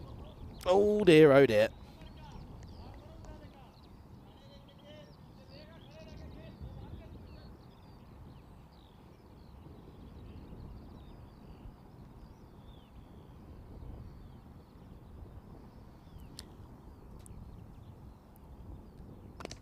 Oh, that's going to be up in the air. Could this be a chance? Ah, it's well fielded. It's probably the 2 fielders you want out there in the with the likes of the Finnish national side out there, but that'll be 2 more. Good running, by the way. Good fielding out there as well. Look, does well. Suddenly doesn't need O'Brien there. Oh, well, this could be a chance. And taken. There you go. Turkey gets a wicket. And, well, I don't know if you want to be a lip reader to find out what's being said there. And that'll be a wicket to end the over. So they do pick one up. Saladin's 50 for 1 after 4.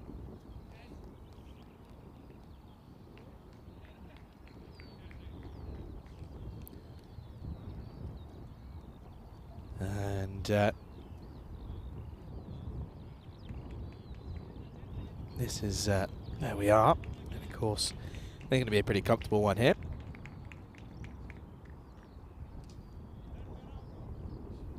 Of course, this is what's coming up. There you go. Viking Stars, they take on Tartu, and it is Tartu who will bat first. So, chance for O'Brien and Salonen to make a name for himself once again. And Thomas Pooley comes in for Tartu.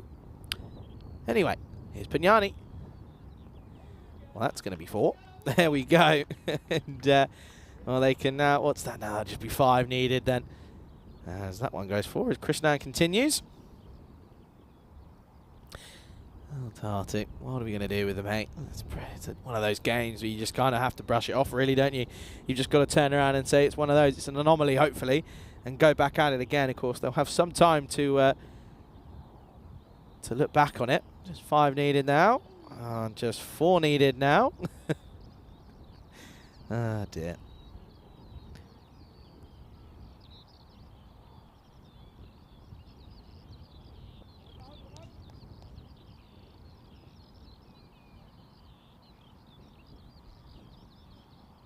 Oh, well bowled. Very well bowled, Pignani. Very good. He's going to take one there, and that's going to be another wicket. That's 55 for 2 now. Well, Christian will go. A little bit disappointed for him, probably. Good bowling, though, actually. Not in the slot. Not far off it, though. Probably just misses out on it. A hoik across the line from Ram Krishnan. And, well, out comes Zishan Ali, the skipper. He's probably going to say, thanks, lads. I'm just going to go ahead and just knock them off now. Thank you very much.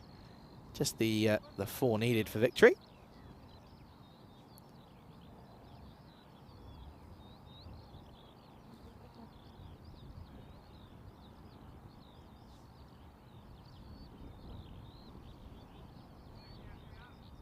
I'll tell you what I want to see. I'm just thinking about it. I'm just looking out to this amazing, the landscape of where we are. I want to know. I want to find and get shown a photo of what this place looks like when it's under snow. I'm going to have to ask around. I'll do some work for you guys. See what we can find. Anyway, here is Zishan Ali. That's going to be 1. So, there's not really many changes in the field, of course. They can do it in singles now. 3 needed.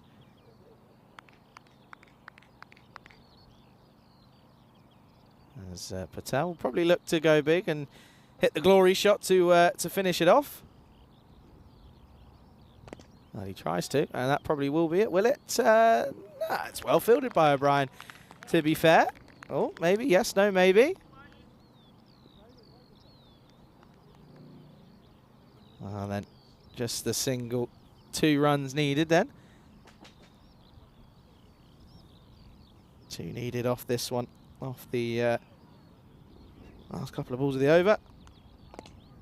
And this will probably be it. They've got to turn and go. They're not realising they're not going to take it on. Now they do. And they'll do it. There we go. And that will be game, set, and match. And they will win by 8 wickets. And disappointing for Tartu Cricket Club, as they are they're going to be pretty upset with how that's happened. And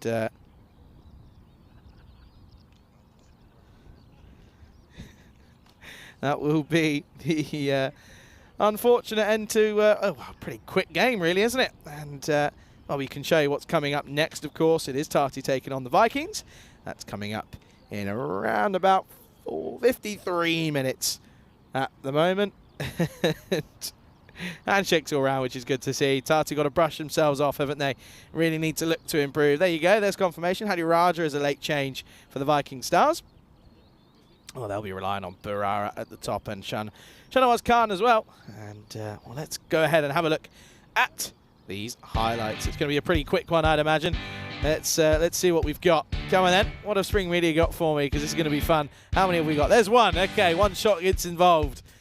Nice shot, to be fair, as well. Well, there's another. There's 2. We'll count along. There's 2. Okay, see how many more we can get. Okay, there's a 3rd clip. I'm going to go by clips, as that was when we were getting the sun cream. There's 4. That was the ball disappearing. Okay, and that's again, to be fair, that was a mistake there. And It's just unfortunately that there's just not enough runs on the board, is it? It's pretty simple. There were also elements where they probably should have done a little bit better in the field.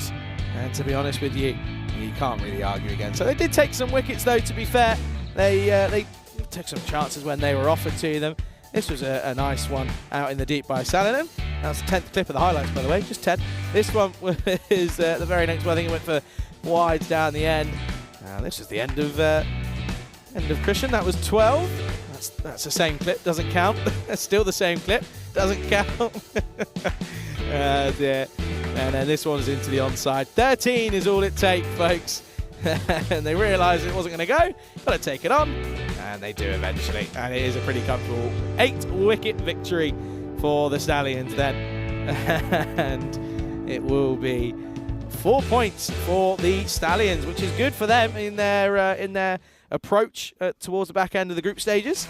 And there you go. It's a pretty easy one for the Stallions. Just the 59 runs is all that was needed. Rifat Khan, 36 off 14, 13 off 12 for Krishnan. As for Patel, 1 off 1, and Ali finishing it off nicely with 2 to end the innings. No need for anyone else, and they were pretty content to be watching on the sidelines, really. I would be.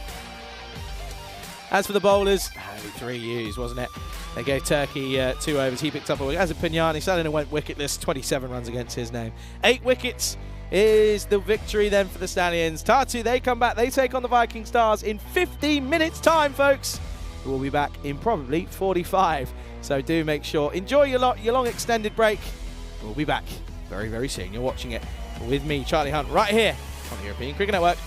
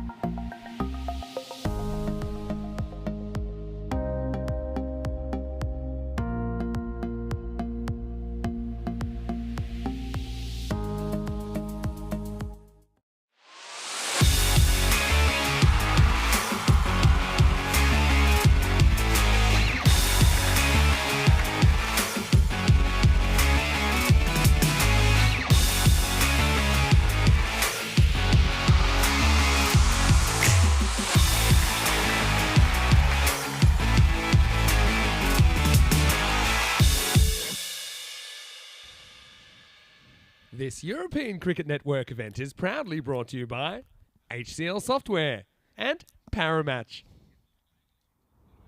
Good afternoon, everyone. Welcome back after a pretty lengthy gap in between games. Welcome back to the National Cricket Ground here in Estonia, Tallinn, of course. And, well, we're ready for match 34, of course. It is the Viking Stars taking on Tartu CC, of course. Tartu CC coming off the back of a tough defeat in the last game.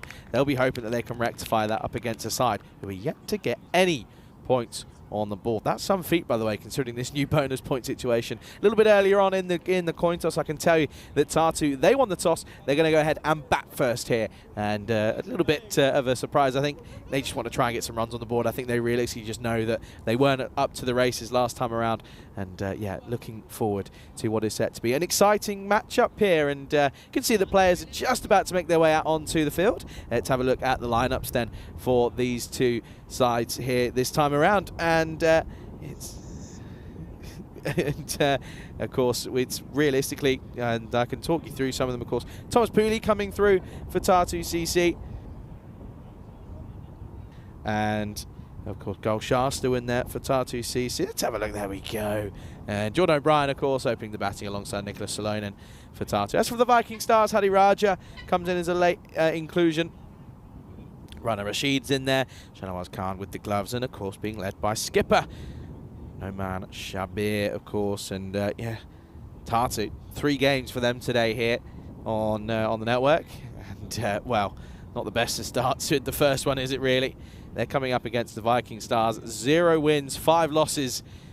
In those 5 losses, they haven't picked up a point. Of course, when I mentioned that bonus point system, you normally expect at least within 5 games to have picked up a point somewhere. Not the case for the Viking Stars. They haven't been able to click. And I guess that's kind of why Tartu have decided to bat first here. I don't mind it. I think it's kind of the best option for them if they're going to look to get 4 points. But we could be ready to see what could be an onslaught. If these two get going like they did yesterday, not like this morning, could be interesting. Barrett's going to get us started then in match 34. That's not a bad start. Pushes into the offside. Starts with a dot. Good afternoon, everyone. Pleasure to have your company here on the European Cricket Network. Dave, John, to Jake as well. Good afternoon to all of you. Thanks for joining us. And well, thanks for joining me here on the network. And yeah, a bit of an interesting day we've had so far, of course. 3 games through, 2 games to go. It's going to be 6. And this could be the story of what this game could be at the moment because, well, to be honest with you, going off of the history of the Viking Stars, this could be an onslaught. You never know. They could upset a few punters here, but, well, to be honest with you, I mean, you look at the Vikings and what they've got. I mean, of course, in that first game that they played, which was against the Rising Stars, they were 66 off of their 10. Come back, guys. And well, yeah, going on from that, they're 97 against Tallinn United, and they've just been a little bit unlucky in terms of losing the toss or whatever, and being asked to bowl first, which means they have to bat second, and it just hasn't really clicked for them, I'm afraid. They'll be hoping that they can change their fortunes. So, yeah, they're very. Just checking here. I don't know if they've got in. I don't think they've got into the hundreds. In fact, I can tell you that they definitely haven't got into the 100 yet. So that's, oh dear, that's a decent ball. Nice little nip away. That's what the Vikings will be hoping. The Vikings will be hoping if we can somehow get these too early and restrict Tartu to less than 100, then they might get some points on the board. You never know, folks. You never know. I'd love to try it. Certainly, I'll try it. Good little start this apart from the 6.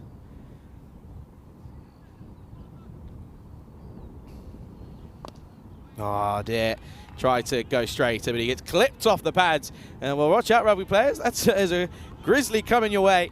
That's 6 runs for O'Brien. It's the second of the over. No noise out there, folks. No noise whatsoever. No one backing each other up or getting involved. Oh, there's a bit of backing up. But it looks a little bit like the story there is the son being dropped off at school for the first time, and Burham's not happy, but Saqib as well. Saqib Naveed. They're always a little conference meeting now. It's tough, isn't it? It is tough not having any any points on the board after 5 games. It's a rarity with this bonus point system. How's he portraying and doing some patrolling? Needs a response, needs something. This is coming towards me. There we are, thank you very much. That's going to be 6 runs. That's a good bit of work there from O'Brien. That's the 3rd of the over now. And well, this is already starting to go nicely. There you go, look, nice pump down the ground. See, look, when Rico's not here, I get one, see? There you are, look at that, good form. Good form, look at that. Tom Cruise about choking. Last ball of the over, is it going to go magical? No, oh, direct hit could be close. Oh, not far away. And O'Brien will escape on through. And at the end of the first, it's a great start. Complete polar opposite to the last innings for Tartu. They're 19 without loss. This is, of course, what's coming up later today. It's, of course, Sunday the 19th. Netherlands take on Ireland. Some huge names in that Irish squad. Paul Sterling, just to name one. Andrew Barberni, I'll give you 2. There you go. Some big names in that squad. Of course, whether or not they'll be in the starting 11 is yet to be, of course, announced and decided. But yeah, looking forward to that one. And, of course, Vinny, Lenny, and Corey will be taking you through those out there. And yeah, I hope they're all well. And yeah, pass on excitement. It's going to be an exciting one. Here is Sakeem Naveed. And Brian again just pushes this into the offside for 1. See, now that's a really good question, Dave. But the answer, who scored the 1,000,000th run in ECN? I couldn't tell you. I'd love to know. If you know the answer, Dave, fair play, because I don't. This is going to be, again, cloth down the ground. Not quite timed, but it's going to run away on this outfit. And Solonin's first delivery he faces goes towards the rope, 4 runs. This really could be a 170, 180 if these two get in and stick around. Yeah, this really could be that sort of target where the Stars just getting battered out of the game very early on here. That's not bad bowling. Bad areas. Oh, again, these two have already had an issue with the running, and yet again, well, this happened last game, and they ended up starting a bit of an onslaught when it comes to wickets. Look at this here. To be fair, O'Brien actually just sets off. There isn't really much of a call. He gets home pretty safely in the end. But again, just that confusion early on. That's well bowled. It's okay. I'll check this side on view. I just want to check just to see. I think he's okay, though. Maybe. Yeah, he's fine. That's dipping by a long way. You can already tell. Yeah, it's okay. He's a tall man, so he gets away with it. And mind you, so is Sakeem Naveed, the bowler, by the way. Shot. That's a really nice shot. That'll be 6. And you just have to get over the top, and it will run away. And that's exactly what's happened here. And yeah, this is already looking a little bit dangerous, isn't it?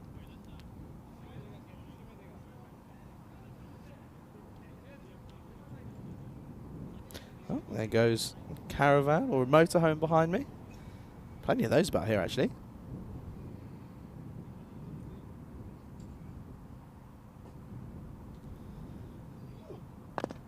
And again over the top. And once more, all these fielders seem to be doing is just fetching it from beyond the boundary rope. That's 15 off the second. 34 on the board now. It's 34 without loss after 2. Just have a feeling that these two really could just sit in cruise control here and just motor along. This is the equation then. So Italian United at the top at the moment after the Stallions picked up another 4 points. Bit of a larger gap between the top 2 and the bottom 3 this time around them rather than Group A. And yeah, Vikings. Yeah, to get a point. You just want them. I think everyone, you know, everyone who wants that underdog story to come true wants to see the Vikings, even if they don't win, just get a point. Come on, got to start believing. But you know, even if you could hear a pin drop out in that field. The morale is pretty low. They need to try and get a breakthrough, get a wicket here, and then right into it. As Yada, oh dear, Oh, no. That could be tipped round the post before, you know. It is going to go. Well, unluckily for Shanawaz Khan. There you go. You can be saying, well, I was there, I was ready, but he gets the fingertip and it tinks it past the man on the 45. That's going to be a minimo.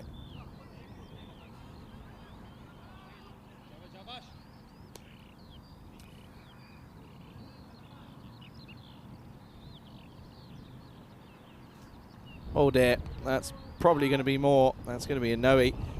Yadav struggling. Someone's having a little keen eye there. The driver passerby. Okay, so free hit now. Yeah, Dave's saying, yeah, Vinny would be the only one that knows that, to be fair. You're not wrong. I don't think anyone else would. I reckon. Let's see if we can find out. Free hit. And it's going to go for 4 yet again. And luckily for the fielder, it goes into the banner. Otherwise, he could have been running a fair distance. Nice shot, though. Picks it up nicely.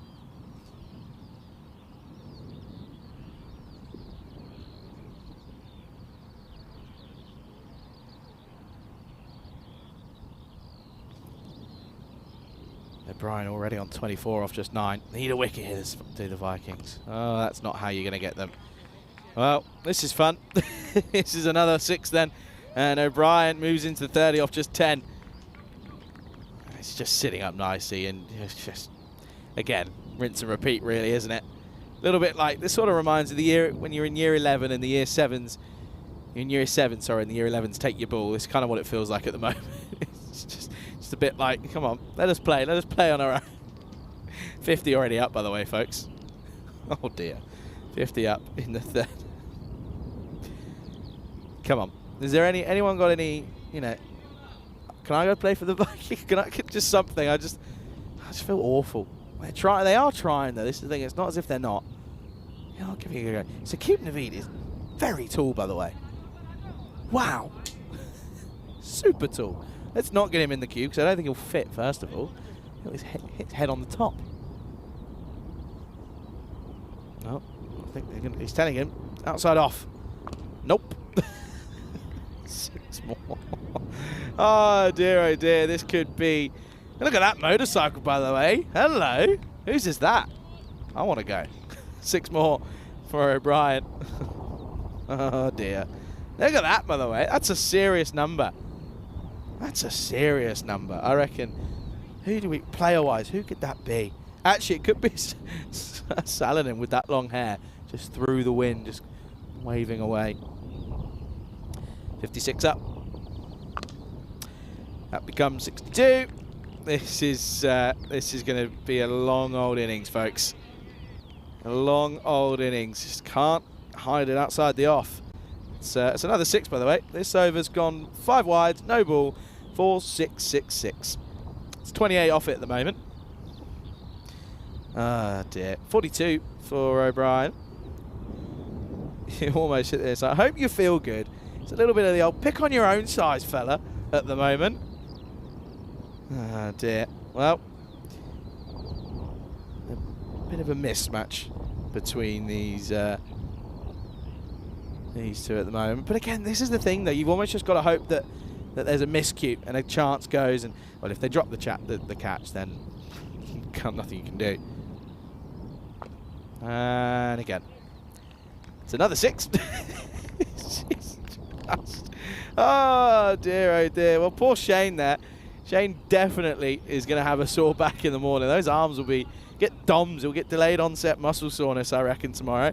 Maybe not tomorrow, the day after. It's another 6. And well, this is an interesting time of it, isn't it? Change of angle. That might work. Kind of come round the wicket. Oh, Rico. If only Rico was here, he'd be ballying off his nut, wouldn't he? Ah, dear, oh dear. Well, someone in the chat's gone 200, 250, question mark. Oh, dear. Here we go. Last ball. And it's going to be 6. Well, that's an outrageous over. That is 40 runs off of 1 single over. And that will also be his half century. So congratulations, Sean O'Brien. You bring up your half century in just 14 deliveries And well, at the end of look at oh my word, that's the Burj Khalifa, is that? That's ridiculous. End of 3 at 74 without loss. And there you go. Look at that, folks. All on the onside. Kind of because that's the only place you can sort of play him. And you've just got to feel. I mean, already, by the way, we're 3 overs in, and there's already a fielder who sat down and he's just thinking, why did I sign up? Oh, dear, folks. Well, if you are watching, get your questions in. Now's a good time. If you've got any random questions, get them in and see what you can come up with. Chess me, see what you can do. And we'll have some fun, shall we? Because, well, the batters are having fun, so why can't we? Good display of power hitting, though, to be fair. You've still got to hit them, haven't you? It's easy enough to sit here and say, oh, what's going on here? But you've still got to hit them at the moment. On that over, 40 off it. Wide, no ball. Wide, 5 wides, no ball. 4, 6, 6, 6, 6, 6. 5 sixes in a row. Oh, could have been a chance if there was someone there. But the fielder's gone back. He's still gets it in there. Still gets it in. The Salon's probably thinking, oh, that was rubbish. O'Brien, 54 off of 14. I'm putting it out there, by the way. Century watch. I'm calling it early. Century watch, I'm telling you.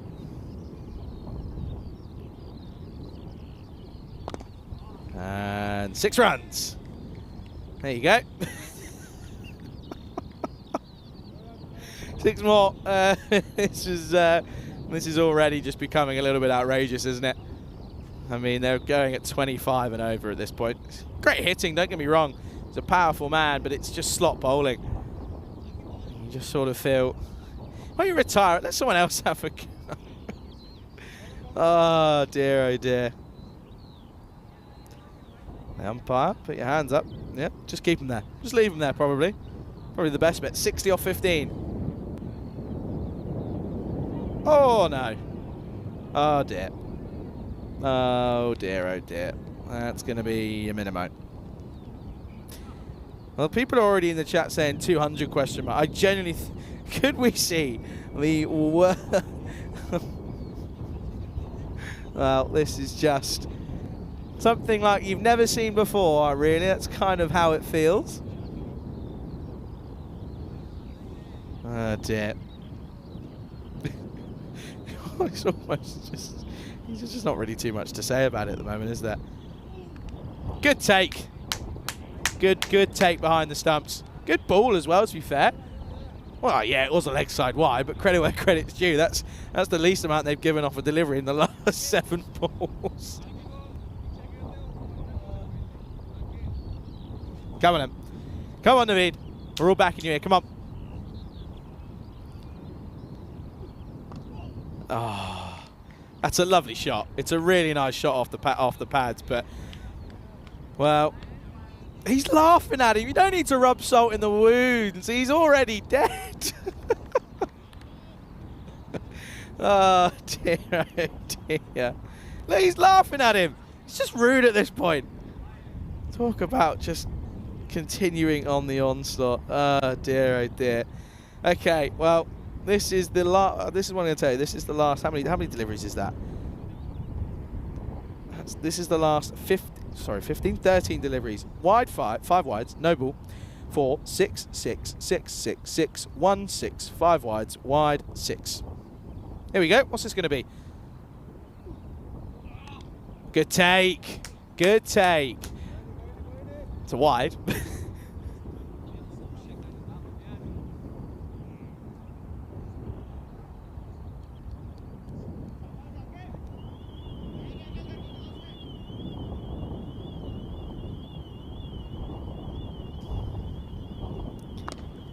Up in the air. Come on then. Good luck. Come on.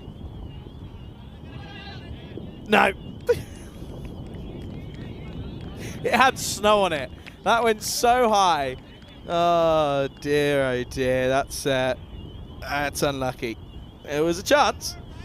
Half a chance, but so it's going to go down. A random question from Jake says, what was your worst on-field performance? Worst on-field performance? Okay. I couldn't tell you. There's been too many. Oh, well, this might be one of them. Yeah, well fielded. Good stop. What's my worst on-field? I mean, it doesn't get much worse than a first baller. I think first baller and then dropping a couple of catches probably. That's probably been the worst one. I don't think, you know, it's kind of an obvious one, but I don't think you can get much worse than that. Ah, no way. The 100's coming up in the 4th. Okay.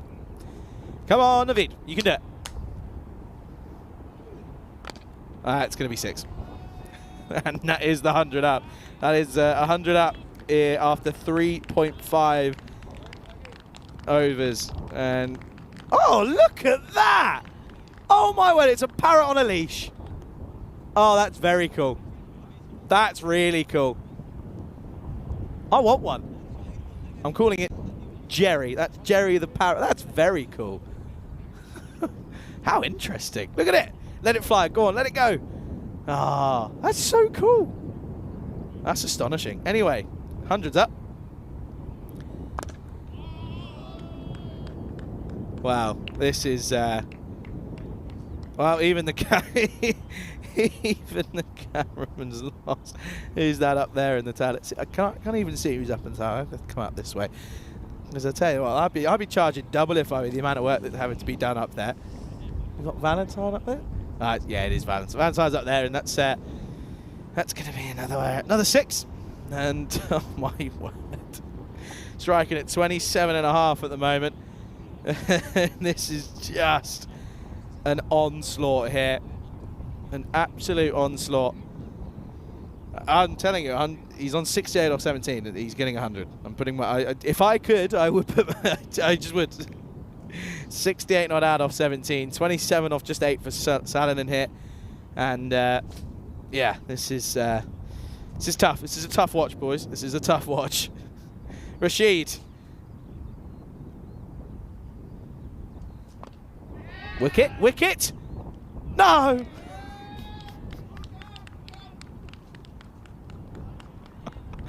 Oh, I can't believe it. I can't believe it. Oh, no, it's so unlucky. He's got to take it. Just loses it. Oh, dear, oh, dear. Sachin Chauhan.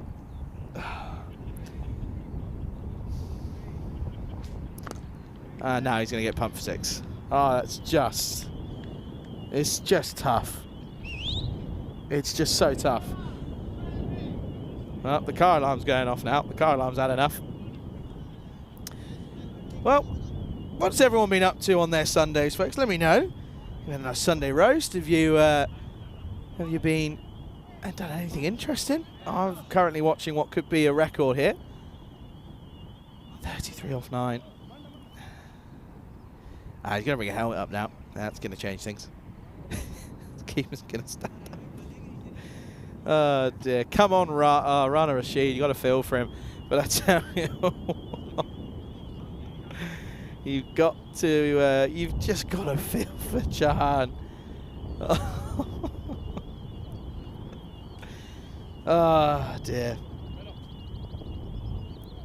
Okay. Come on, Em. Here we go. Rashid should have had a wicket. He's not going to get one. This is going to be over the top. This will be 4. 4 over point. There you go. It's going to be another boundary. How many boundaries? Well, this could be something extravagant here. I mean, I almost have no words to describe what we're witnessing here at the moment.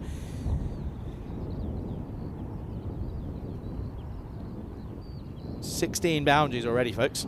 We're not even halfway through. It's going to be 6. It's going to be another one. 17 boundaries.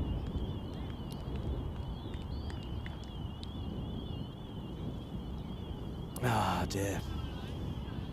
It is a tough watch. It really is. It's a tough call, and you just can't.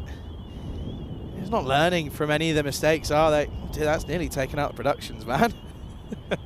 He's not learning from any mistakes, are they? They're just, yeah, just offering it up. It's just hit me bowling, really. I mean, credit where credit's due. You still got to get it. You still got to do it and hit it firmly and hit it well. But this is just an onslaught.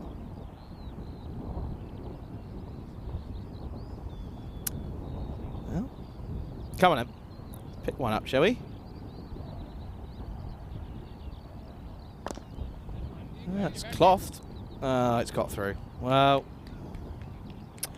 yeah, now there's frustration because there's a drop and then there's been a... there's just been another issue here. And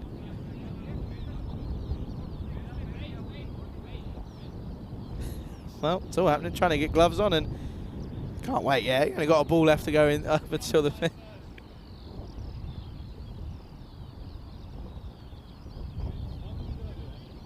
Well, the runs are flowing. Nothing else is. The wickets aren't flowing. There's none of them. Not yet. Should have been. Brian should have been gone. 21 off the over so far. It's going to be 27, and that will be 5 overs down, and that'll be 136. Sorry, 137. Pardon me, without loss. Well. Who says you don't get entertained on the European Cricket Network, eh? Here we go. Then, yeah, this is good. This is a good call. Highest ever team totals, right? There you go. Well, I reckon we flash this every over because they're going to tip this off easy. Well, maybe not 250. I reckon that could be slightly, maybe not. But we could see here that I reckon the 220 is definitely in play easily. And if they keep going, they really could take 250 on here. They really could. Because there's some big games there, though, isn't there? I mean, you look at that. The Western Shield is not easy. The ECL final back in 2019, of course. And but you've also got, you know, a lot of ECC and ECL stuffs in there. Tallinn Stallions, of course, they're in there. They beat Crosby all the way back in 2024, not too long ago. There you go. You really do see some incredible stuff. But I think we might be seeing records being broken here. The odds of... I think the win predictor should, rather than be seeing if they're going to win or not, it should just be, will they break the record or not? That's what it's got to be. 250, certainly possible at the moment. Expected of 230. That's going to be 4. That's certainly going to help. That's going to be another one. Oh, someone just tell him just to leave it. Just get a new Grizzly, please. It's almost... Oh, dear.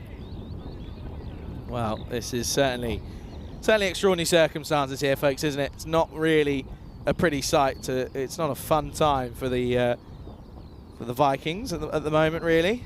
Highest score so far in this tournament, I should say, is of course 193. That was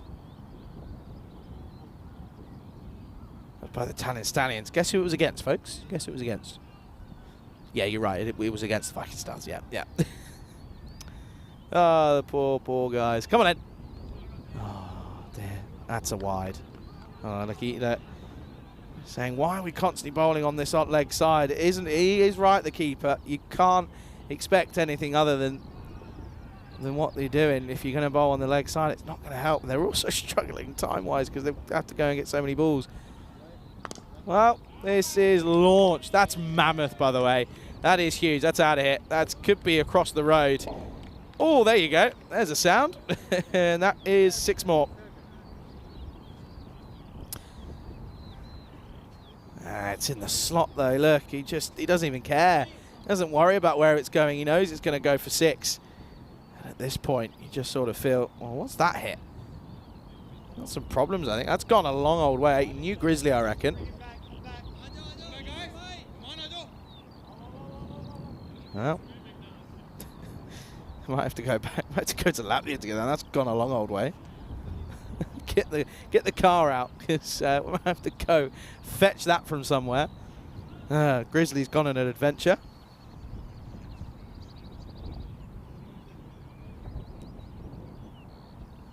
The production van's under fire. This is well outside off, isn't he? Oh, well bowled. They're going to come back for 2, but could be close. Oh, he gets back. Well, folks, I hope it's one of those, isn't it? You just kind of have to keep going. 150 up now here in the 6th over. 150 off 34 balls. It's absurd. It really is.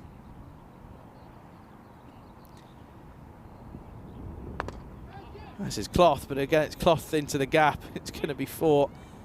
And it doesn't help I can't say. What's the fielder doing?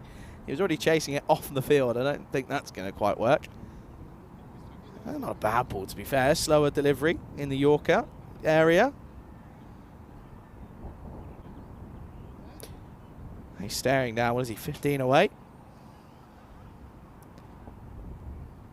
Oh, that's for bold. Oh, my. We've done it. Dot ball. Go on, the Vikings. It's a good delivery into the pads. Can't get it away. Trying to charge at him. That's a dot ball. When was the last dot ball we had? All the way back in the second no ball, we had 2. That's the 4th dot ball of the entire innings. Oh, that's what's just. It is tough. It's painful. Oh dear, inside edge. Could have been. What could have been? Listen, O'Brien should have been gone a while ago. Should have had a catch, but they didn't. That's going to be the end of the over. One of the better ones, to be honest. It's the second best. 18 come off it. The score 155 for none.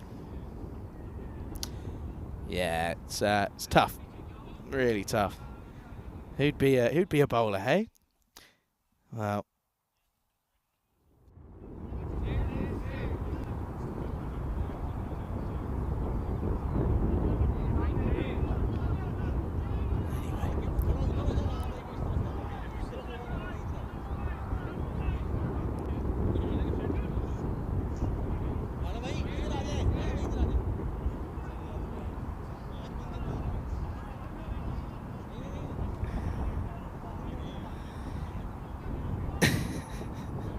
Anyway.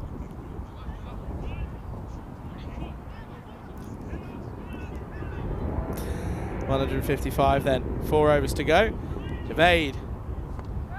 Top edge. Oh, what's happened here then? Anyone going to get there? Oh, no, he's lost it. Oh. Well, there's no one at home, and they're going to come back for 2. It's good running, to be fair. Not bad, not a terrible ball, but you've got to be trying to take it at least. Just lost it. Wear a hat at least. Come on. Actually, I say that.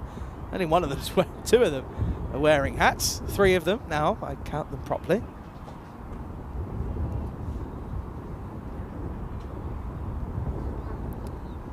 That's going to be a wide. Unless it's touched something all the way through. Oh, direct hit would have been close. There's something on it. Giving us runs.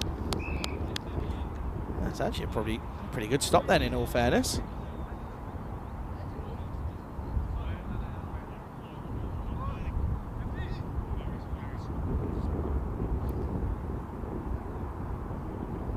Sutherland, he's got a half century of his own.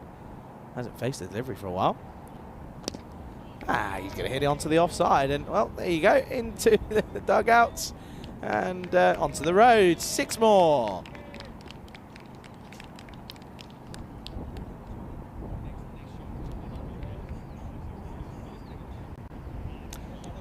And it's in the slot, and you can't bowl there, I'm afraid. It is in the slot, and this is just an onslaught now, isn't it? Just an onslaught, really. There's nothing more to it. It's not bowling well. It's just sitting up, and these 2 are just going to take it on. And well, it's a complete polar opposite to what they scored last time. Oh, it's a no ball, probably, I think, for back foot, and it's going to go. I don't think it's going to have the legs to go all the way. And this will just be 2, plus the no ball. There it is. Or is it? What's it for? It might have been for fielders, actually. Oh, no. It's for his arm. He's throwing. It's a suspect action. That's what it is. That's why it's a no ball.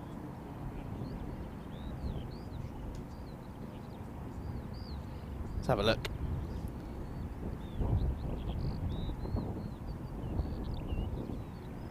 Yeah, I guess, yeah. They've obviously been watched. Under the watchful eye of the sheriff.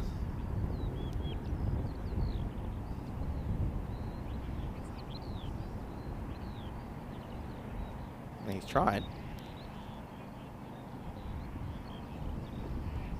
Free hit.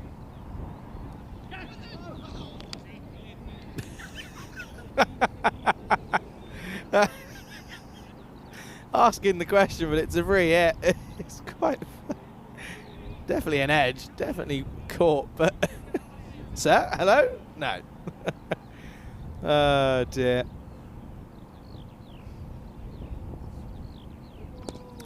Oh, it's another no ball. He's probably going to be out here. Catch him? Yeah, he's taking it. That's going to be another no ball for his arm, and I think this could be an issue here, I'm afraid. Yeah, it is Ben, isn't it? It's there's no other way around it. I think that might be the end of him, I'm afraid. Well, just when you thought things couldn't get worse, I'm gonna have to find another bowler from somewhere, maybe. Shane's giving us, showing us the peace sign, telling us how many times that is now.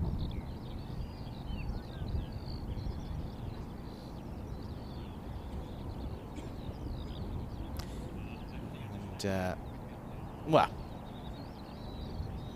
you can see there that there's communication, and now they are, they're going to have to find a new bowler then. Who's going to go? You, sir, you will now have a bowl. Come on then. You're now being fed to the lions. Well, that's unfortunate for Sam Javed, but his action is not deemed to be legal. So that will be a shame, but it means that Man Shabir, the captain, is going to come on and finish out the remainder of the over.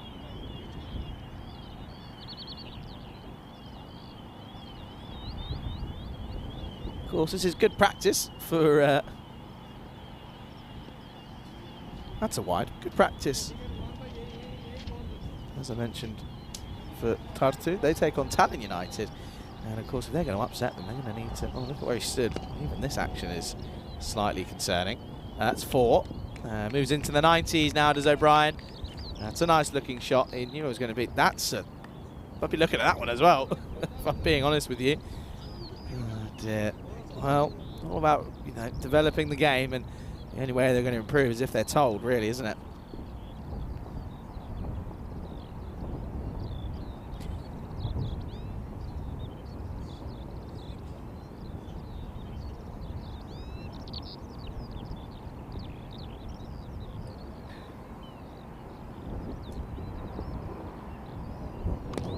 There you go, no ball called, and it's just going to be this.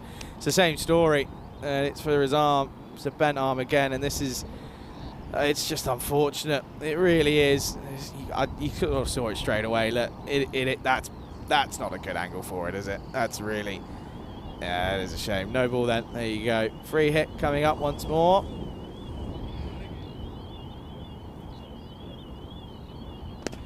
That's going to be 6, so 7 up. And yeah, it's going to go towards the rope. And there you go. That'll be the end of another expensive over. At the end of it, it will be 27 that come off it. And at the end of 7 overs, the score is 182 without loss. This is what's coming up out in Portugal later on tonight. Punjab, CC Amadora, they take on the Lisbon Supergiants in their double-header. That's matches 11 and 12. And yeah, they'll be starting at 4:30 GMT, 6:30 Central European time, and 10 o'clock out in India. Shohag, I think, missed the fact that that was a catch off of a no ball. Dave saying, go on, Charlie, go and bowl. I could do. Who's this then? They're running out of bowlers because a couple of them got done for illegal action. Shahid Hussain is going to come on then and have a bowl. And this is up in the air. Could be gone here. Oh, he's been dropped. He dropped on 94. Oh, dear, oh, dear. He's been dropped on 94 and ran out, and now you just sort of feel, well, now what? And by the way, look at the timer when it comes back on. This is close. It's not really close, but it's low. 5 minutes for, what's that, 2 overs really. It'll be very tight, especially if there's a few extras. Well, here's Saladin on strike. Off the pad, gets away with it. I'm pretty happy with that. No wide, more importantly.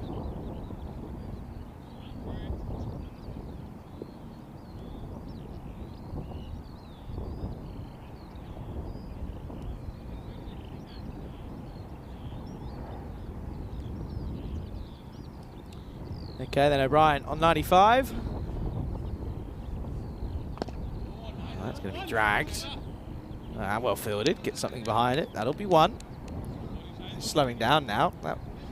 Pretty sure that means that we're not going to get to... Well, you still could do, actually, get to a pretty high total. You never know. A few more sixes and we might get there. I say high total. A record total. Again. This is, again, do you know what? We saw this from these two a while ago. Okay, a couple of games ago yesterday. There will be times where they just lose their shape. Just for an over or two, they'll just start playing rash shots. When you don't need, you just need to play correct cricket shots, because that's what's got them there. But I can't really fault them. They're 186 without loss after 7.4. Only got 4 minutes to get through these as well. It's going to be tight. Hussain, it's actually been a good over. One leg by, one leg by. That's going to be 4, and that will do it.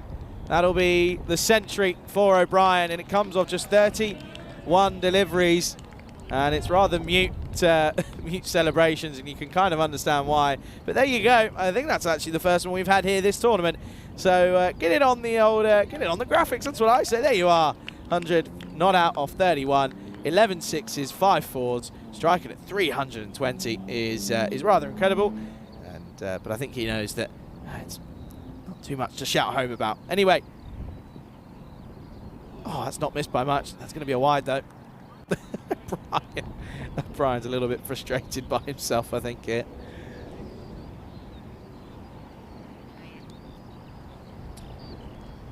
I think he's a little bit frustrated that he's missed out there, to be honest.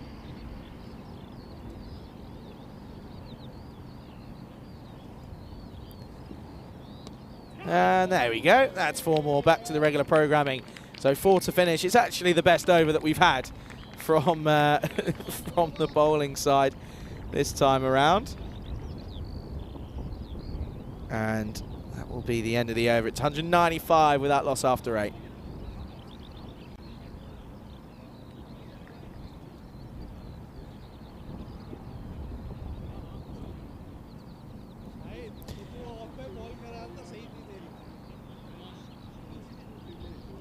That's an interesting one, isn't it? Bit of a hump to that one. Slowed down recently. There's a win, slight win for the Vikings.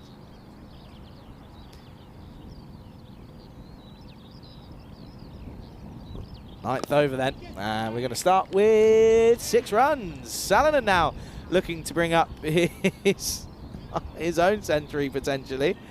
It'd be pretty good going, wouldn't it?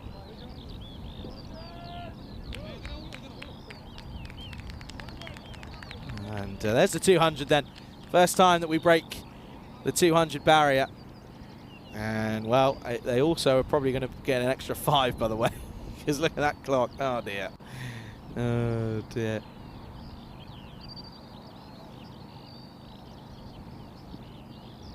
It's going to be 6 more. Moves on to 80. Century watch again, but late boys and girls, it's coming. It's coming. 2:07 now, which is basically 2:12. I mean, look at that clock. I mean, I would not, I have to say this, I would be not against, I wouldn't be against not penalty running at this point. I think they might walk off. I would. Just sort of think, okay, I've had enough. I'm going home. I'm going home.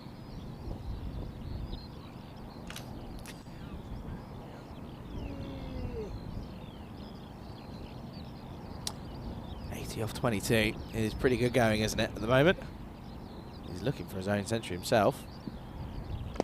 That's up in the air, and that's 6. Good shot over the top, nicely picked up. That'll be 6 more once more. Yeah, well, Dave, that's exactly the point. Even if the batter doesn't hit it, it's often a wide or a no-e, so there's not too much you can do about it. Well, there is. That's a lie. There's a lot you can do about it, but just doesn't seem to be happening for the Viking Stars. Oh, the point equation is going to be horrible, isn't it? It's going to be so tough. 40 seconds, well, 3 balls here, by the way. And this is going to be just 1. There's O'Brien back on strike. Oh, well, probably not far away from what I'd imagine is probably one of the highest opening stands, to be fair, as well. Oh, well bowled. What a delivery. Just one. Oh, it's going to be two. Ah, dear, oh dear. They come back, and that's good running. Very good running, because they don't even kind of get the throw in.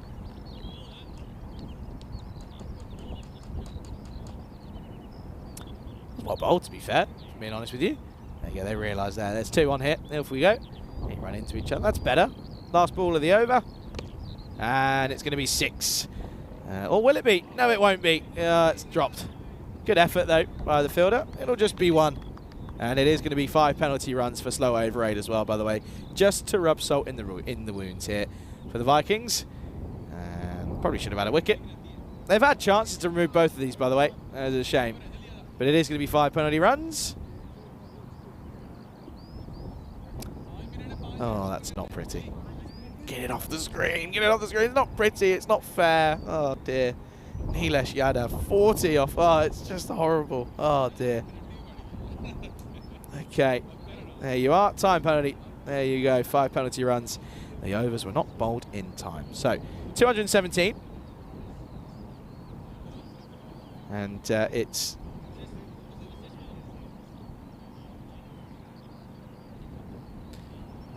Shahid Hussain is coming to take this last over. That's all he has to do. He just wants to get Salomon on strike, doesn't he? He wants him to get his own half century as well. So here you go then. So they're already up on this. They will be, as they're on to 2-2-1. So that's level with Tallinn Stallions. So they need a big over here. Well, I mean, they could easily go third here, potentially go second. This is the second highest partnership in the European Cricket Series history, by the way, folks. That just shows you.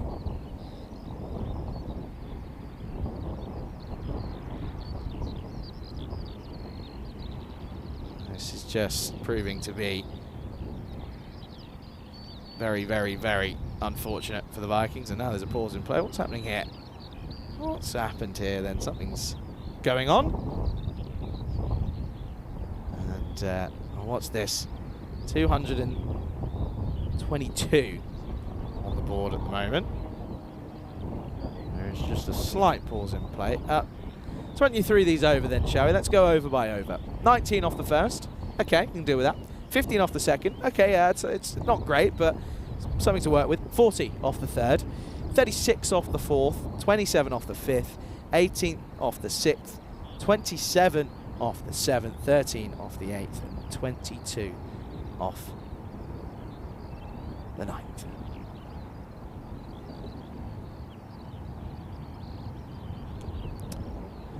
This is... I'm not sure what the pause was fair, but we're back. We're ready to get things going. Second highest partnership in the European Cricket Series history. 2-2-3 on the board then. Salonen on 87. This is rank. They've got to push for 2, surely. Oh, they're not going to. It's a little bit frustrating for him. They could do, maybe. Not now.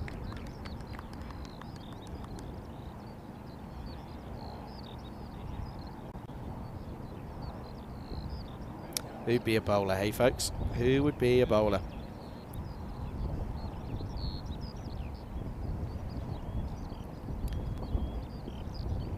And 6.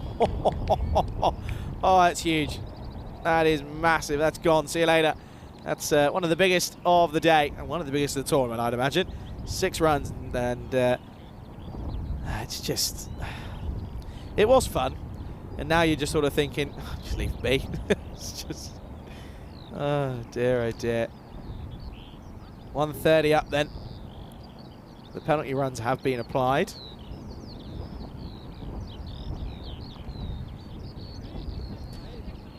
Go. Look. So they're now third. It's the third ever highest team total. They need 5 to go second. And they need 27 somehow. 28 to go first. So it's incredible stuff here. It really is. It's not impossible. And there's 6 of them. That is still going up. That's still rising as it went over our heads. And yet again, it's into that field adjacent to us here. 6 up. and yeah, moves on to 120 now. It's just an onslaught, really, isn't it? It really is just. They just can't really do much here at the moment.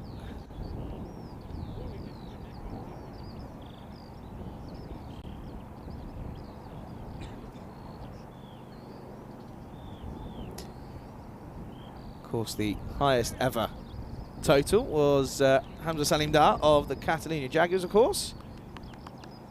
120, certainly up there in the list, not in the top 5 though. That's going to be 4. That'll be 124. Moves on to 240, so there you go. That is them up and into that second spot. Congratulations to Tartu. And the funny story is they were bowled out for not very many in the previous game.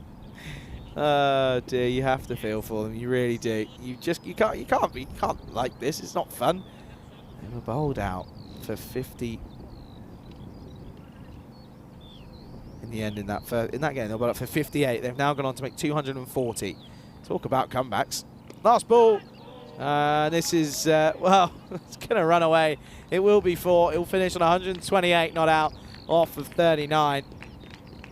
And no real surprise that there's minimal celebrations, to be honest, because as impressive as it would seem on paper, that's, yeah, it's a little bit of a tough watch for anyone really. And Tartu, well, that means that they will finish on 244, and yeah, 244 means that they will sit pretty nicely there, just in between the Catalonia Jaguars and the British and Irish Knights on 244. So we'll have to get that one up there on the Hall of Fame, but at the moment. And of course, that's the 33rd 200 plus total. The first here in Estonia. Let's go ahead and have a look at these. These highlights are going to be long, aren't they? Oh dear, here we go. Get ready. And good to see that we're starting off nice and quick. Here we go. Boom. There's one. And I had one coming there. I forgot that happened. You know, that seems like a long time ago. This one was one of the mistimed ones that went towards the rope. And yeah, they ended up it's just an onslaught, isn't it? There isn't too much more you can say about it. It's not a fun watch. It's one of those that you kind of have to sit there and you just, it isn't easy. It really, really is not easy. You kind of sit there and you feel, do you know when the annoying uncle just keeps making annoying jokes and just sort of think, just stop. That's kind of what it was. Just kind of just let them go. Just let them do what they need to do. But credit where credit's due, some of the power hitting was long. Some of these hits were 6s on any ground. This is what you can't get wrong. Some of these were huge, and well, some of the wides were huge as well. There isn't too much to say against that. They had chances. They really did have chances to remove both of the openers, but just didn't look like they wanted to. They just didn't seem too stressed, and I think they knew that. I think they've been defeated. There you go. That was the best one. Sachin Chauhan put him down, and when he went on to make a pretty outrageous score of 128, not out, off of 39. But well, Rana, he dropped him as well, and this one was hit nicely down the ground, but he got through, and that was just when you knew. You just thought, okay, this is going to be. It's one of those days. The Vikings just had a bad run of it, haven't they? John O'Brien, that was I believe that was how he brought up his century. It was some very, very good hitting. Look at that, he's not even bothered. He's already gone off the field to chase it. This one was up in the air and you thought, oh, this could go. No, he is going to give it away. And we also saw troubles with no balls just due to illegal actions, really, wasn't it? Bit of the old demolition derby. There you go, there's the no balls. Catch, didn't mean anything. And the onslaught just continued on. And yeah, folks, let me know what you think about this one in the chat. It's one of those. This one where he should have been gone. Rana put him down. That was Rana Rashid, of course. And yeah, just tough. Just very tough. Of course, it won't be the same in the next game for Tartu. They're going up against the group leaders of Group B in, of course, the likes of Talent United. So that'll be slightly different. Looking forward to that one. We've got to get through the next 10 overs, though, where the Vikings, yeah, they'll just need 245 to win. That's all it is, mate. It's just 245. And we're coming towards the back end of these highlights here. Some big hits into that adjacent field. Some saying into the next fairway. You could argue that that's probably true. And that was how we finished. It was a top edge, flew away for 4. So, well, if you're not over the age of 18, you probably shouldn't be able to look at this scorecard, because this is just an absolute murder scene here. 128 off of 39. Not out for Jordan O'Brien. Credit where credit's due. Got to hit him. But, yeah, not real many celebrations. And Salinan also 88 not out off of 25 is pretty decent. Avashesh Kumar probably got pad rash, really, you argue. And now this is I can't look at it. I actually can't bear to look at it. I really can't. That's tough. It's really, really tough. It's tough to put into words how the Viking Stars will probably be feeling. They've got to try and do something here. Can they get to 100? That's got to be their target. Get to 100. See what they can do. We'll be back in probably 5 minutes' time, as the Viking Stars need 245 runs to win. Second highest ever score on the European Cricket Network. Estonia brings everything. We'll be back 5 minutes' time.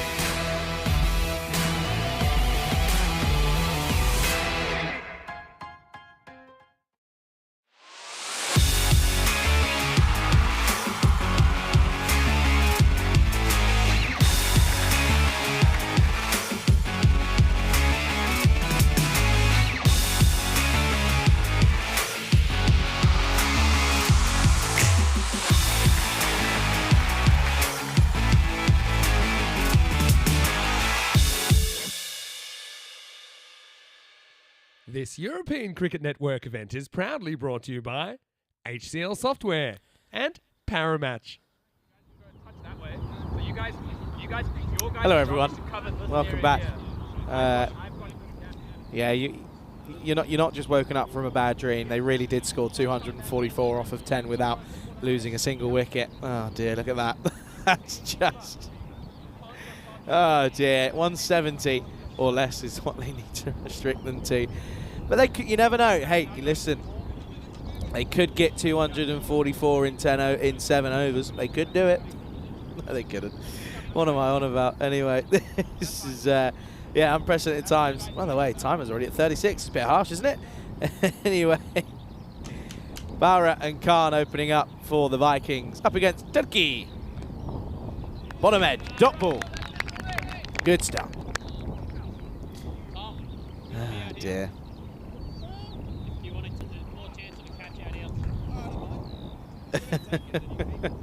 I have a feeling I don't think we're going to be seeing the likes of O'Brien and Solonin bowl this innings. Just a hunch. Go on, go the ball. Ah, what a shot. Really good shot. That's going to be 4. Great shot. What a shot that is from Bauer. That's really good. Lovely pickup. Great start. They're on for this chase. They're on for this chase, folks. We're on for it here. Oh, dear. Look at that runs per over. 25 an over from here on in. That's absurd. Oh, dear. Okay. What's the response, Tuggy? You've been hit before. Come on. See if he's got something up his sleeve. He's gone for it again. And he's got 6 this time. Oh, even better. Well, here we go then. The game is on. Game is on here. This is a great start. Superb.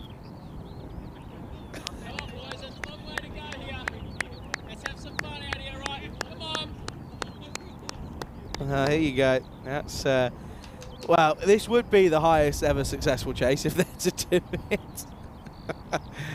Don't be silly. Well, look at that. By the way, Punjab CC Amadora, they're playing later on tonight. They lost the Gambler SC back in April, of course, not long ago. I hope everyone's well. Let me know how you're feeling after that first 10 overs. He's up in the air. This one should be gone. Yeah, and he's taken. Great comeback from Turkey. He got hit for a 4 and a 6.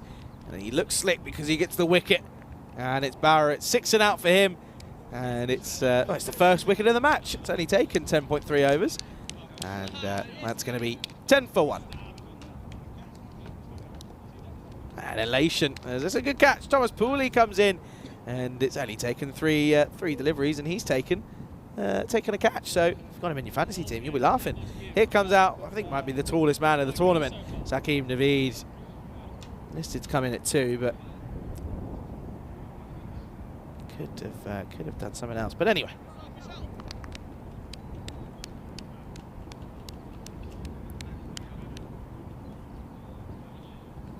Seven for 1 then. Naveed in at 3.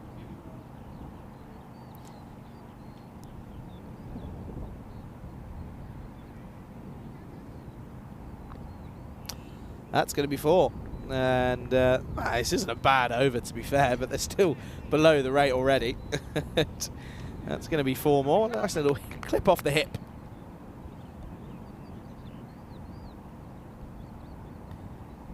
Now in front of me, you can probably hear me, is Jordan O'Brien. If I speak loud enough, what I might do is I might ask him how he feels after committing what should be classed as a crime in that first innings. Ah, what a back foot punch for 6 that is, by the way. That is classy into the scorer's hat. And 6 runs, and the over goes magical. But it's still not enough. They're behind the rate already. And it's 20 for no loss after 1. Oh, it's all right, mate. All good. Well, at this rate, they're going to get to 200. That's a pretty good going. They'd get a point if they did that. 66 matches into the Golden Ball. Does anyone want to throw out the shout that there could be a goal, but it'd be some golden ball. It'd be some tingle. You never know. I'm probably going to say probably not. Anyway, looks as if it's going to be Rahul Pignani taking a couple wickets in the tournament so far. Well respected, and Khan gets off the mark straight away.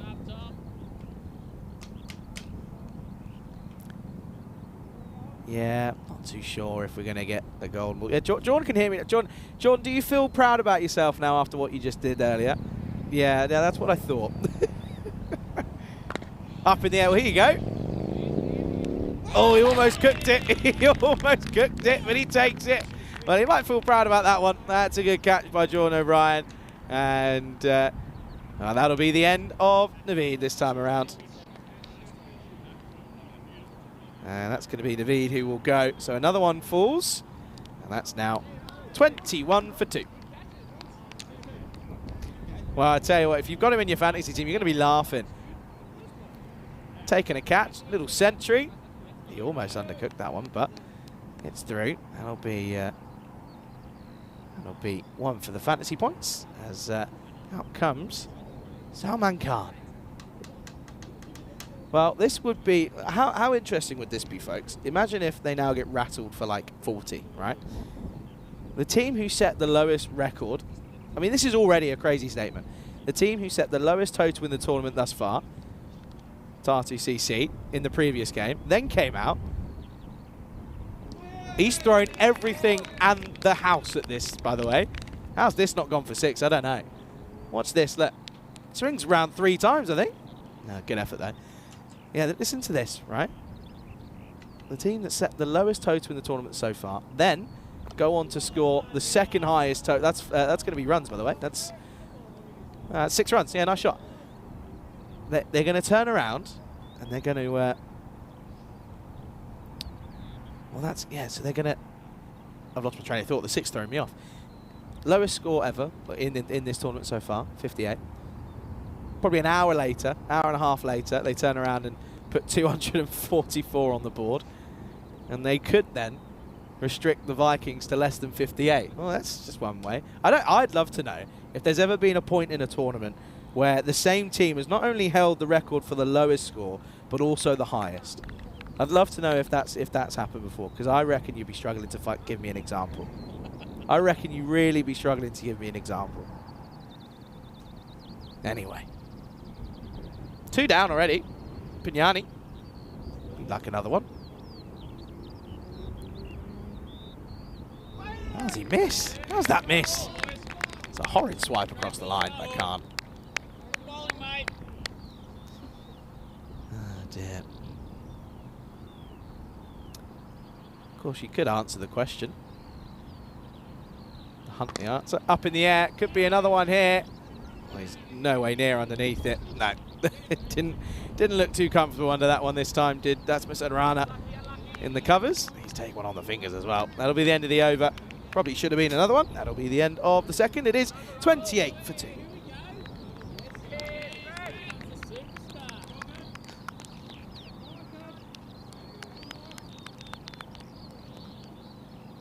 Yeah, of course.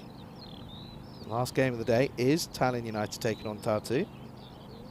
Tallinn United have got a new addition to the lineup. Looking forward to that one.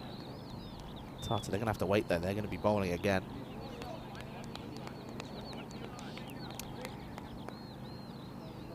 And good afternoon to everyone in the chat as well. To Jack, to Dave, to Monica as well, to Chris, to Shag, to Jake.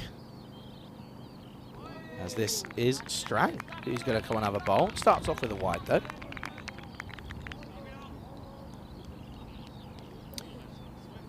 Yeah, pretty unknown situations here with what we've seen here today. In the last hour. That's a no ball. So wide and a no ball to start for Strang.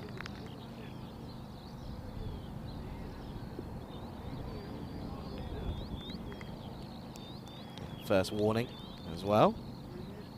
Yeah, I mean, that's got to be surely the first time ever that a team has, and in consecutive matches at that as well, by the way. Free hit, and that's going to be another free hit. first time surely ever that in 2 matches a team has gone on to not only post the lowest score of the tournament, but post the highest.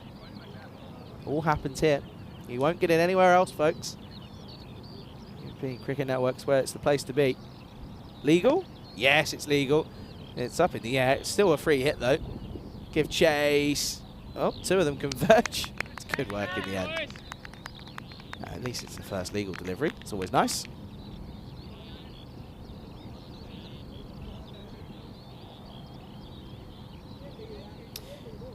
Well.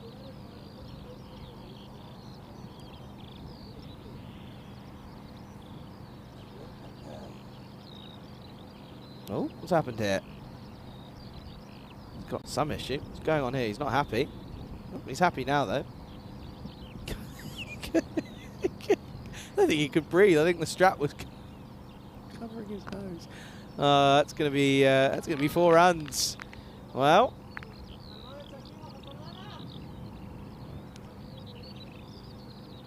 There you are. Look at that. That's a good shot. Let's look at the old swivel on this one. Afternoon to Afra as well. So. They're a bit lost for words, really, after what we've been witnessing. This is one of those where you kind of, the job is to put it into words, but I don't think there are any to describe. It's crazy is one that comes to mind, but apart from that, it's just a bit of the unknown, really.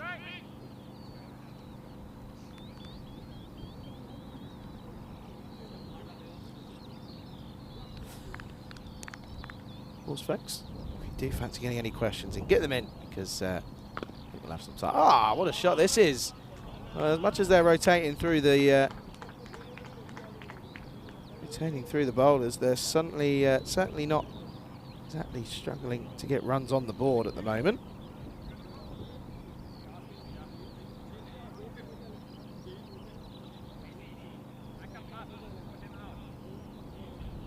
Not struggling to get runs on the board, but it's just how many they need that's the issues at this point.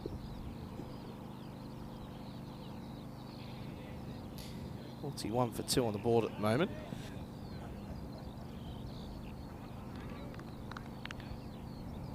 Yeah, I think that's probably the more obvious equation. Is that 130 off? Somehow got away with that one. How that's not ended up being wide, I'll never know. Watch this here. Look. Steps away. It was heading for what was probably potentially 5 wides. Ends up just being 1. Not even a wide.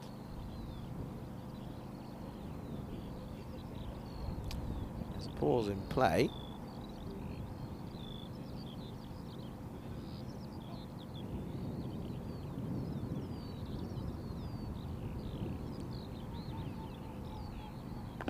And again, it's too straight.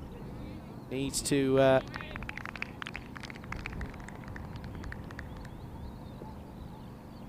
needs to be pushed into a better area, really. It's got to be pushing outside the that wide line.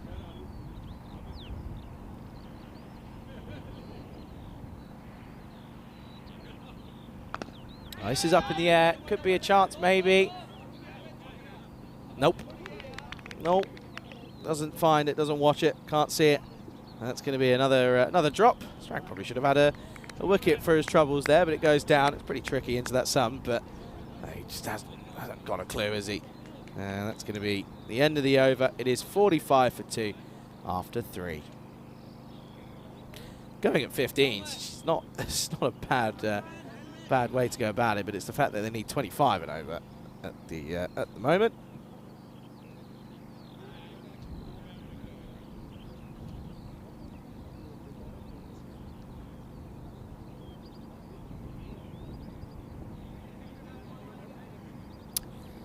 Okay, anyway.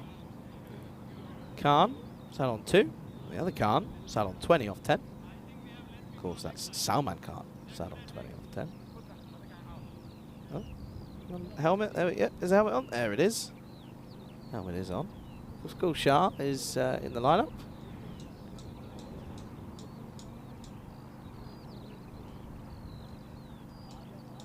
Okay, here we go then. Now this is one of the best bids I think we'll ever see on the network. Is Pooley.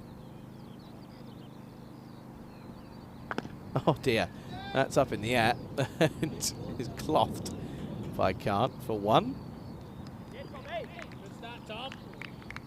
Shouts of good start. Needs to get it a little bit up there. That's a serious beard on that, by the way.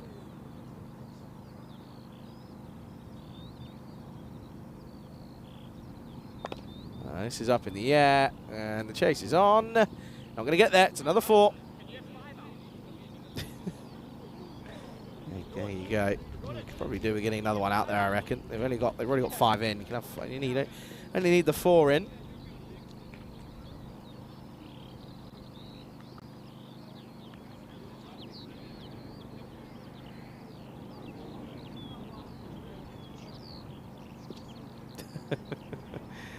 Can't. 24 off 11 at the moment.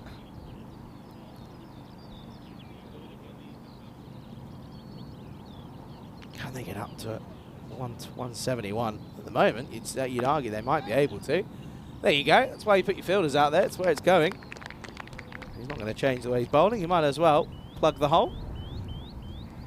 Talon United are in and around. They're, of course, waiting. They'll be taking part in the next game. The last game of the day might be slightly more contested than this one. That's a nice shot out to Solomon for 1.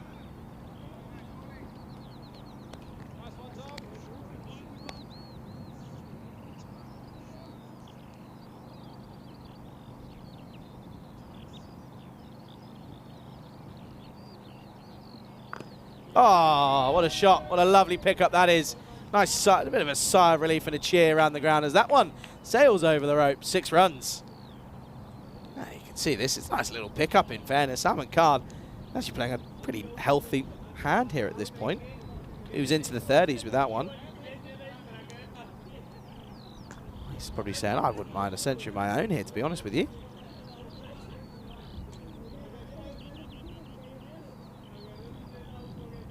That ball has travelled a long, long old way.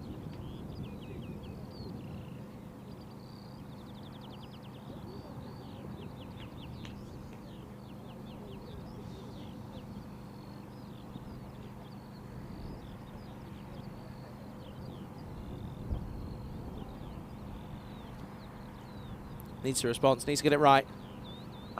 And he does, and it could be a chance here.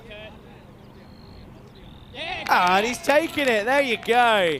Great catch by Strang out there in the deep. Had snowed as it re-entered the atmosphere. And, well, I say he was looking at a century of his own. Shock horror, commentator's curse. Salman Khan goes for 31. It's the 3rd wicket down now. The Stars, the Viking Stars, are 58 for 3 at the end of 4. Did get it right, didn't he? Needed to get it in the block hole. He was able to get underneath it. He just couldn't get the length. And it will be the end of Salman Khan. Yeah, 58 for 3.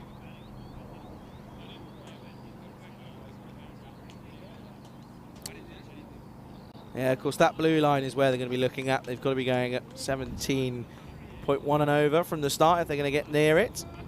But at the moment, they're not looking as if they're going to get there. They already need to go at 31 and over if they're going to chase this down. And well, he's just taken a good catch. He's going to turn around and get a bowl. He's Strang once more. Probably should pick up a wicket, really. It'd be nice, wouldn't it? John with the comment, probably one of the worst comments of the year. The bowler is swimming in pool. That genuinely is one of the good, but bad. Up in the air, 6 runs. That's a really nice shot. Really nice from Shahnawaz Khan. Once again, scorers under a bit of pressure as they're getting peppered a little bit here. In the slot though, isn't it? Yeah, he's got to do better than that. Really has got to do better than that. Can't be there. It doesn't matter who you're facing, they'll still manage to get you away at some point or another. That's down the leg side. Good take, though, by Casey Collins. He's improving with his keeping. Game by game, he's getting better, isn't he?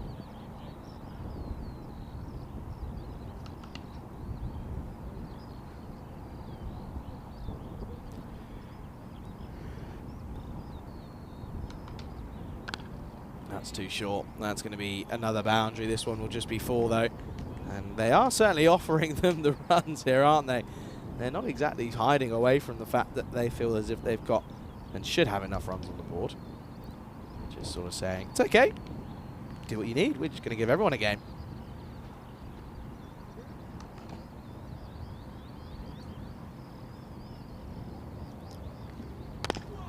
And again, flat batted. This time to O'Brien. Again, just working in 1s and 2s with the odd boundary at the moment. 70 up now, and in other circumstances you'd say this is pretty good going, but to be honest, it's not in the context. That's going to be off, and that shouldn't go all the way. See, it's cut off again, just a single.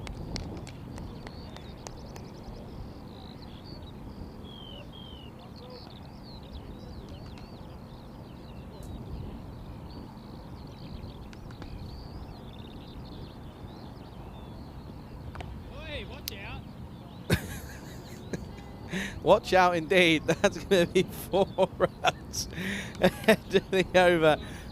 75 for 3 after 5. And I can welcome you into the commentary box here. And I have no words. I genuinely don't. This is just one of those days and one of those sort of hour and a half, 2 hour periods where you just have to sort of really just stand here and just sort of applaud what you're witnessing here. It was destructive hitting, wasn't it? And they weren't really, they gave a couple of opportunities and they just weren't taken. They made them punish. It's the only way you can put it, of course. And at the moment, the bowling, of course, they're giving other options, but good to see that the Vikings are there, though. They're giving it a go. They're not exactly shying away from it. Here's Paulie. There's what bowls.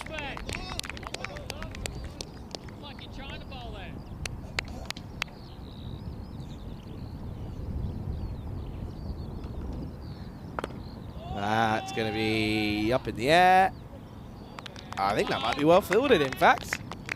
He's done quite well there. Keep it up. Anyway, good stop there out there in the deep by Vishal Tirki. Oh, hello. Fielder? No. Oh, oh dear. Oh dear, that one hurt him. That one really hurt him. Paulie having a bit of a word with himself. Let's just check this one. Takes a step up. It's going to be close. Probably not, though. Yeah, it's going to continue on. He's almost bolting around his legs. Polite inquiry. Polite inquiry from Paulie. Just the leg by. Interesting batter still standing that side. Yeah, certainly missing. Pitching outside and missing. Up in the air.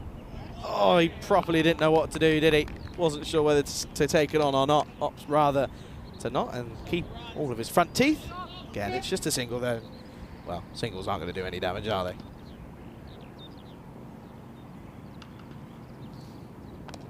That's going to be 4 runs, and that'll be the end of the over. So 86 on the board now for 3 at the end of 6. Again, it's not bad hitting, to be quite frank. You sort of have to think about it and look at it and say, okay, well, in the context of the game, it's not great, but you know, 86 off of 6, going at 14s, it's not terrible. You know, going at 14s, and you'd be pretty content with a 140 if one's about par, really. Of course, it would be the first time that the Viking Stars would get up towards that 100 mark. They are yet to do so in the tournament. Look at this. Gulshar is going to come on then. Of course, this is Gulshar that has got the condition with the fixed neck.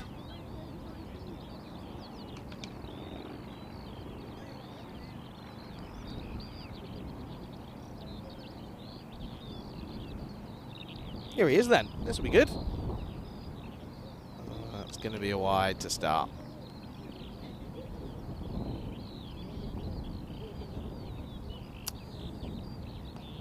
Credit, giving it a go. Can't ask too much more, can you?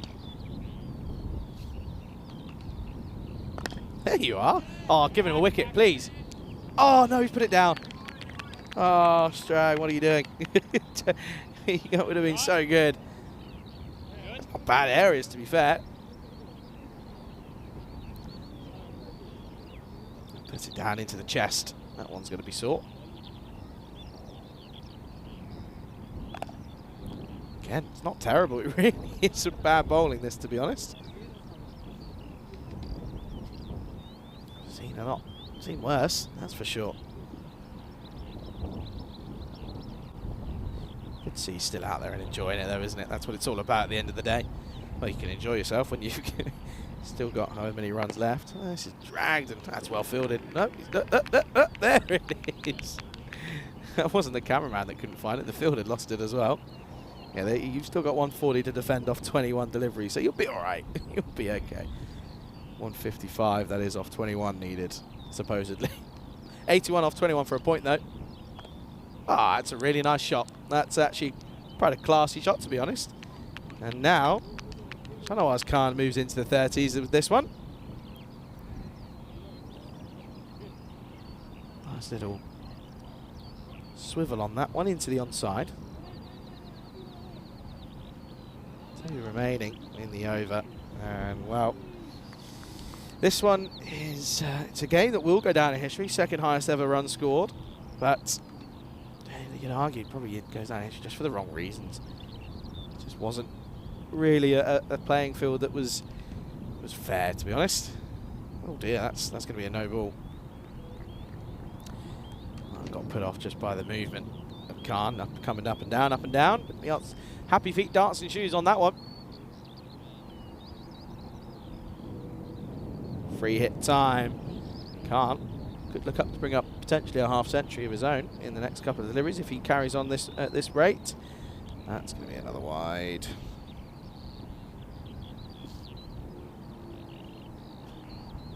Yeah, if you aren't aware about Shah, he has his, yeah, you can probably tell that he does have a condition where just his neck is fixed, can't rotate his head.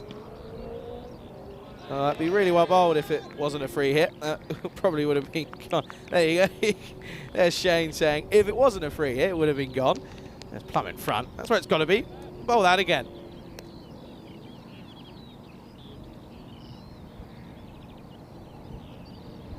He's tried to. Oh, it's not far away, but he gets pumped before. Well, cricket's a cruel, cruel sport. 16 come off the over. And at the end of 7. There you go, by the way. The 100 does come up for the first time for the Viking Stars in the tournament. The 100 comes up. It's 102 for 3. Last game of the day. It is going to be Tallinn United taking on Tartu. First taken on 4th in the group, of course. It's the last time that, wow, it would be interesting. Of course, last time we saw United, it was an interesting one for them. But, of course, they've only lost 1 game.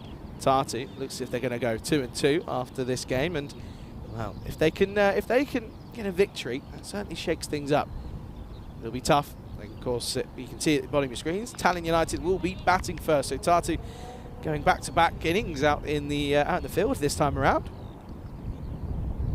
Rana up in the air. It's gone nowhere. Probably run 2. It's genuinely come right off the toe and just gone absolutely nowhere.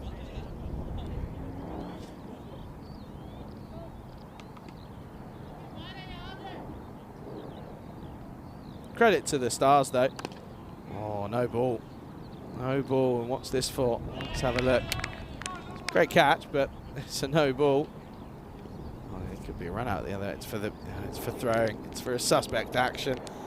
Oh, dear, oh dear. Well, they are giving everyone a go. Let's have a look at this. Yeah, it's pretty suspect at the moment. At this rate, O'Brien or Saladin could be asked to have a bowl here. He's just having a word with the captain at the other end as well. So free hit coming up then for Rashid. Rana. Well, it's a no ball again. But that's just due to the fact that you that he missed the pitch. Well, folks, here we go. Free hit. We'll have another one. That's a wide. Come on, Rana. You can do it. Let's go. Nice and straight, nice and easy. Talk about the arm as well as the bowling.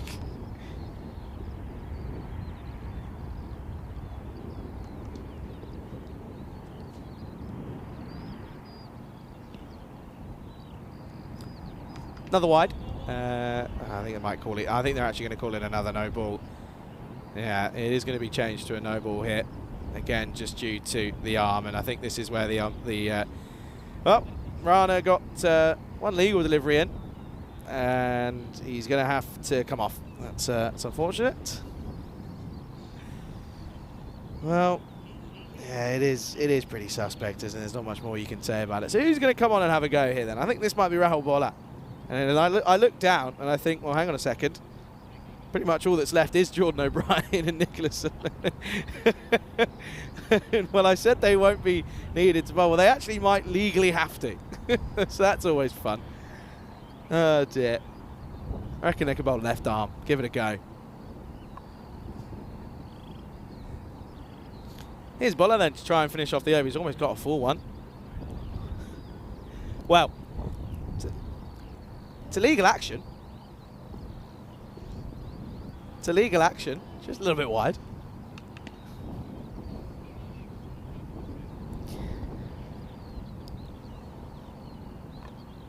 It's a legal delivery, but it is going to go towards the rope.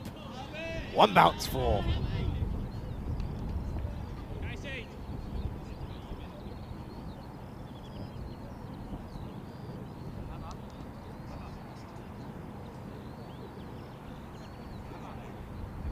.58 off 16 for a point.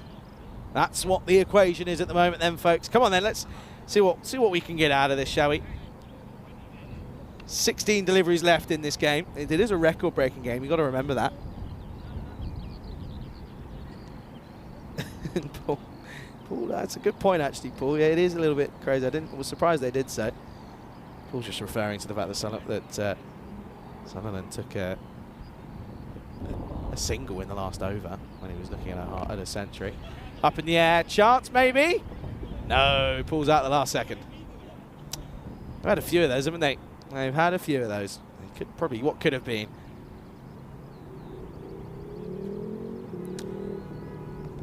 .57 off 15 now. It's just a single. At this rate, I genuinely think they might have to go to O'Brien or to Sunderland. Ah, what a lovely shot that is. That's 4 runs.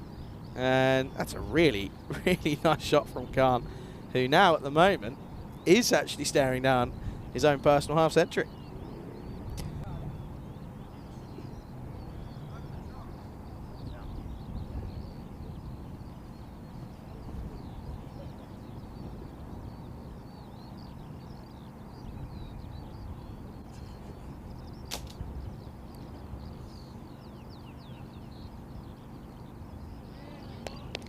No appeal, which is strange.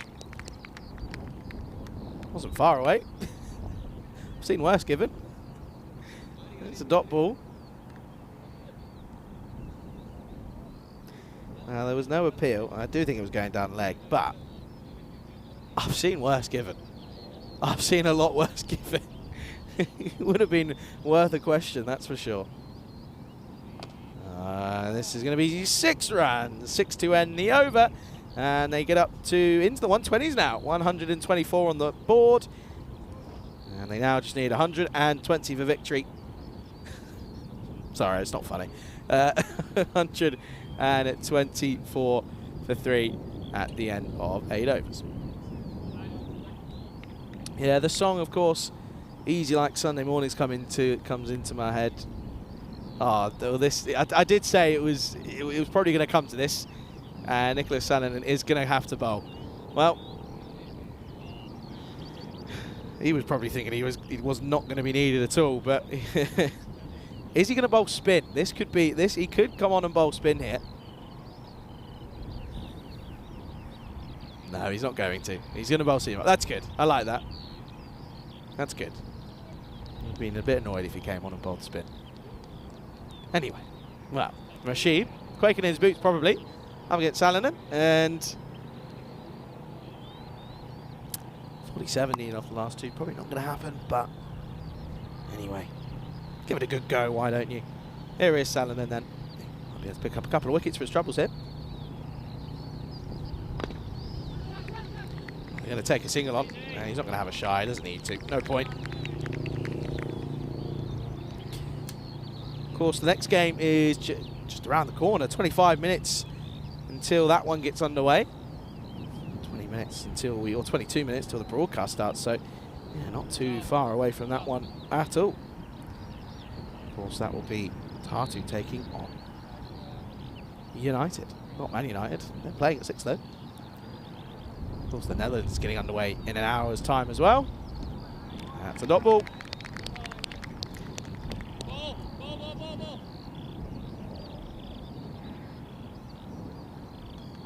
Can't. Sat on 49 at the moment. Off 22 deliveries, to be fair. Because he has faced a part-time spin and bowling of this Tartu 11.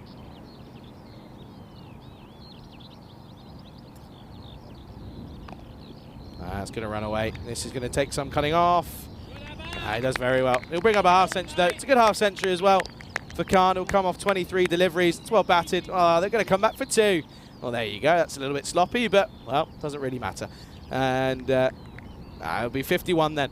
That's really, it's a nice little personal half century for Shahraz Khan. No applause from his teammates. It's a little bit harsh. Might be the more runs than anyone scored at a point anyway. And again, just hits into the offside. It will just be 1. Well, this game is, it's been a weird one, hasn't it? It's been a weird one. Sort of, I did say I was kind of surprised that they elected to bat first, and it was one of those we probably thought if you bowl first, you're going to be chasing something nice and easy. But they wanted they wanted to obviously get runs on the board, and it's just proved that was a little bit too, well, a lot too much, realistically.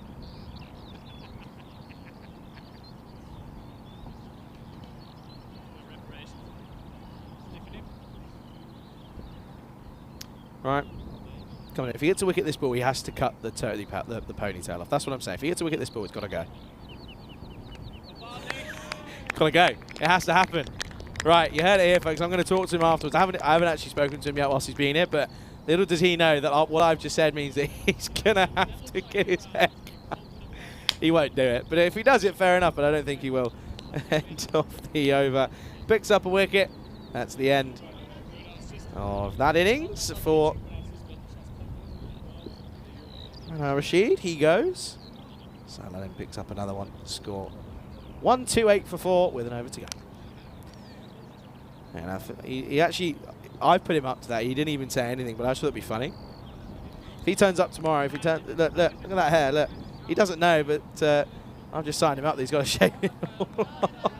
I have to personally cut it off. That's me. I've got to cut it off. He won't let me do it. I actually haven't introduced myself to him yet. Probably should. Anyway, over to go. Well, what can you say about this then? Listen, first of all, credit to the openers of Tartu. Not easy putting that sort of runs on, no matter who you are. To still hit the ball is pretty tremendous to do it consistently. So credit where credit's due. Second of all, Vikings. There is a positive about this game. You're probably thinking, where, how, why? They get to a ton. They're going to get to potentially 130 here. It's the highest score that they've had all tournament. Yes, they faced the lesser of the bowlers of the squad of Tartu. That's going to be a wide.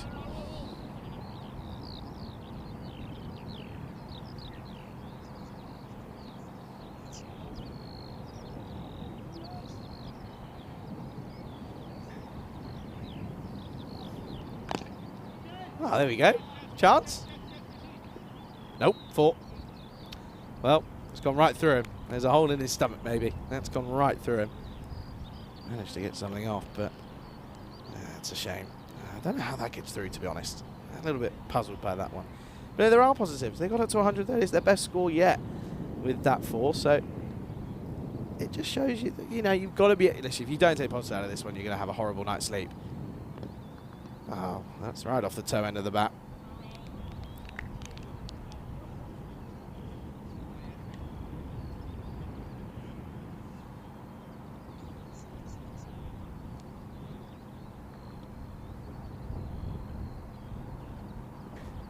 Leg side, and well, I'd love to know how many runs have been scored down there. This time they do plug the gap. There's Paulie. There you go. With a delivery to go then, and they're not going to get a point. So it's 6 games without a point then here for the Viking Stars. And how do you know, you always got to try and pick yourself off the very dirty floor, because it's pretty tricky. Oh, that's going to be a wide. Yanni can't find that line and length. Still 2 to come.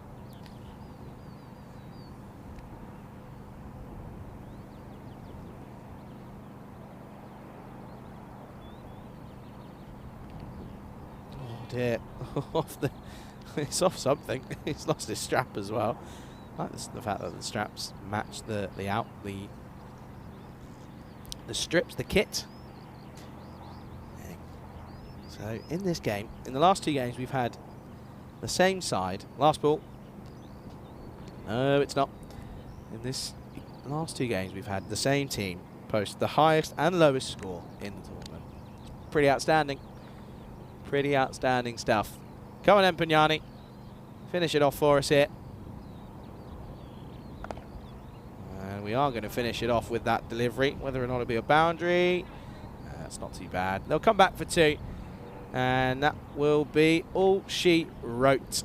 And, well, it's a game that has got a bit of history in it, because it's the 2nd ever highest total by a team here on the network. And it will be Tartu Cricket Club who beat the Viking Stars by a mammoth 106 runs, as the Viking Stars finish on 138 for 4 off of their 10 overs. Credit to them, though. They really did improve with the bat, mostly down to the fact that Shanawaz Khan ended up 57 not out off of 28. But credit to Tartu. Well, they've got to come back, though, haven't they?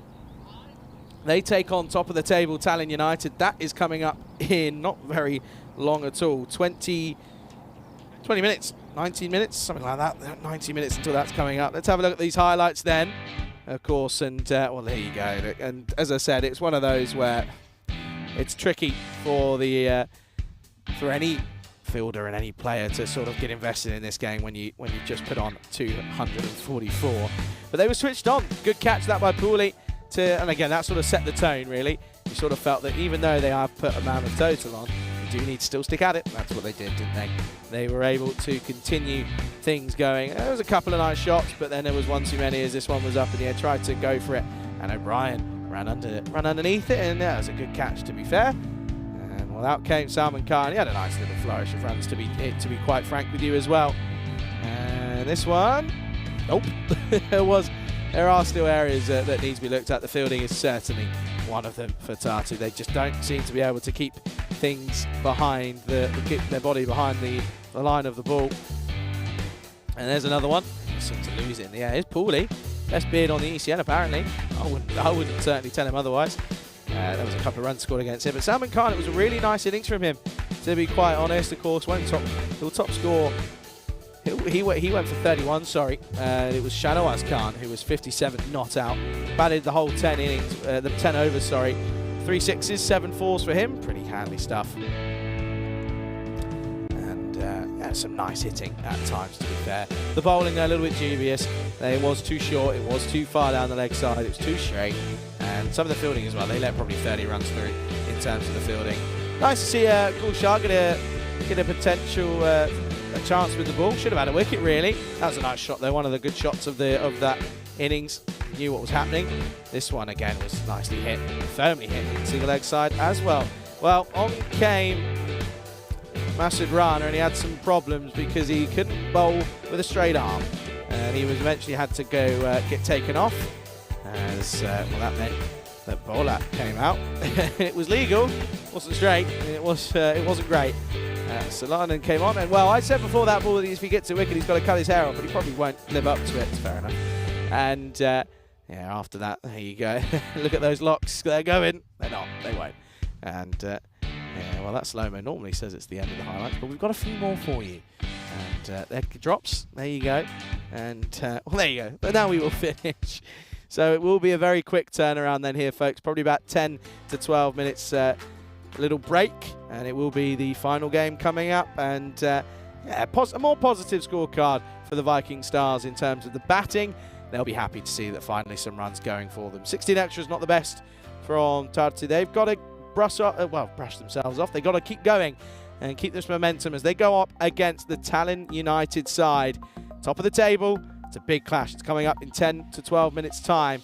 Looking forward to having your company. And it's the last game of the day. Things have been a little bit weird today, but they're going to get a bit weirder. They always do. Looking forward to it. We'll be back in 12 minutes' time. You're watching the European Cricket Series Estonia with me, Charlie Hunt, right here on the European Cricket Network.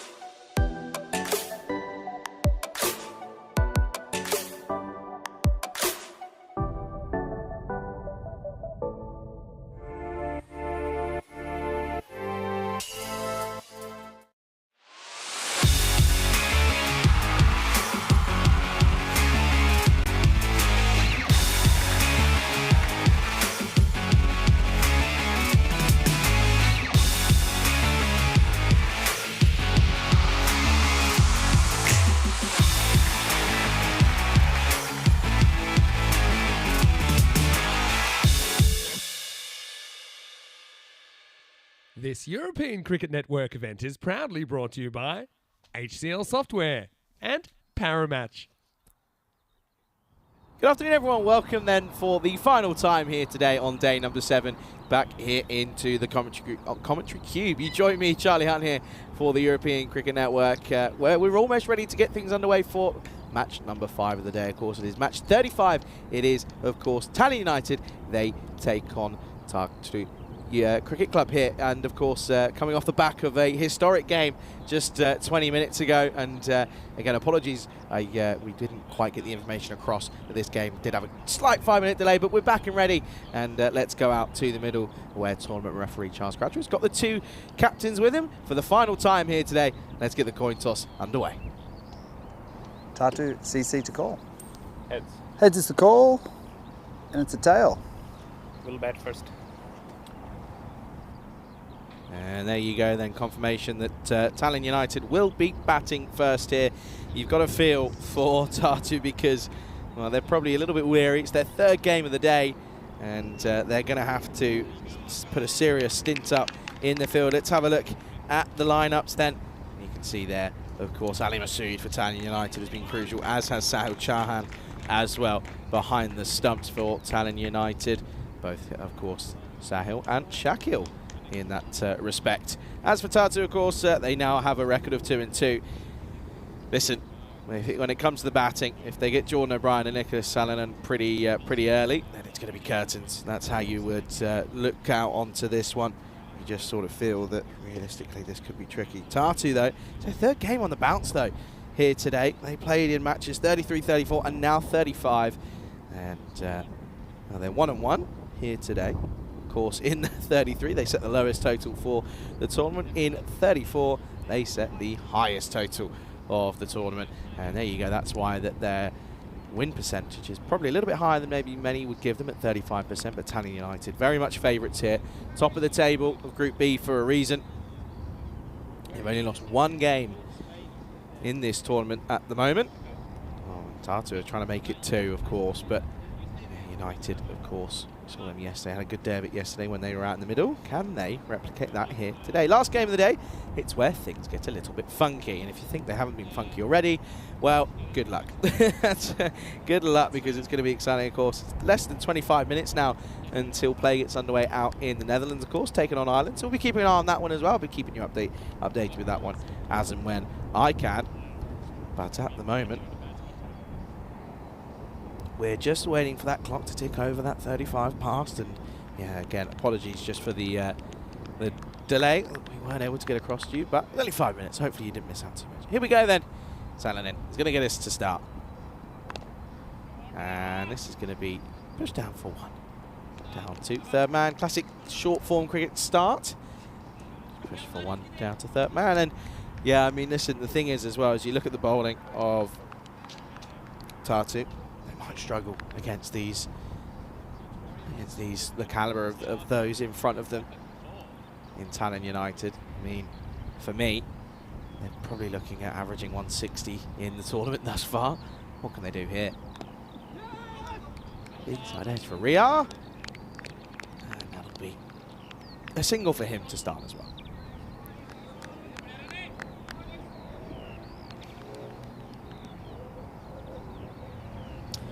Looking forward to this one, of course. You can see that, I would say the sun's setting, but it's not really, is it? The sun's still at probably its highest point.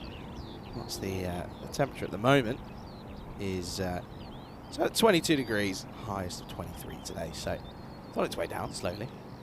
Oh, short, gets away with it off the shoulder. It's a great stop though by Casey Collins.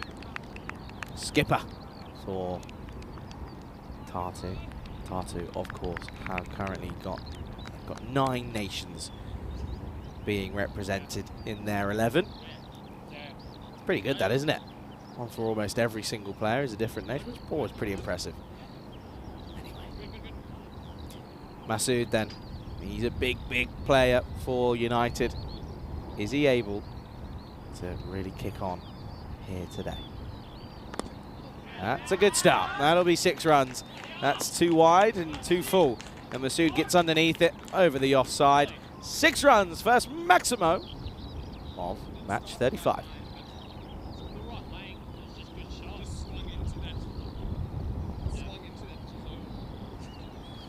Interesting to hear the conversations that's being had out there as well, of course. Good to pick them up. It's always nice to hear. Don't have the luxury of having a player mic at the moment, so when you pick some stuff up, it's quite nice to hear what's being said. He wasn't too upset with the delivery. There's just one or two things wrong with it. Oh, now goes short. That's an overcorrection. That's too obvious for me.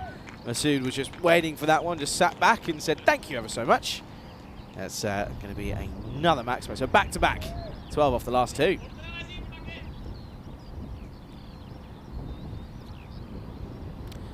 Yeah, they're averaging 116. You can see straight away that their expected score is at 159.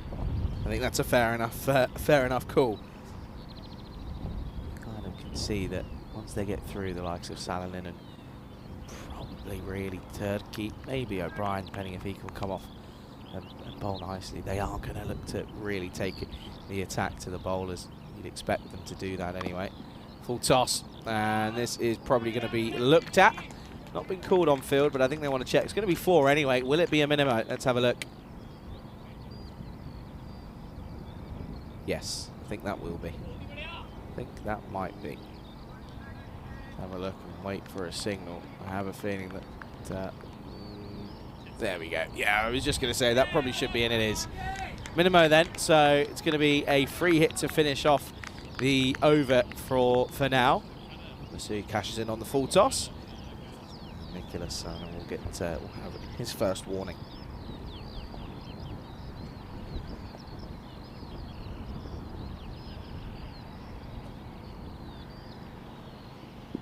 Oh, umpire's got in the way there. Umpire was just having a bit of fun, putting his hands up and sort of throwing his finger around. Signaling free hit. I think everyone knew. That's fair enough, I think, for Ali Masood to pull out of that one. And I tell you, he won't be happy as that man there. No one told him about the fact that I said if he gets a wicket on that last ball, he has to get his hair cut. No one's told him yet. Oh, pumped. It's a really nice pickup. It's 6 more and a great way to end the over. First over goes magical. It's worth 25. At the end of the first, it is 25 without loss.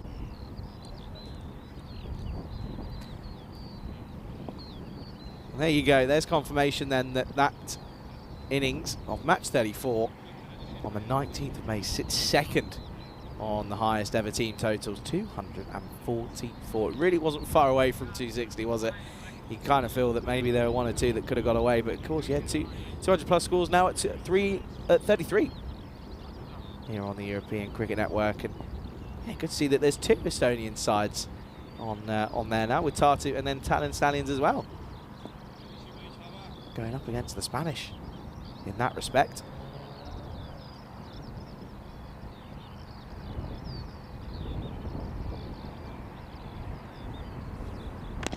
Oh, and this is hit nicely down the ground. This one is just going to go all the way. So Turkey, and you just feel that this bowling could sit up nicely for the batters of the Tallinn United side. That one is 6 to start the over.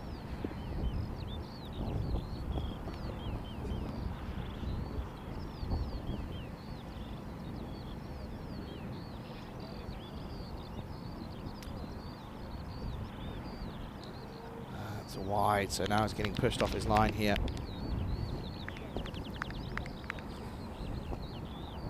Tazim's jumped the gun and said that he thinks Tartu will win. Pretty sure that's probably just off the basis of what we saw earlier today. That's better. That's going to be a dot. That's a well-directed delivery this time.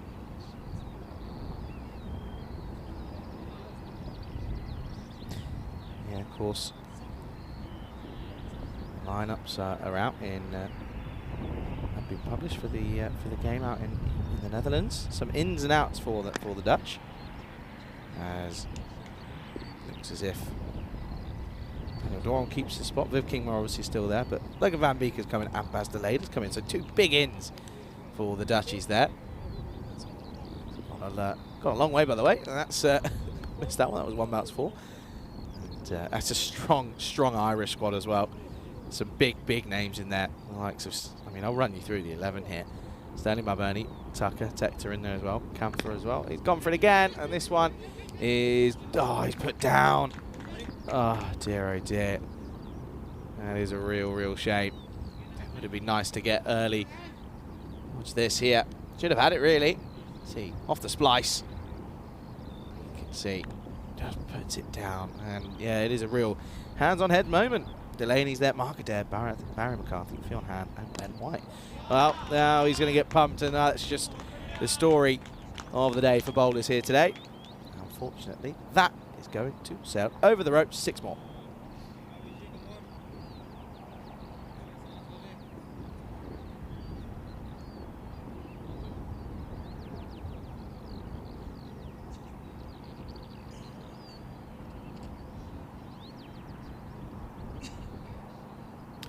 Well, I'm going to need to get the ball back, and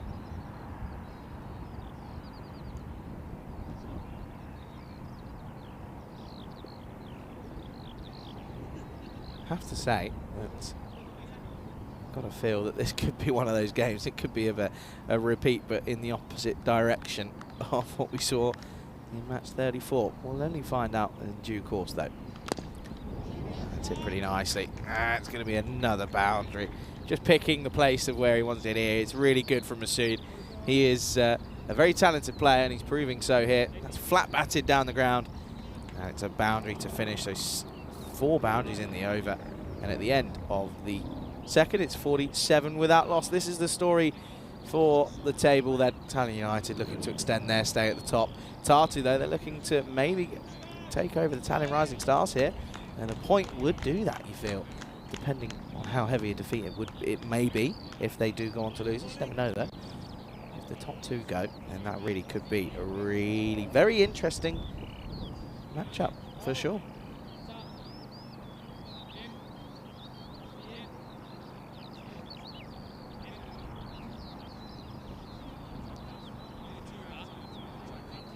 Yeah, I'll be keeping an eye on that game out in Ireland, in the Netherlands, sorry.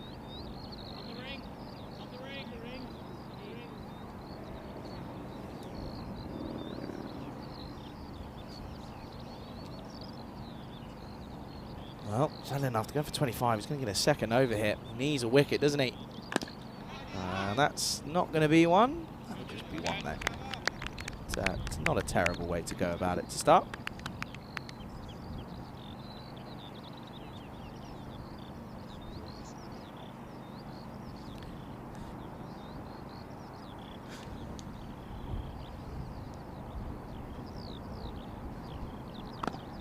That's up in the air, and that one will be a boundary.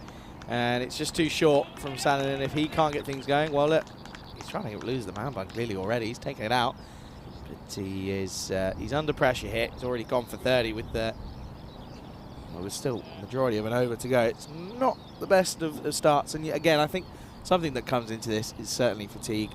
3 games on the bounce is not easy, you know, out in the sun majority of the time, and then being asked to then go out and field straight away after fielding for 10 overs in the last game as well. It's not easy. It is not easy. Oh, that's dropped. That's going to run away. Does get a hand on it, but still enough to take it towards the boundary rope. That's unlucky. It was a good attempt, to be fair, but you can see this. Good angle from here. Wide of the crease, and it just gets a little bit of glove on it, not much though. It will run away. Fortunately for Shannon, a little bit unlucky, but it's 4 more.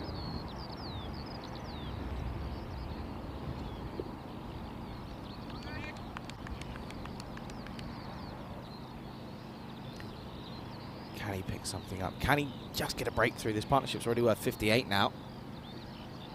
No, he can't. All he can do is just get launched into the onside. It's hit me bowling. It's in the slot with the extra pace as well. It's just going to go even further. The quicker he gets bowled, the longer it ends up going. And well, Masood now moves on to 49 off just 11 deliveries. Outrageous hitting from that man. He's one of the highest run scorers in the tournament for a reason, in all fairness.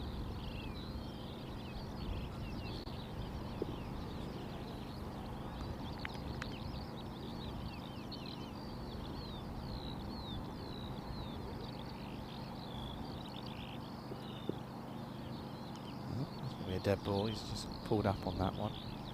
Before this one, Paul Salonen was up there in terms of runs as well. That 88 certainly helps him now after today. But yeah, Ali Masood was sat 10th on 208. This one is going to be a half century and a fine one of that as well. That will be 50 off of just 12 deliveries. It's an outstanding bit of hitting. In all fairness, he's done it in quick time as well. There you go. There he is.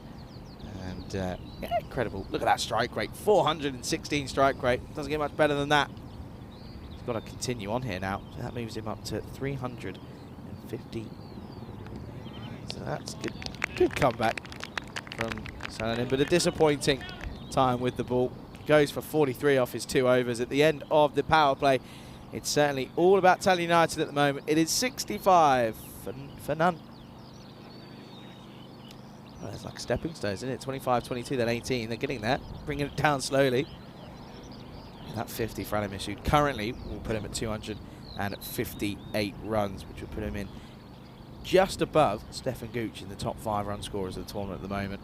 Stefan Gooch sat on 257 with a slightly better average due to a couple more not outs, but nevertheless, Azad Amjad still top of the tree at the moment, sat on 364. Cheyenne Khan of the Tallinn Strikers is behind him at 341. Taifa Rahman of the Stallions is there as well. But in terms of United, Sahal Jahan is the top scorer due to that 78 yesterday. Not out that he made. So on 227, he's second behind Ali Masood, but he's yet to bat them.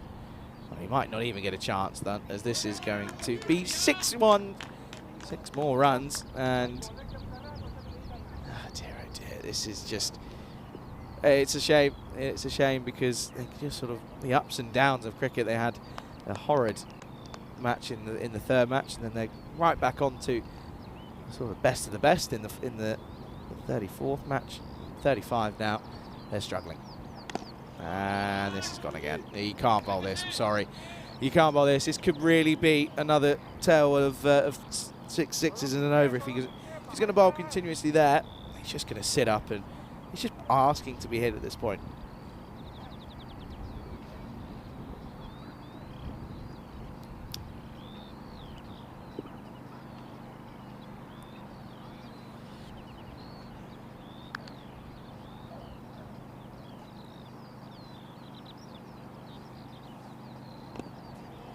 And out. This one is up, up, up, and away, and it's 6 more again.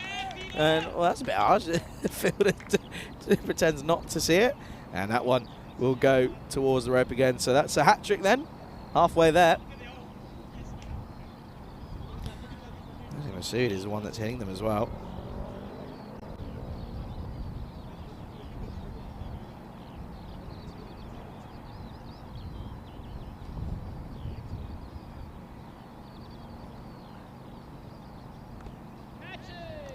Now this one, I don't think it's going to go all the way, which brings an end to the hopes of 6 sixes, but they'll come back for 2. Oh, it could be close here. I think he gets back pretty comfortably in the end, though. Yeah, he does. He's back pretty comfortably, isn't he? Give him a bit of fielding, though. Putting the pressure on. Less than 10 minutes now until that match out in the Netherlands gets underway. By the way, folks, if Masood hits a couple more 6s here, records. I'm just putting it out there, records. Well, there's one. That will help. That will certainly help. He's got 3 more balls. He might not. He might match the record. I don't know if he's going to break it, but he's certainly on course to match it here.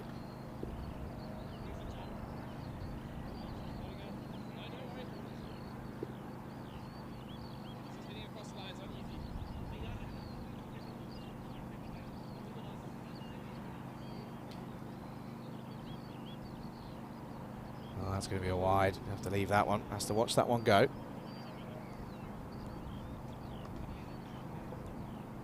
Masood, 76 off 17. That's pretty outstanding, isn't it? And it is silent out there in the middle at the moment. No noise whatsoever. Oh, he's gone for it again. He's going to get it here. moves on to 82, then off 18. This is outrageous at the moment.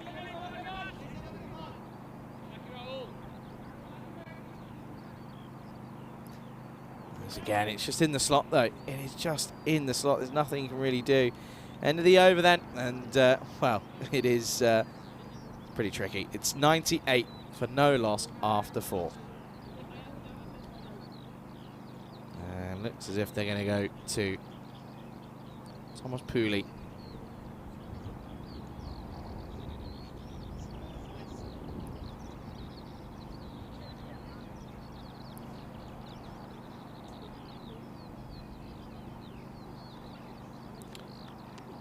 Can Ria, all he's got to do is just just change the strike, and he's just got to rotate it through.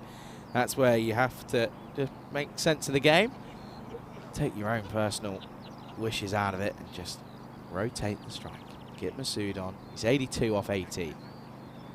Not exactly poor, is it?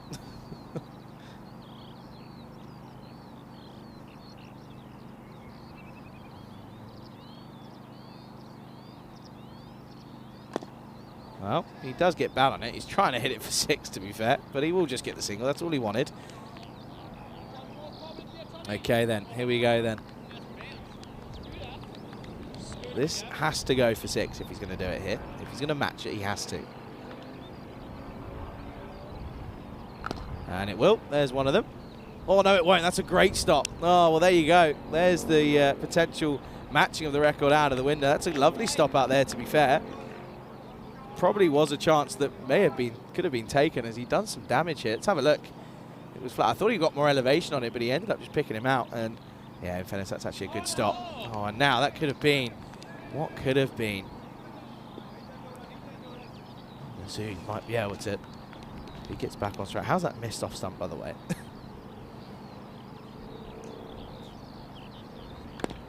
Now over the offside, and that's a brilliant shot. Out to in over the long off, and what a lovely shot that is. New Grizzly, please. That's gone a long old way. Pooley, all he can do is sort of say, well, sorry, lads. That's this time it's Nanriat getting involved.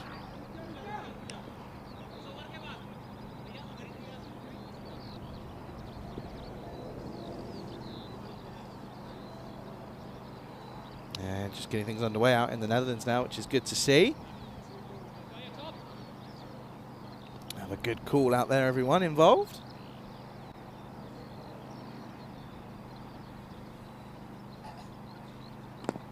Oh, almost takes out Masood. You wouldn't want to see that, would you? You really wouldn't want to see that whatsoever.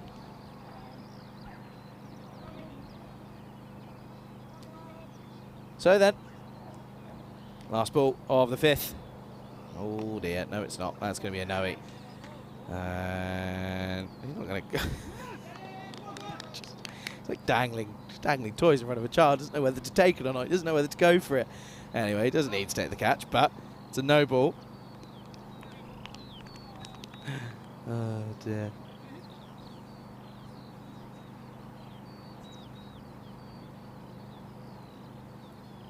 Free hit then, and it is going to go for 6. And well, it's a little bit frustrating. It wasn't a terrible over, in all honesty, but well, you sort of think that,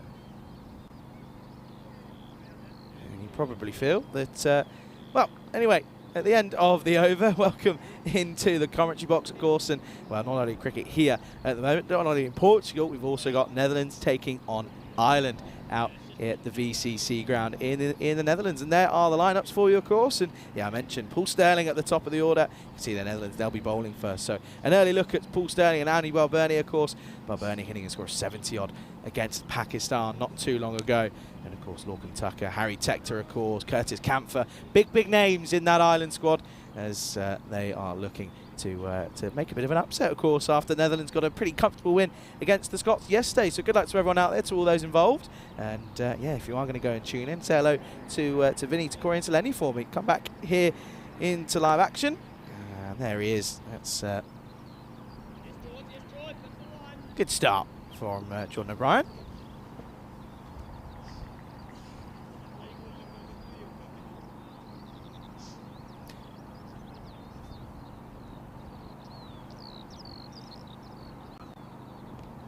Okay, up high in the air. No one's there whatsoever. He's going to come on in and just get a single.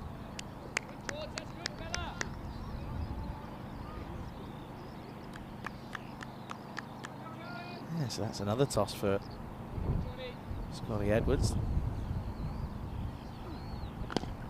Oh, got it. Gone for it and got it.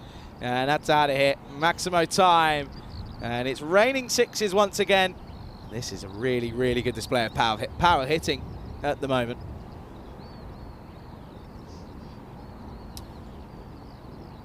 There you go. Gets underneath it. O'Brien missing his length slightly there.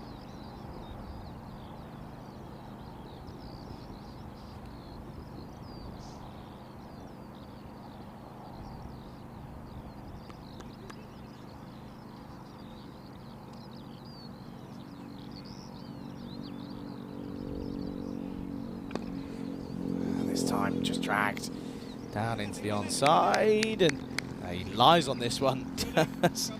Avashesh Kumar, that'll just be one.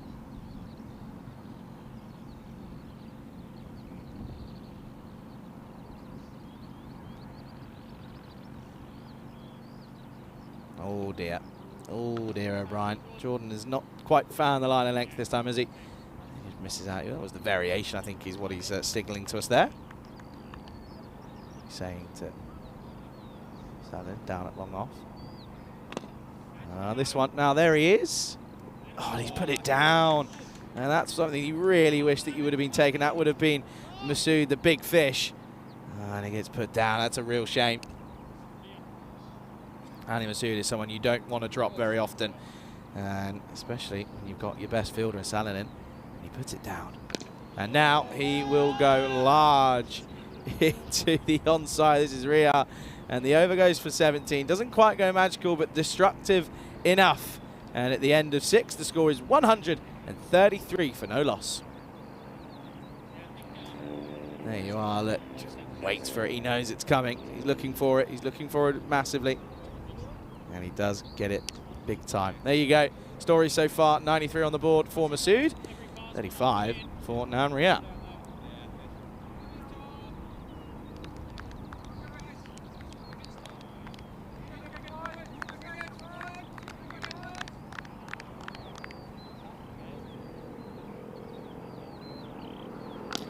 Oh, there you go. We'll move him on to 99 as Pooley comes back into the attack and continues on, and that's what he's trying to do. But it's a bit of a shame. It's a bit of a conversation between O'Brien and Salonen at long on, long off. Just talking about, well, there you go. What's going on here? What's happening here then? Bit of a. We're playing tag. Okay. Oh, okay. Oh, maybe we probably shouldn't have that on. Up in the air. This could be a chance. Can he rectify the mistake? No, he can't. Oh, he's going to get dropped. Oh, no, get through, and he'll get it, and that will be his century as well. Oh, he's been dropped twice in the 90s, and he gets through. And well, I wonder how much he's paid Salonen then, because well, what's he getting off the back of this?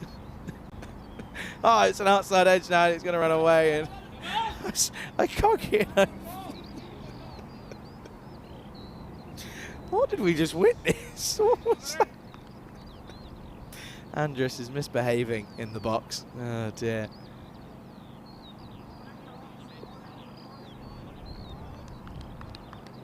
And they're underway out in the Netherlands as well. Bernie opening alongside Stan with Pringle, who is opening the bowling at 6 more. And Ria is now looking to take down his own personal half century at the moment. He's not far away.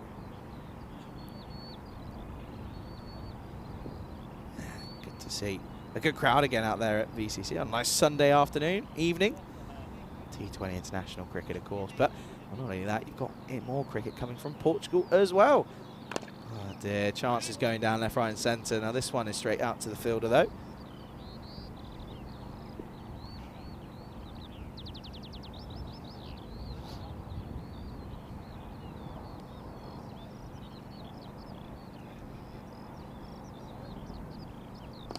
Gets down on the sweep, down on one knee, and it'll be 4.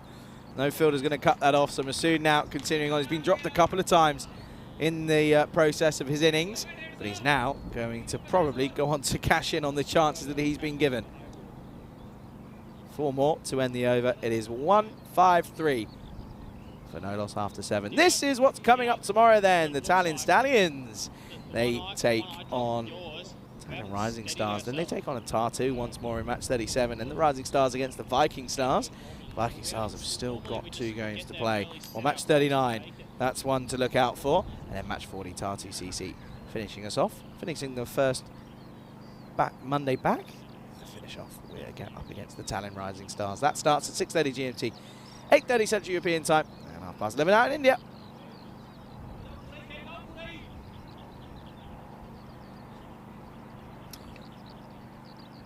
Turkey is going to come on then and take this 8th over. Netherlands, it's 6. He slapped that, and that will bring up his half century as well. So there you go, 50 up for Ria, and great timing as well in just 19 deliveries, and he really has taken the bowlers to the cleaners hit.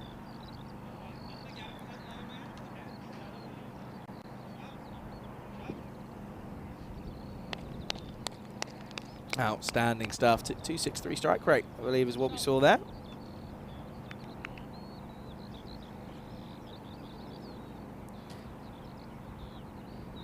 Can they just take the chances when offered to them? That's been the issue. They've had chances, they haven't taken them. Should have had both of these now. Oh, it's going to be another 6. And well, the 6 counter, I'd love to know what the maximum counter is at just for today. I wonder if we can ever find that one out, because it will be through the roof after the scores we've had so far. And this is just proving to be another big one.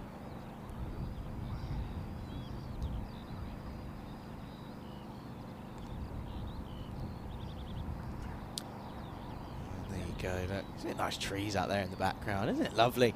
It's a stunning landscape here. It really is. One of the it really are. It is one of the best grounds I think we've seen on the network, and yeah, I'm glad to see that we were able to come back here after a couple of years away. I know that a lot of people were keen. Vinny was really keen to get back here, and he was glad. He was happy he was able to get back here before he had to go out to the Netherlands.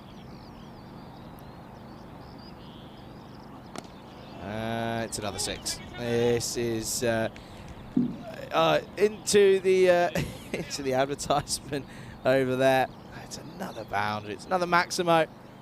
It's again just same as the last one. I feel like I'm just watching it all on repeat. Really, it's just non-stop onslaught at the moment. So that's 3 6s in a row now, all from Ria.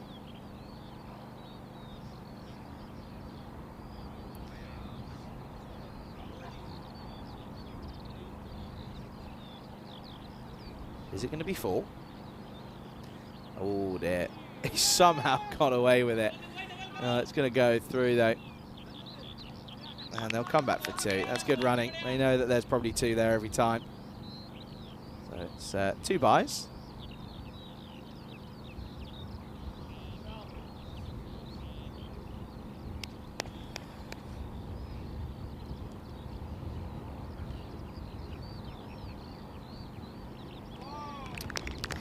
Comeback this, to be fair. Not a bad comeback at all. He's kept it relatively quiet after a couple of flourish of runs. Last ball potentially of the 8th. Well, it will be, but it'll be 6. And there you go. We started with a 6. We'll finish the over with some 6s. And it's 179 for no loss. After 8. I'd love an after 8. I haven't had one of those in a while. I feel like they only come out on Christmas, don't they? Anyway, at the moment, you can see it's pretty relentless from Tallinn United. They've been averaging about 165, 170 at one point throughout this tournament. They're well above that now with 2 overs to go. But the thing is, for me, right, Tartu have had chances. It's not like this has been a perfect innings from these two. There've been opportunities to send them back to the shed. They just haven't taken them, and that's been the difference. Well, this could be interesting. Here's Strang. And here's 6. No, it's not. It's going to be stopped. Good fielding. It's almost just a reaction to hearing the ball crack off the willow. It's just, oh, here's 6. It's almost just sort of like a natural reaction at this point after today. Go again tomorrow, though.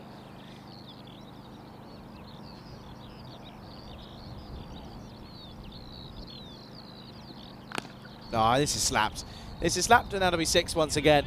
And Ria moves into the 70s now, and he once more is staring down his own personal milestone now.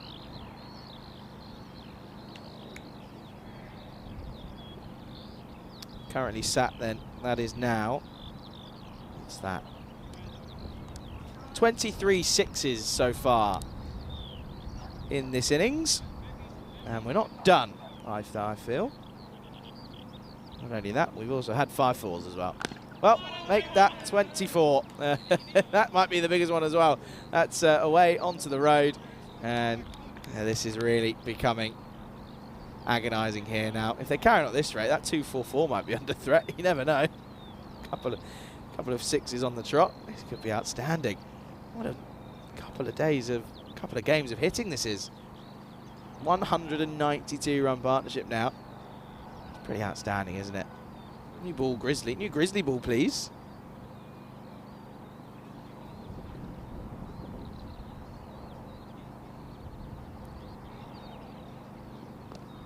Oh, that's going to be stopped. Well watched. Get something behind it. That's all you got to do. Just get something behind it. Make sure you get enough. And that'll just be 1 that time around. Yeah, that's outstanding, isn't it? 24 6s. With an over and with what's that, 8 balls to go? That's concerning. And it's going to be another one. That's going to be 25. There you go. Oh, this is outrageous at the moment. It really is.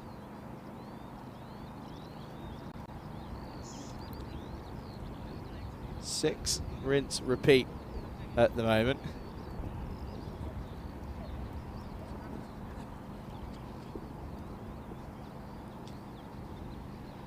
Way that they could get a wicket here just to make themselves feel a little bit better potentially. Last ball, it's gone for 20 already, it's gone magical. Those appeals slightly made me feel slightly sad. It's not really stressed, are they? It'll be a leg by to finish with an over to go then. They're currently sat on 100. No, they're not. I lie. They're sat on 200. For 9. 200 for no loss after 9, sorry. It'll been a long day. Been a long day. There we go, look. You can see there's economy rates are ugly. They really are. Of course, there's no one there that's conceded 40. We had that in the other game. That's quite something. We had 40 off 1 over. That just shows you that it's not quite the easiest of times out there sometimes. Last overtime then, 200 up on the board off just 56 deliveries, folks. Pretty outstanding. Come on then, Masood. He's going to be on strike. He's going to come on and bowl here. This could be interesting. This looks as if it's going to be Pignani. It is going to be Rahul Pignani. Ready to go again?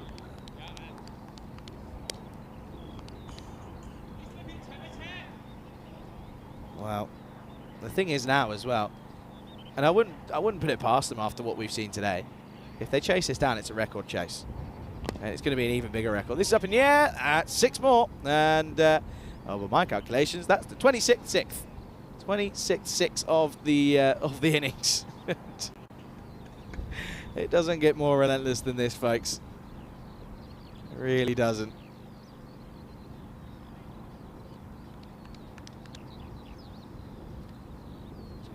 Just a wicket would be nice, wouldn't it? Not going to get it. They're not going to get it. That'll be 4. And this is outrageous at the moment.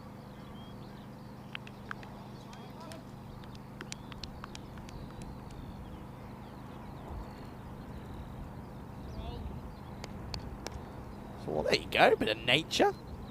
Someone in a field next to us. And I've asked the main man himself. It's not going to happen. Never mind. a pretty pointless stat then. The record, I think, for most sixes in an innings is 29. And at the moment, with 3 to go, we could match it. You never know. We're sat on 26 with 3 balls to go. Will they do it? It'd be some feat. No, they won't. This could be a chance. It's not. It's just unfortunately not the person that you want there. It's Ghoul Sharp, and of course Ghoul Sharp, for those of you that aren't aware, does have a condition where he's got a fixed neck and he can't move it, so he wasn't not quite able to. But at least he's out there. Credit to him, he's out there. And some people won't even get out there. That's going to be 6, or is it chance? No, it's gone through for 6. Oh dear. Well, that is a shame. That's a real shame. It could have been, and Masood will get another one. So well, there you go. That's now 27. 27 sixes. That's pretty. That's pretty outrageous. Yeah, of course they're going to be on the Hall of Fame this time around. So 2 in 2, and this is going to be out. They've got to turn and go. Well, they're probably not too stressed about it, to be honest, either. Well, there you go. And that is going to be the end of it. They'll finish on 219, which will put them just on there at the bottom of your screen. So there you go. There's now three Estonian sides at the top. Tartu, they're involved in 2 of those games. One on the right side, one on the wrong. Anyway, they'll finish on a grand total of 219 off of their 10 overs. It's very rare that you see 2 scores of 200 in a day, and that's what we've seen here. That's outstanding. It sort of reminds me of Hungary finals day last year. Anyway, this one is, let's have a look at the highlights, and you thought, okay, well, maybe if they get a couple wickets here, they could be in with the game. You thought, okay, here we go. Salin's going to open the bowling, and he waited for 25. And that's where you thought, SpaghettiOs is probably what they were thinking, because, well, he was, of course, opened with Ria, and they put on a very good stand. 219 with no wickets. It's tough. They should have had wickets, though. This is the thing. There were chances, and they came plentiful as they tripped and tumbled over their own feet at times. But some of these shots are pretty exquisite, has to be said. There have been some really good displays of hitting over the last couple of hours, and I hope you're enjoying it. But at points it has been a little bit silly. That was a half chance. That's a tough one for any wicket keeper, especially being that close. But there are other chances that should have been taken. You've got to be taking them, and it's not pretty to see. But some of these shots were outrageous. Ali Masood, of course, on his way to a second century in the day, and pretty outstanding, isn't it? Really, 129, of course, does mean that what we'll be able to do is we'll be able to show you the updated one at some point that will have both of the new centuries on there. We've got one with one of them. Don't know if we've got one with this one yet. But look at this. Just come and go and just take it. Have a go. What's going to happen? Might hurt your hand a little bit. So what? Take a catch. It'll be fun. Some of this hitting was outrageous, though, wasn't it? It really was. O'Brien couldn't even get through to get a wicket. He should have, though. Again, he dropped 2, by the way. He was dropped on 90 odd and 99. Masood was dropped on. He ended up going on and making a big score of 129. So that couple of those drops were worth quite a few. This was it. Thought, okay, here we go. No, and frustration. And I think that, to me, is just a side of both mental and physical fatigue. 3 games on the bounce is very, very taxing on both the body and the mind. And you can see here that some of these shots were just a little bit too much.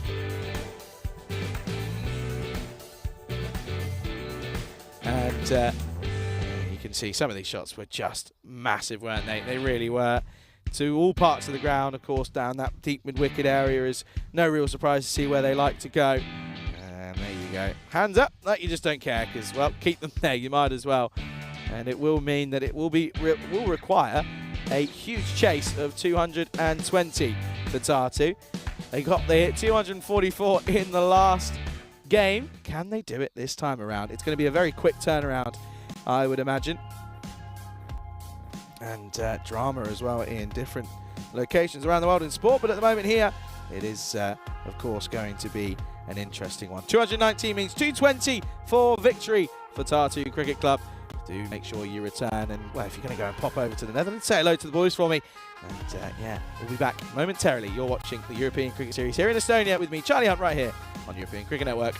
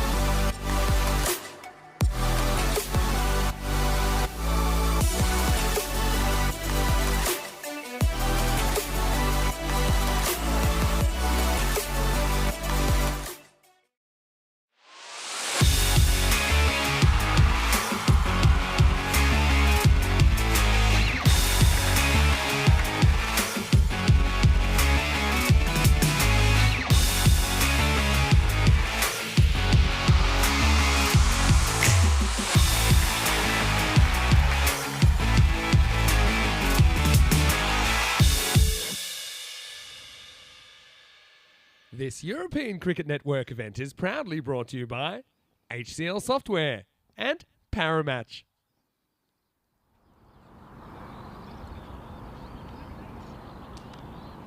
Howdy folks, and welcome back to the Estonian National Cricket Ground here in Tallinn, where we are all but ready to see what could be an interesting response. And the thing is as well, normally when you're chasing 220, you turn around and say, no, they've got no chance. The two openers that are about to set off this chase, they put 244 on the board just about an hour ago. Maybe a little bit more, maybe an hour and a half. But still, the point still stands. Just shows you that you can't count them out. Yes, the bowling's probably a little bit of a higher caliber, but still, these two batters, boy oh boy, can they hit a long ball. And when they hit it, it stays hit. I'm telling you that for free. So it does show you, of course, it's going to be the left arm that's going to start us off here this time around. And you can see that umpire Shane has just moved over due to that sun. So, of course, looking forward to this. It is going to be Shrikant Pawadi. He's going to get us underway. Up against Jordan O'Brien and Nicholas Sullivan. And we're going to start with 6 runs, and that's a positive start for O'Brien. It's in the slot, and he punishes it down the ground over the top. 6 carreras. That's exactly how he was hitting it in the earlier game. So, oh, folks, you can't count this one out. You just can't count it out. If they're going to wicket, fair enough, game over. But these stay there, you just don't know. Salin's had a bad game though, isn't he? In the field with the ball. Full toss, hit firmly, missed times. It'll be a little bit frustrating that one doesn't quite come out of the middle of the bat. Of course, we're alive here in Estonia. Vinny and Lenny are currently on air out in the Netherlands. With they've just finished the power play, and yeah, Ireland struggling, 35 for 3.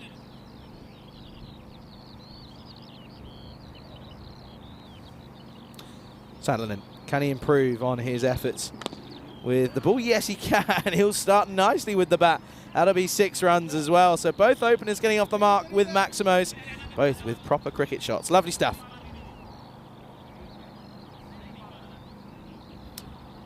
Look at this. A very good afternoon to everyone as well. Good evening, of course, wherever you may be watching from all around the world. Of course, three series on the go at the moment. So if you're watching on the European Cricket Network YouTube channel, do subscribe. Stay tuned. And a good afternoon to everyone in the live chat as well. Thanks for keeping me company today. And of course, I will drop in the final question of the Hunt the Answer today. Who was the first player to reach 10,000 runs in Test cricket? Oh, that's big.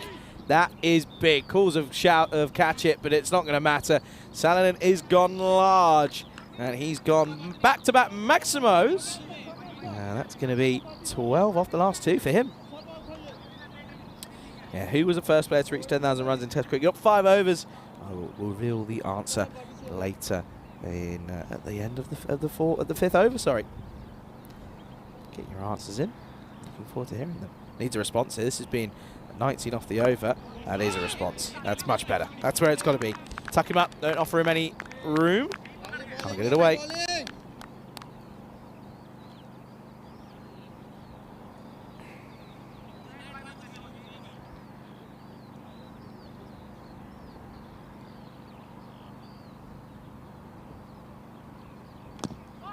More inside edge onto the pad.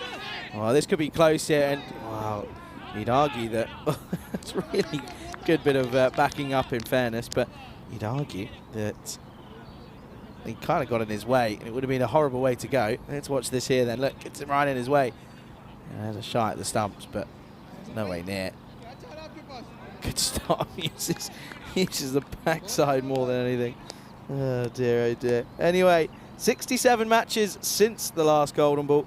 As at the end of that over, it is 20 without loss after the first.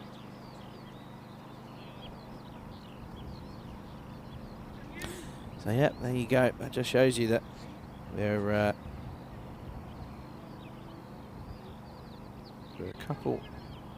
a few out now of this. It's been a while for a golden ball. It certainly has. Of course, plenty of, as I mentioned, plenty of sport going on, of course. Last day of the Premier League in the UK. Cricket as well. That's going to be a wide, as that is Shakil Jahan. Starts with a wide. Yeah, at the moment, it's like Man City going to go on to win the league, which, as a United fan, isn't great, but I despise Arsenal fans, so I'd rather City. I genuinely would rather City win it, to be honest. Short, up high in the air, could be a chance. No, I don't think it will be. It's going to fall between the United triangle. Tartu. Bit of a rush there from Salin. That similar shot was how he fell to his demise in an earlier game. In that game, they were bowled out for just 58. Then they went on to bowl, or went on to get 244 runs. It's just ridiculous. It's out of this world, realistically. It's going to be another leg side wide. Just struggling a little bit to find his rhythm. Jahan so far. Lovely bowling, lovely bowling.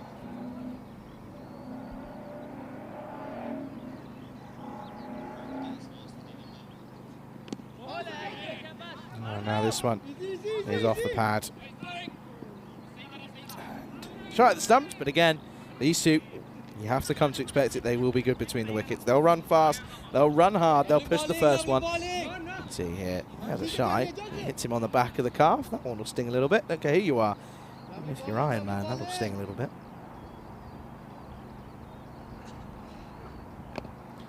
That's it nicely. That's over the top. That'll be 4 runs. They need a few more, don't they? Can't really afford to be dealing in 1s and 2s. They need boundaries, and they need them quick. Angling in from the right hand, right arm over the wicket. Just helps it on its way more than anything.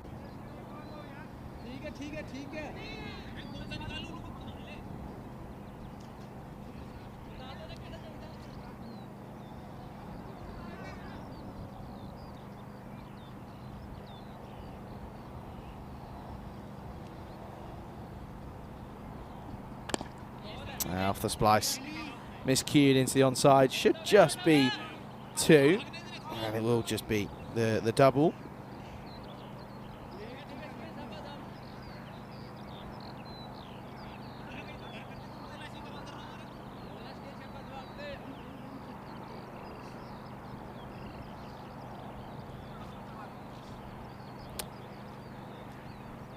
Jahan, only gone for 9.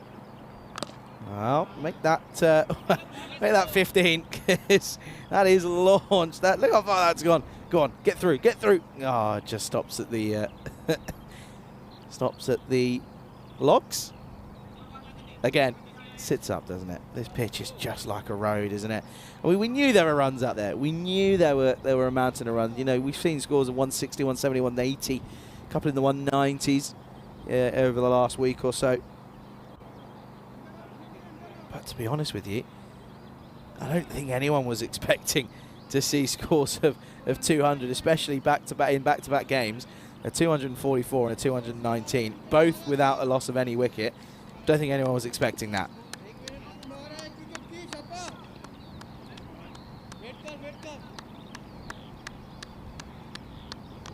Ball's in play, not too certain as to why.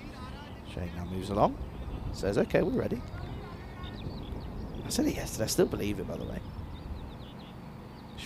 Shane just looks like a shot. Pump down the ground. Doesn't get there. 4 more. Chase certainly on here. They're not exactly behind the rate. They are slightly by just a couple. But still, the point still stands. They're currently going at a decent little rate here. A couple more, and they're certainly up with it.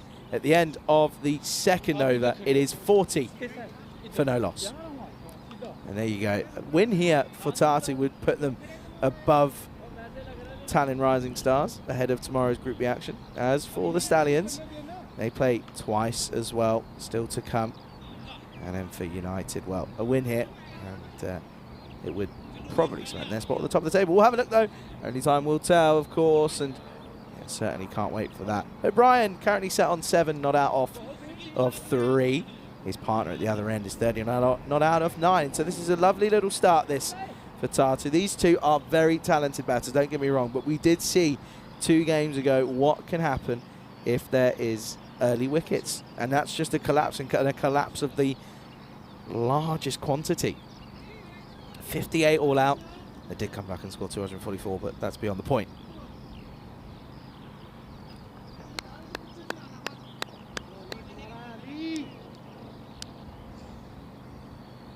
Here's Masood, scored a century. Now what can he do? Start with a filthy wide, and that's going to be 5 wides. Minimo. Oh dear, oh dear.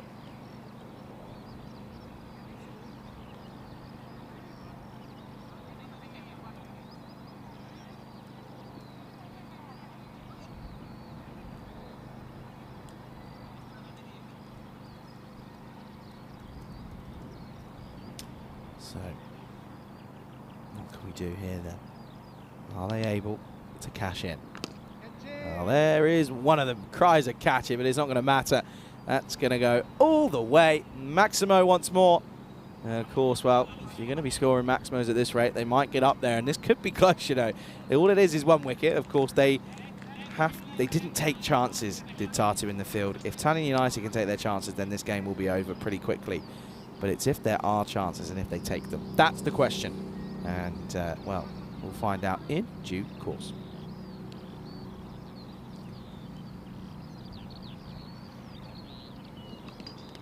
Oh, on this one. Was there an little tickle? No, there wasn't a tickle, as it's given a wide. I thought I heard something. Let's have a look at this here. Well, I definitely heard a noise. Maybe not. Not too sure. Umpire was tentatively looking at it and then gives it a wide anyway, so it is an extra. That's in the slot. That's going to go a long old way. You can't bowl that. I'm afraid you just can't bowl that. That is massive. That's 1 bounce over the stumps. Oh, not over the stumps, over the logs, I should say. It's stand and deliver stuff from O'Brien now as he motors along and just clicks on through the gears. That's another 6. That rate has just started to fall. It was out at 23. It's now down at 21, folks. This is... Oh, no, don't do this to me. I don't think I'll be able to handle it. I think I'd have to call it. I'd have to call off tomorrow. If something like this was chased, and I'd have to call off tomorrow, I wouldn't do it.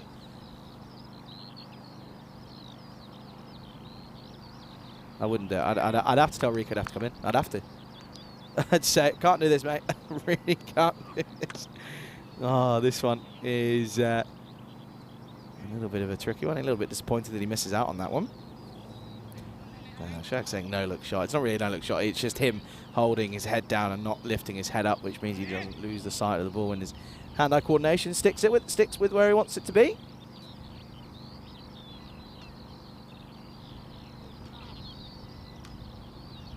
Again, not happy with where the... asking a good question. A good amount of movement from Masood. Let's have a look here. I think it doesn't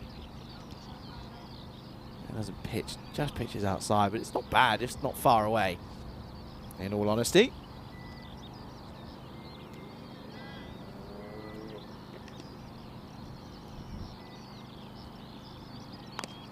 It's a no ball. And this is also going to go the distance. Let's have a look at what this is a no ball for. So this is 6 up. It's going to be 7 up, in fact. I think it is for back foot. There you go, touching the line. So can't be there. Good eyes from the standing umpire.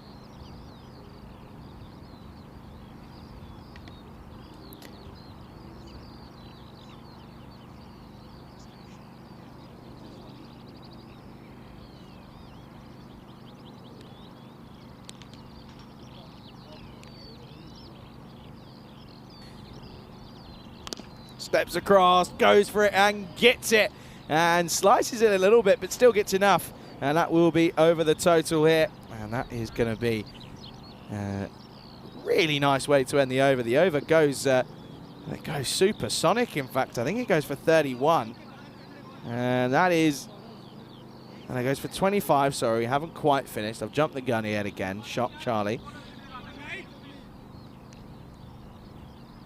John Gray saying might be worth looking at the biggest total score. I think you might be right, you know.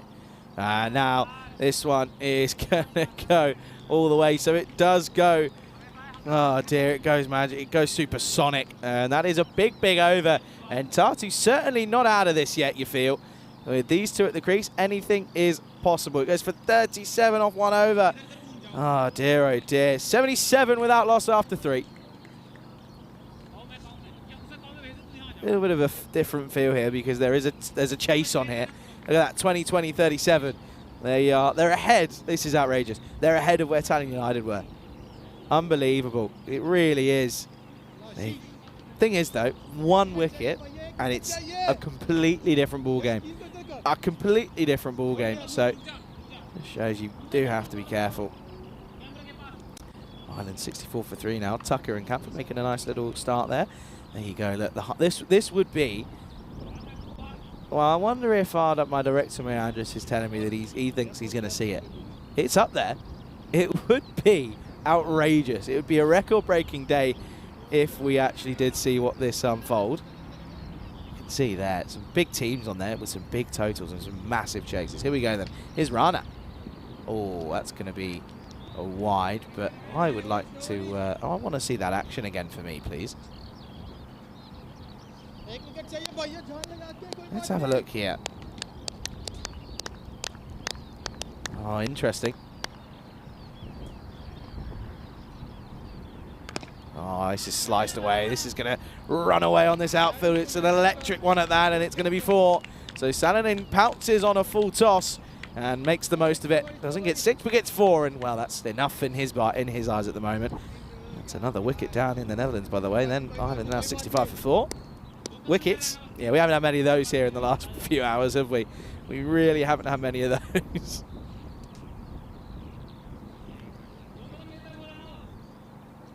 Shane just saying hello. Hello, Shane.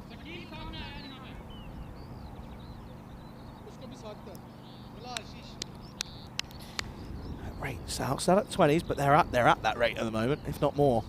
Oh dear. So no ball, and yeah, I was just wondering how long this was going to take. I spotted it. Hey, I spotted it before everyone else. It may be the last 7 overs of the day. I'm still here, folks. Still here, still going strong. It's going to be. They're going to question it now as going to ask why. Of course, that is Ashish Rana, the skipper himself. So, oh, he's not liking this. Look, what's going on here? Oh, they're back. What have they got? What have they bought? What's that? Is that that's watermelon? That's a watermelon. That's a watermelon. Oh, okay. Interesting. I would do a conversation there, but I'm not going to do it. It's not going to happen. There's a conversation here, and they're not happy with the call, it seems. That's what I'm getting at. They're asking for an explanation. Not too sure why. Yeah, he's really not happy with this at all, is he? Yeah, he's saying, am I throwing it? Yes, that's what you're doing. Yeah, I picked it up straight away. Oh, they might. I have a feeling the sheriff could be making an appearance here. Oh dear, oh dear. I have a feeling the sheriff could be getting a call here. The umpires are explaining it to him.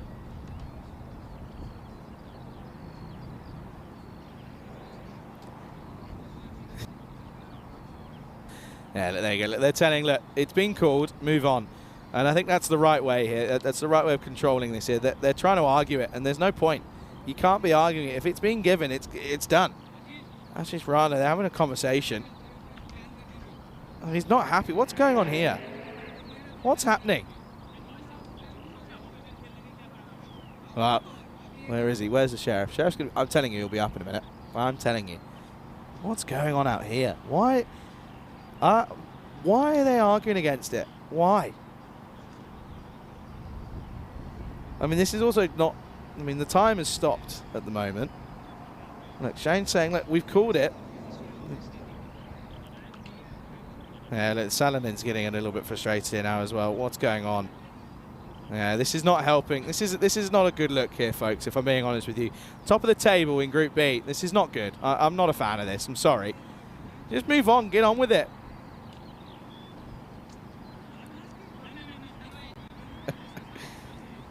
Just move on.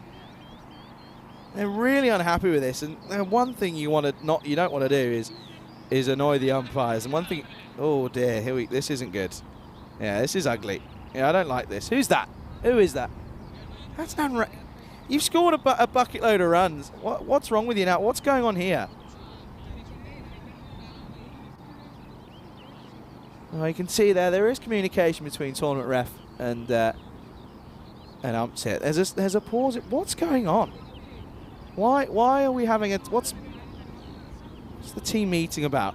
The umpires called it. Umpires make the call. Move on. Look at this. Look, there's a genuinely serious. Maria's not. What is going on? Oh dear.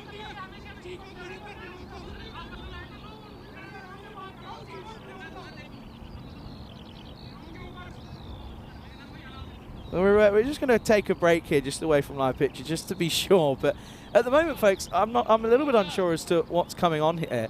I'm trying to see what's happening. Yeah, just as I sort of expected, the sheriff is going to go out to the middle here then, and as is standing project manager of the day, by the way, is Meta Gooch. Sorry, she's standing in. Marzi's off today. Meta, of course, local, is now coming in, and I don't understand why the players. Yeah, we can go back to live. There's a sheriff. They're going to have a conversation here. All of this just because the Nobles they've been getting called they've been getting called every game if it's right, and they have been right. There are. Now, Clowntown's they're saying this is not gamesmanship. This is poor. This is ugly. I'm not a fan of this. Yeah, what's going on here? Look, this is. Well, I'd love to be a fly on the wall there, because I can imagine that conversation is not going to be fun. Oh dear.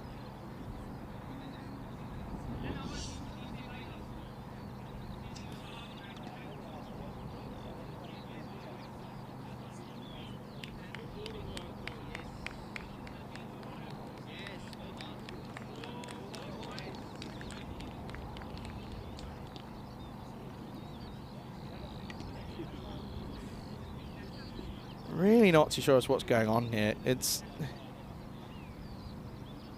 Wow. Can anyone lip read? Because I can't. I wish I could. I'm trying to work out. I think that's Ashish Rana, obviously the captain. But it feels as if he's being led by Nanria here. And genuine.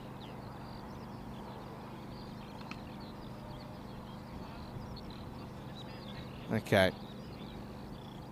Well, at the moment, this isn't a pretty sight, is what we're seeing. Apparently that call has upset them to a large extent that they're not happy. They're really not happy out there at the moment. And you can see Meta Gooch is telling them. I think, to be honest with you, the stern telling to is, lads, I'm going to be totally honest here. Lads, grow up, get on with it. It's silly. It is silly. It is just silly. There is no. How are they doing this over one call? It's one call. They're not even asking him to stop bowling yet. They're just warning him. That's what that no ball was called.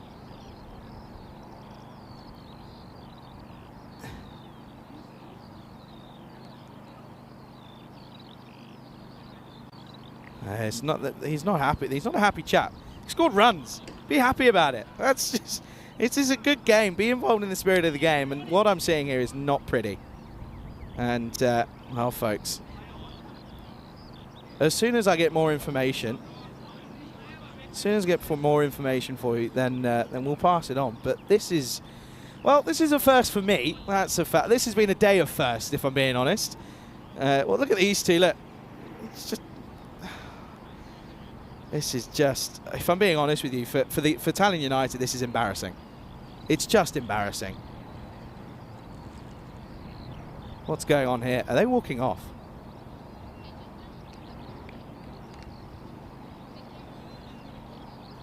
Okay, folks. From what I'm seeing here, it looks as if, and this is unbelievable. Tallinn United, from what I'm seeing here, are walking off and forfeiting the game here. This is...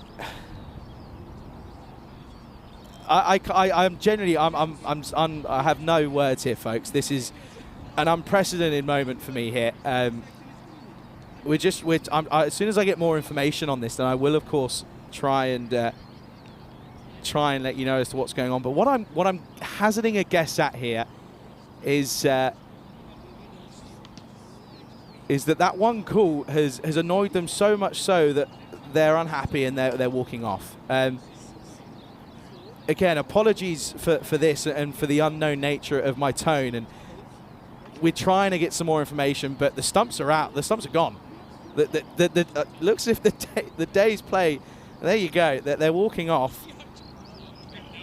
Well, I guess that means what I'm assuming is that Tati will get the points here. Then that's what I'm assuming. What an ugly way to end what's been an incredible day of history with totals and scores. And it's just a real shame. It's a real shame that the Tallinn United here, over one call, have turned around and said no. It's unbelievable here. And as soon as I get more information, so hands are being shook. That's it. That is it. And what I'm trying to get information. So it looks as if Tallinn United are forfeiting the game. That's unbelievable. I'm trying to fathom the words to what's going on here. But that's it. The game's over. So that has to mean I'm going to finalise it and wait until what we can tell you more information on at the moment. But at the moment, I'm going to look out here, so it's going to look a little bit weird, but there's hands being clapped. So Tartu are your winners of match 35. And, well, folks, I think what the best thing to do here is I think we're going to, if we can, we're going to take a little break. We're going to get some clarity on the situation. And I think what we'll do is I'll come back live on air, and I think we'll take a little break, get some clarity. I'll come back on air and then give you some more information and update you as to what's unfolding here, because I don't want to pass on the wrong information. I think that's probably the best plan of action, Andres, if that's all okay with you. And yeah, if we take 5 minutes here and we'll come back to live on air. That's what we'll do.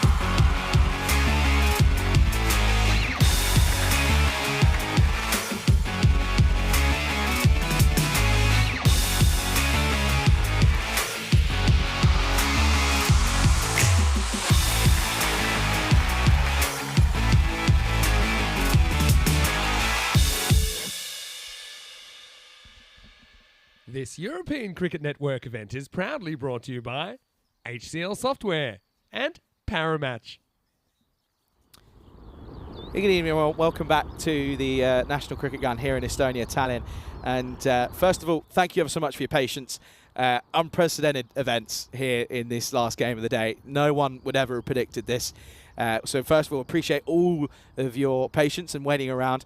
So confirmation then. So the match, due to whatever's happened out there, the match has been forfeited by Tallinn United. So that does mean that Tartu will take all 4 points. That includes the bonus point. They will take the 4 points, and they are your winners of match 35. And, well, it's kind of, everyone just doesn't know, no one really knows what to do at the moment. It's kind of one of those feelings where no one's really prepared for this. You're not really expecting it. And listen, what the clarity was just that he's been called for a no ball. There's been issues with it. He got called for it, I think, at the start of the tournament maybe, and they had conversations and trying to sort it out. He's been called for it. They didn't like it. That was a simple equation. They didn't like it. They've walked off. So, unfortunately for, well, Tallinn United, I don't know what to say. There isn't much to say. There's going to be conversations had, of course, about different elements, which we won't touch upon now. But, of course, for any further updates on this situation that may come out of discussions over the next couple of hours, especially behind the scenes with management staff, do make sure you're following us on all of our social medias and check the website regularly as well. Good news for all of our viewers at home, though, is that cricket is not over. We're, of course, live in the Netherlands at the moment. I think we're also up in Portugal as well. Let's have a look at what's coming up here tonight in Portugal. And, of course, Punjab CC Amadora. I think they're they're not far away from starting that one. It's Punjab CC Amadora taking on the Lisbon Supergiants. So if you are sticking around, do go ahead and check out both streams out in Portugal and in the Netherlands. And listen, all we can say again is thank you for staying patient with us here. One of those situations. Look, what a day. Listen, aside from the negative side of what we've just had, what a day we had here. We had everything. We had a score of 244, second ever highest score on the European Cricket Network. I'm going to have to mention it in that game that's been forfeited and abandoned. We had another score in the 200s without being broken, 219 to be specific. And to be fair to Tartu, they were giving it a go. It's a real shame that it ends this way. But for once, yeah, cricket isn't the winner. That's the big shame of it. That's the real shame. And listen, once again, huge thank you to all of you for being patient and for sticking around. And again, I know it's not the news and it's not the situation we want to see. It's just life, I'm afraid. Thank you to everyone, of course, here on the ground. To the majority of the players, that's all I'm going to say, to the majority of them, thank you for your commitment. And to the Federation as well, looking after us amazingly as well whilst all during our time here. Of course, to the Boo Crew. And to, I tell you what, to everyone, they earned their money in that last half an hour to an hour's play. That was outrageous. Outrageous scenes. Anyway, I can hear in my ears the music. So we've got some highlights of what's been a bizarre day here on the European Cricket Network. It's been an absolute pleasure to be bringing you to be calling these games, and well, can't wait to fill Rico in on all of this. Listen, it's been a pleasure. Do make sure you go and say hello to Phil G out in Portugal or to Vinny, Corey and Lenny out in Netherlands. That's all we've got time for here then, folks. It's not the end of the day that we ever would have hoped for, but so be it. It's been an absolute pleasure. Have a good evening, everyone.